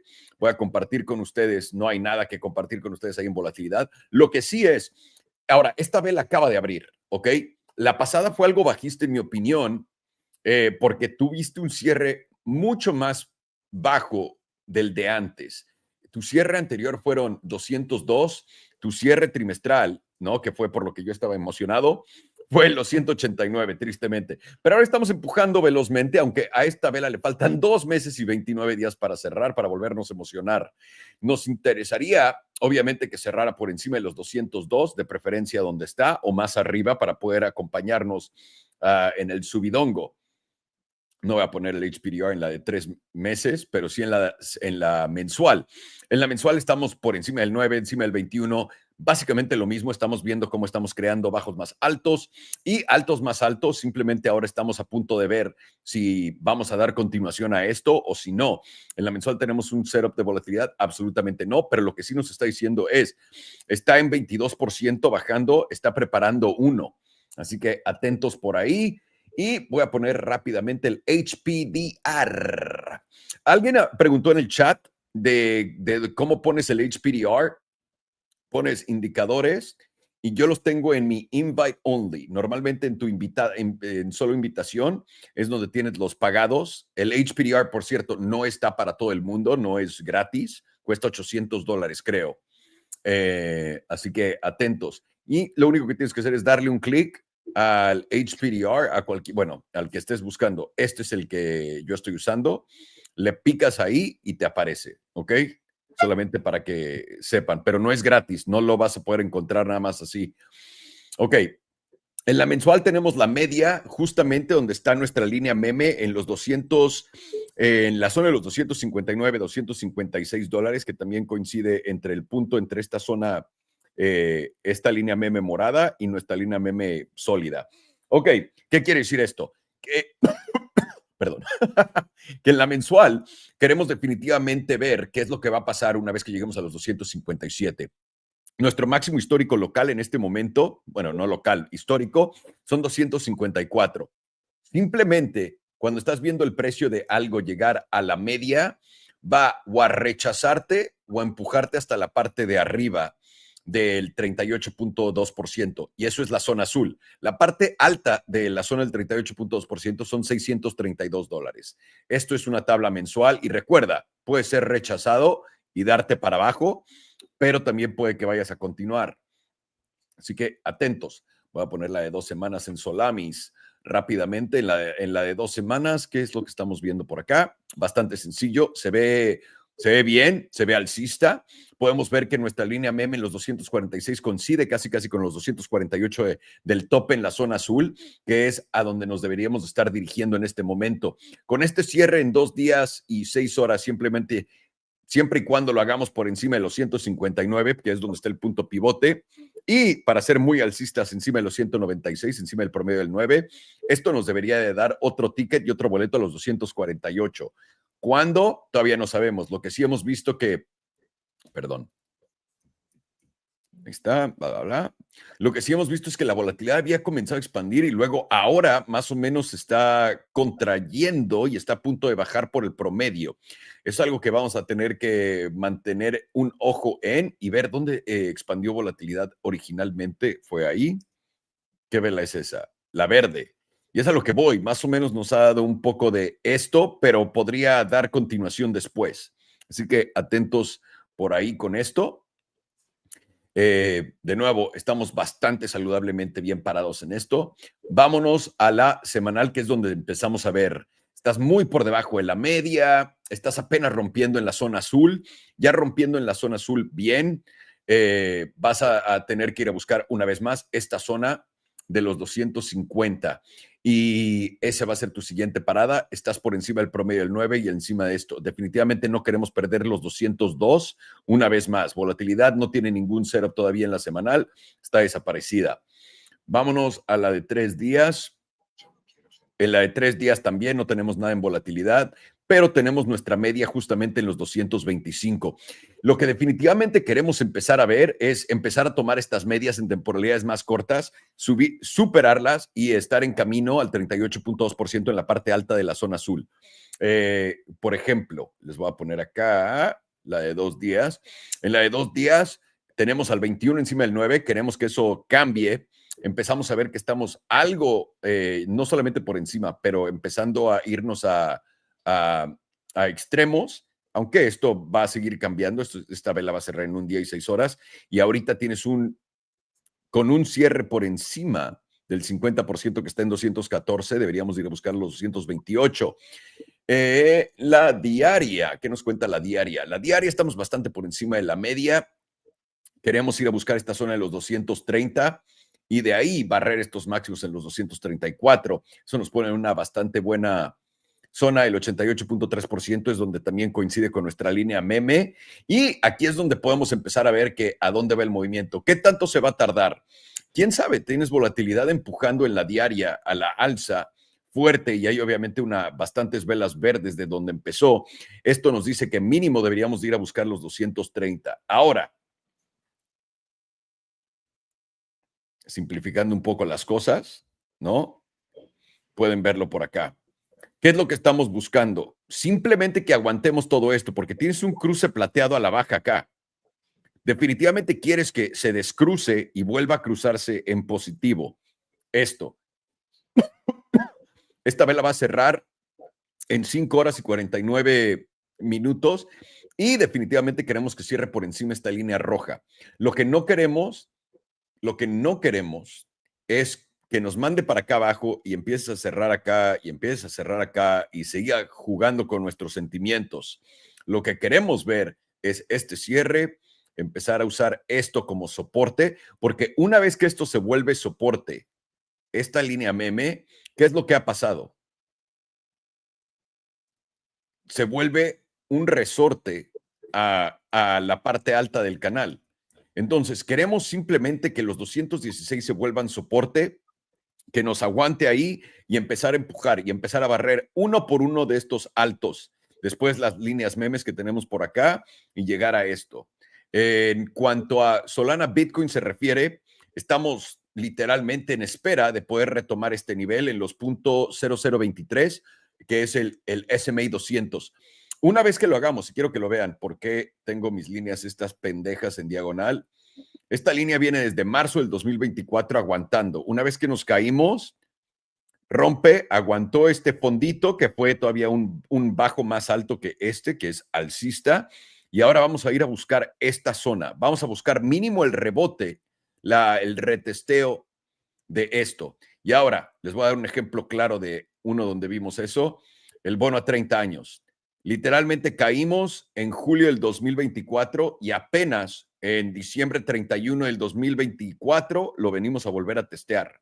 Se parece muchísimo a ese tipo de escenario a lo que estamos viendo en Solana, en Solamis Bitcoin, nada más no tan pronunciado, lo que a mí me hace pensar que tranquilamente debería llegar acá. Y acá lo que tenemos que ver es que pueda colgarse encima de la zona del .0023 y después por encima de esta línea meme.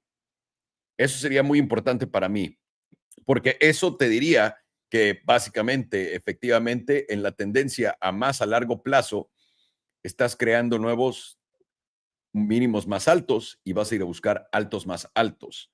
Pero por ahora lo voy a dejar ahí, que sea mi gauge de si esto va a jalar o no. Y con eso, atentos a Solana, que se ve interesante, se ve bueno, empieza a pintar bien. Vamos a ver si es el fondo, lo que acabamos de ver, si eso fue un gran dip o si vamos a regresar. Pero por ahora vamos a ver Meta con Alex. Let me see here.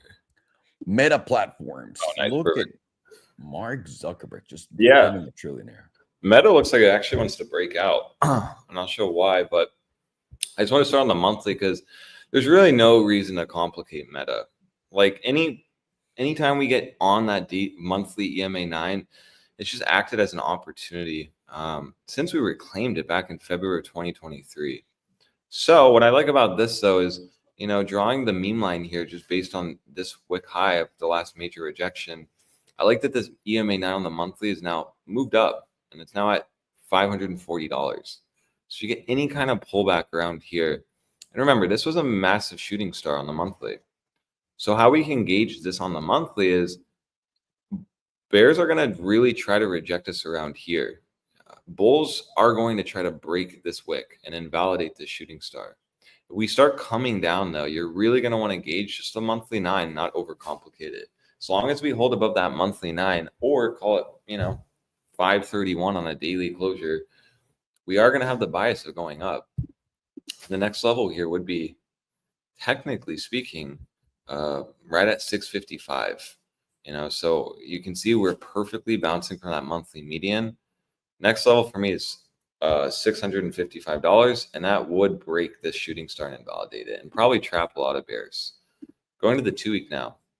You can see that we're now reclaiming back above the 382. This is closing today, so this is going to be really crucial, actually. Reclaiming this and seeing wherever this median moves in the ranges could give us the next target. Yeah, close to $640, $642. At that point, you're already testing this high. It's a good chance you break out from here and then going to that $684, which is the top of that 382. Breaking the top of that 382 probably takes us to at least to 618, which is at $718. Personally, though, when we break the 382, we like to go to the 78.6, which is at 819. A little degenerate right now because we're at $600.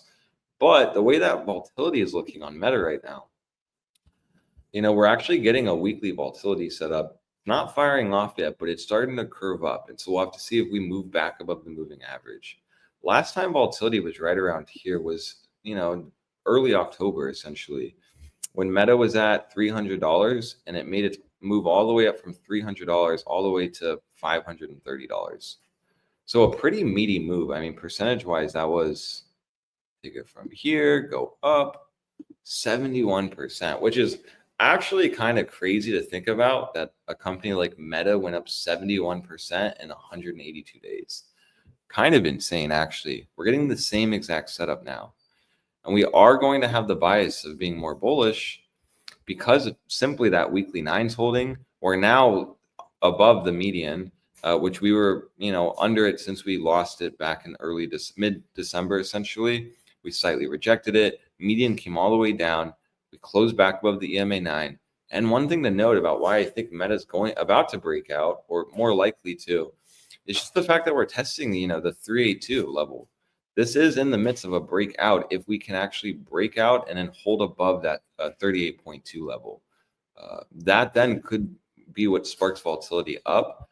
And then technically, the next target would be around that $658 to $700, which lines up nicely with, I believe it was on the daily here.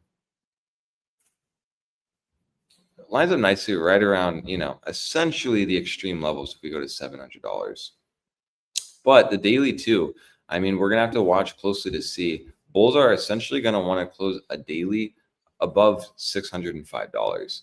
That then would hold the median, and it would be a reclaim of it, and they're holding it. After we reclaimed it, you just want this to hold. Bouncing off the EMA 34, perfect retest of that after we were held down. Now we want this to actually reclaim the median, and then that way we can check our way up to that, $618 to $630, a major point for Meta. Because at that point, you're testing close to those wick highs, which then would play into what I'm saying on the monthly here. We actually do invalidate, this monthly shooting star, essentially. Would need to go back above $638 to do so. It's interesting, though, because on the 2-week, Meta as well is showing that median right around there. And then the slingshot moved to 681, right around that $700 level as well. We go now to the 5-day. 5-day also is giving us volatility setup. Again, creeping up, not expanding yet. 5 days now above the median and the EMA 9. And again, just like the weekly, very close to breaking the 38.2 level. Personally, Meta looks like it wants to break out. We just really got to personally get back above $639, obviously, which is that all-time high. But if we break up, I do think that monthly shooting star that we had last month will trap bears, and that'll be what squeezes us up closer to that $700 level, which is going to be a big level for Meta.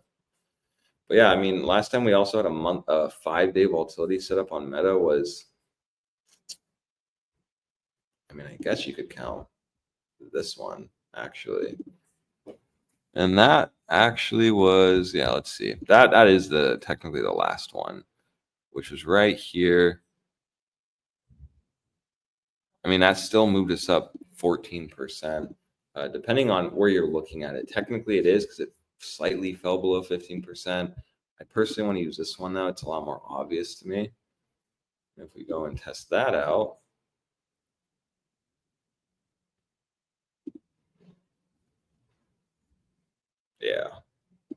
Yeah, it's pretty meaty, 66% on that 5-day. So, you have a weekly and a 5-day.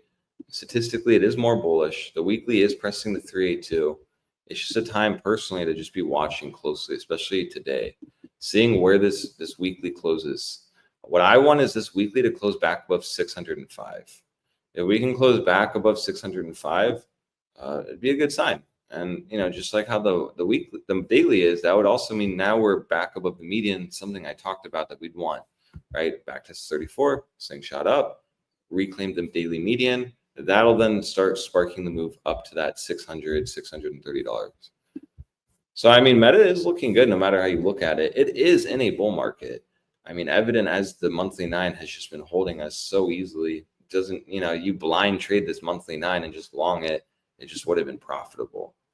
So personally speaking, I do think that Meta is going to go to the $700 level. It's just more a matter of when. And I'll be wrong on this. If we start actually breaking back under $534, we start getting daily closures back under $534, it essentially would mean that we're losing this major support level. We're losing that daily SMA 200. At that point, I mean, it's going to be a pretty big drop down, just in my opinion. That's why it's going to be really crucial for bulls to hold that level. I mean, we even see the rejections here from that $534 level from exact touch all the way down. Yeah, that led 22% down in 22 days. It's pretty insane. And then here, from this SFP, from the wick high here to the wick low, that was 17% in 5 days.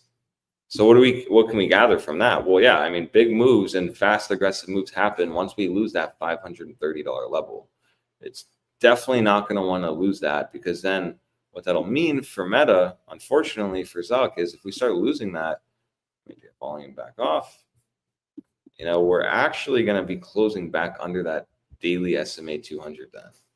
And generally speaking, when we fall under that SMA 200, it just leads to these aggressive drops down every time. Here, aggressive drop down.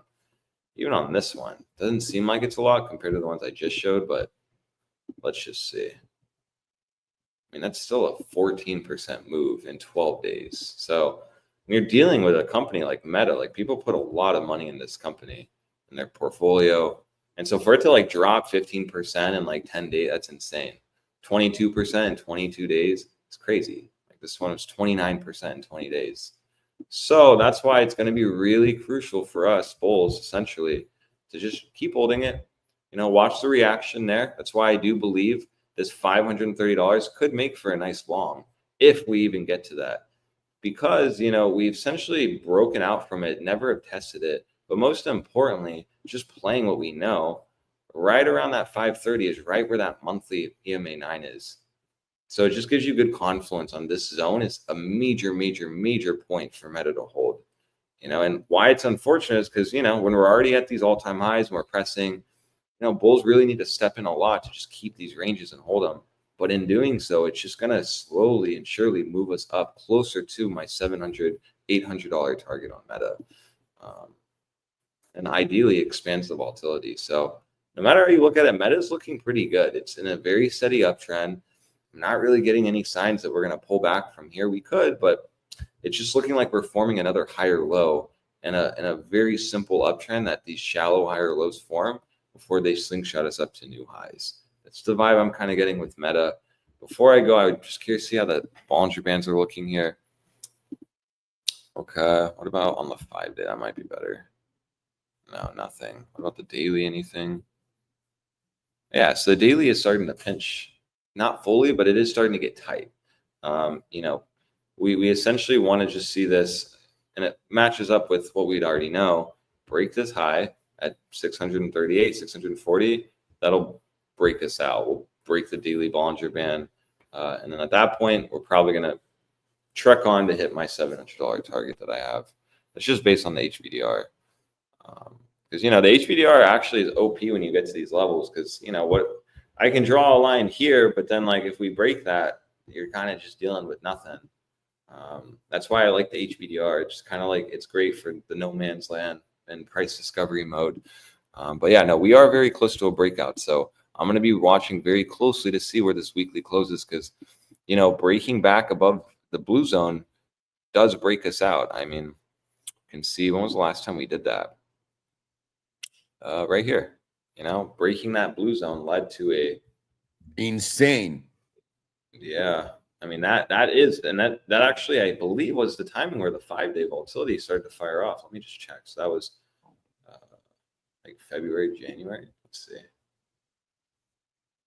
Boom, boom. No, or yeah, kind of. I mean, no, not really. No, it started to fire off here, and that took us all the way up to here. So yeah, no, technically not. But yeah, it is looking pretty good overall, and we'll have to see where this weekly closes, because you know this could be the spark, and that's why I said it could be the spark of a breakout on Meta. Actually, you know that I know I kind of quickly brushed it, but yeah, breaking that blue zone up from here, that was a nice 43% move. So you know we're potentially going to be dealing with that same thing with the same volatility, very low on the weekly and the 5-day, while the median's pointed down the weekly.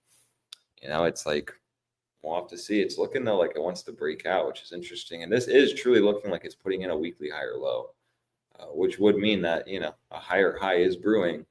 I do think that 88.3% could be the spot. You know, and it could easily do this. Like we break out, just like we've been doing, come up, and then just you come down, you test this, you base on that into support, and then that, you know, maybe that takes us to 800. This would be the scenario that, like, you, if breaking back above this high, you just need this to hold.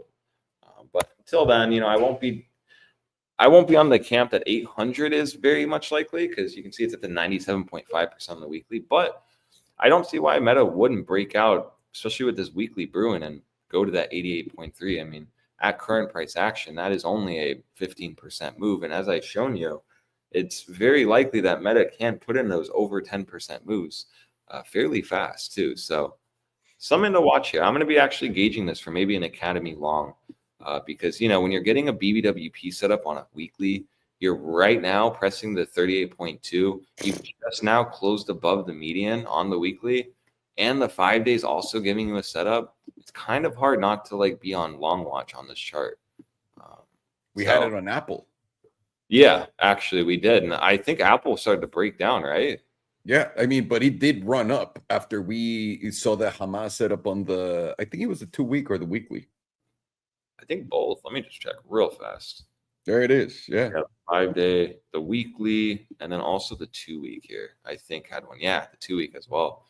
It's kind of annoying too, because I was trying to short this with the academy. I believe like, I don't even know when it was. Maybe like 3 weeks ago, like maybe on this highs when we got stopped. I don't remember, but I just knew like Apple was just giving me the bias that this was going to turn into a Nagasaki setup, you know, and just go down. And, you know, Apple giving these setups are pretty rare. I mean, last one on the week was in 2021. But yeah, I mean, that, what was the chart we were just saying? Meta, yeah, I just brain farted. But yeah, I mean, that's Meta. I do think that this could really be giving a nice trade. I'll be watching closely for the academy because, you know, I like when you get these stock trades that are rare. It's on a weekly, 5-day. The setup is there. It's just like about to brew. You know, this could be easy and a nice trade. So I'll be gauging this. This is closing in 2 hours and 31 minutes. Let's see if we can close back above, you know, $605. That'd be really nice. And then we can have our bias being that the median next open should act as support, and that should bring us back up to this high at least, you know, and then from there we'll see if it rejects before breaking this high. Both bears try to push it and form a lower high, or we break out, flip this into support, and then I'll have the bias that, yeah, we're probably gonna go up to that $700 level. So interesting chart though, not looking the worst. Really good. This was the last one before you go and make sure that Farhan either doesn't have complete diarrhea and dies from it, or dies from the medicine that he took for the diarrhea. That's what we got. Okay. Yeah, I definitely will do that. Thank you, Alejandro. I appreciate it. No, thank you. Have a good one, dude. Enjoy. Yeah, I'll see you later. Thank you. Ok, tenemos Meta y esta es honestamente uno de los gráficos cuando me gustaba hacer diferente tipo de análisis, y pueden ver que tuvimos un breakout excelente y extraordinario después de toda esta resistencia que había encontrado el precio desde el 2018, la encontró en el 2021, tuvimos el madrazo del 2022 y después una vez más 2024, 24, hasta que lo pudimos romper justamente en septiembre. Simplemente algo interesante. Voy a quitar esto porque no me Bueno, en realidad sí me sirve porque va a venir a retestear esta línea, se los prometo. Así que la voy a poner acá. Ok. Vale. Con eso dicho y hecho, vamos a ver rápidamente la trimestral en Meta. Muy interesante, muy alcista esta madre, honestamente. Vean lo que ha hecho desde su incepción. Cuando llegó a los $23, me acuerdo perfectamente. Tengo un amigo, ahí les va la jugada, que ganó cientos de millones de dólares en una transacción con Meta, con Facebook en ese entonces, y todo ese dinero lo usaron para comprar este fondo. Cuando me dijo yo fue de, güey, va a caer aún más, pito Alejandro, por eso ese güey es billonario y tú eres un pendejo. Así que nos encontramos con diferentes cosas por acá. Vean lo impresionante de la tabla. Vale. Dicho y hecho, estamos por encima del promedio del 9 y el 21, que sabemos que eso es alcista a madre. Y cuando ponemos el HPDR, nos damos cuenta que estamos justamente por encima del 61%. Tuvimos un cierre pasado trimestral ahí y ahora nos encontramos justamente acá. ¿Dónde está la parte alta de esto? 864, $865 en el 78.6%. Esto definitivamente no lo pongo fuera de duda. Simplemente es cuánto tiempo va a tomar. Puede que tome un año, año y medio, 2 años con este tipo de temporalidad. En cuanto nos vamos a acercar un poco más, vamos a poner la mensual. Estamos viendo instantáneamente, para todos los que no sepan usar el HPDR, todos estos son diferentes niveles, nos pone porcentajes. Los porcentajes son cuánto porcentaje más de probabilidad tienes de continuación. 100% es que se te acabó y ya llegaste al extremo. Pueden ver que el 100% aguantó perfecto en los dos lados. Cuando estás en el, ponte tu 78%, solamente te van a quedar 20% de probabilidades de llegar acá, etcétera. El precio y lo que usamos para medir todo eso es la zona azul. La zona azul es donde estamos viendo si el precio está por debajo, por encima o en ella. Y después de eso, vemos dónde está la media. La media acá está en 592, la está tapando el precio. Eso es bastante bueno, estamos por encima de la media. Pero la mala noticia es que faltan 28 días y 3 horas para cerrar. Si tenemos la habilidad de cerrar esta vela por encima de la media del 592, vamos a tener un viaje gratis a altos históricos a los $655. Eso es lo que nos dice que tiene la mayor probabilidad de ocurrir. Ahora, no tenemos nada en cuanto a ceros de volatilidad se refiere en una tabla mensual. En la de 2 semanas, como sea, podemos darnos cuenta que tampoco tenemos un setup de volatilidad. La volatilidad está regresando una vez más a hacer un reset. Y lo que estamos viendo es que estamos justamente entrando en la zona del 38.2% después de que esto bajó. Eso es algo bajista, pero también te ayuda. ¿Por qué? Porque ahora Meta tiene que ir a buscar un nuevo alto histórico en este cierre, que faltan 2 horas y 27 minutos. Ok, olvídenlo. No creo que en 2 horas lleguemos a 638. Ahora, cosas más raras han pasado, pero si no llegamos, esto nos va a dar probabilidad de revertir e ir a buscar los 578. Así que vamos a poner atención ahí. Vamos a ver, en la semanal, perdón, estamos siendo rechazados por el 38.2%, lo pueden ver perfectamente acá. Al ser rechazados, nos está aguantando todavía el promedio del 9, eso es bueno. Volatilidad está empezando a llegar a puntos una vez más de extremos, extremo en cero volatilidad. Pronto se va a dar la vuelta a esto y dar un setup de Hamas o de Nagasaki, a la alza o a la baja, y vamos a tener que ver a qué lado lo va a dar. En la de 3 días, ¿qué tenemos por acá? En la de 3 días tenemos un setup estilo algo jamazón, pero nada más nos dio este movimiento a la alza y la volatilidad volvió a contraer. Estamos también justamente intentando aguantar la zona del 38.2% que está en 603.95. Lo que buscamos es poder cerrar esta vela de 3 días en 3 días y 3 horas, no sé cómo sea eso posible, encima de esta zona. Si no podemos hacerlo, vamos a vernos a dar un viaje para abajo, no sabemos qué tanto. Y en la diaria, básicamente, estamos por encima de la media está en 604, estamos en 605, queremos cerrar definitivamente ahí. Eso nos daría chance a poder dar una vuelta al 38.2%, la zona azul. Pueden ver que nos caímos de la zona azul, la acabamos de retomar y ahora vamos a ir a la parte de arriba. Le gusta estar abajo, arriba, abajo, arriba. Y ahora probablemente la vayamos a retomar y a buscar esta zona. Y probablemente buscar hacer o un nuevo alto, porque aquí ya rompiste este. Vamos a hacer un nuevo alto histórico o el setup que estamos viendo en la semanal se podría volver un setup de Nagasaki en cuanto a volatilidad se refiere si no podemos cerrar arriba e irnos a buscar un alto histórico pronto.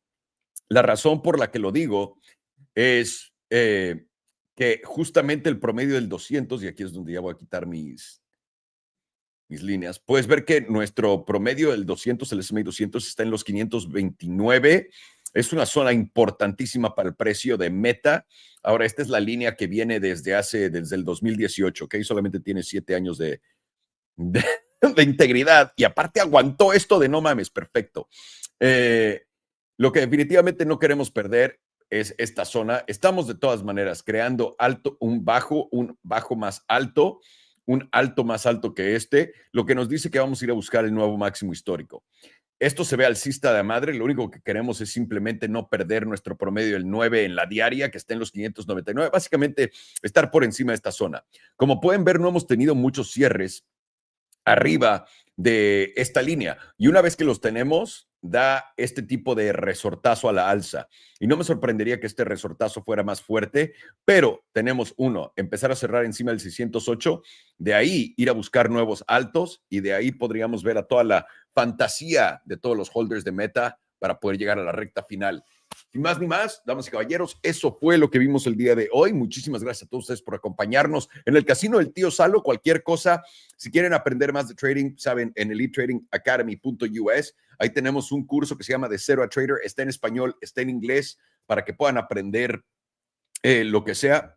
Si compras el curso, viene en español y en inglés, cuesta $29.99. Solamente le pusimos precio porque la gente no quiere aprender nada gratis. Cuando se los das gratis no le ponen valor.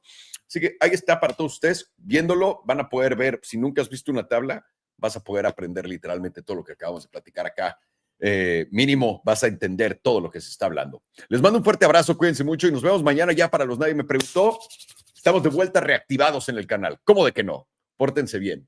Gracias a todos.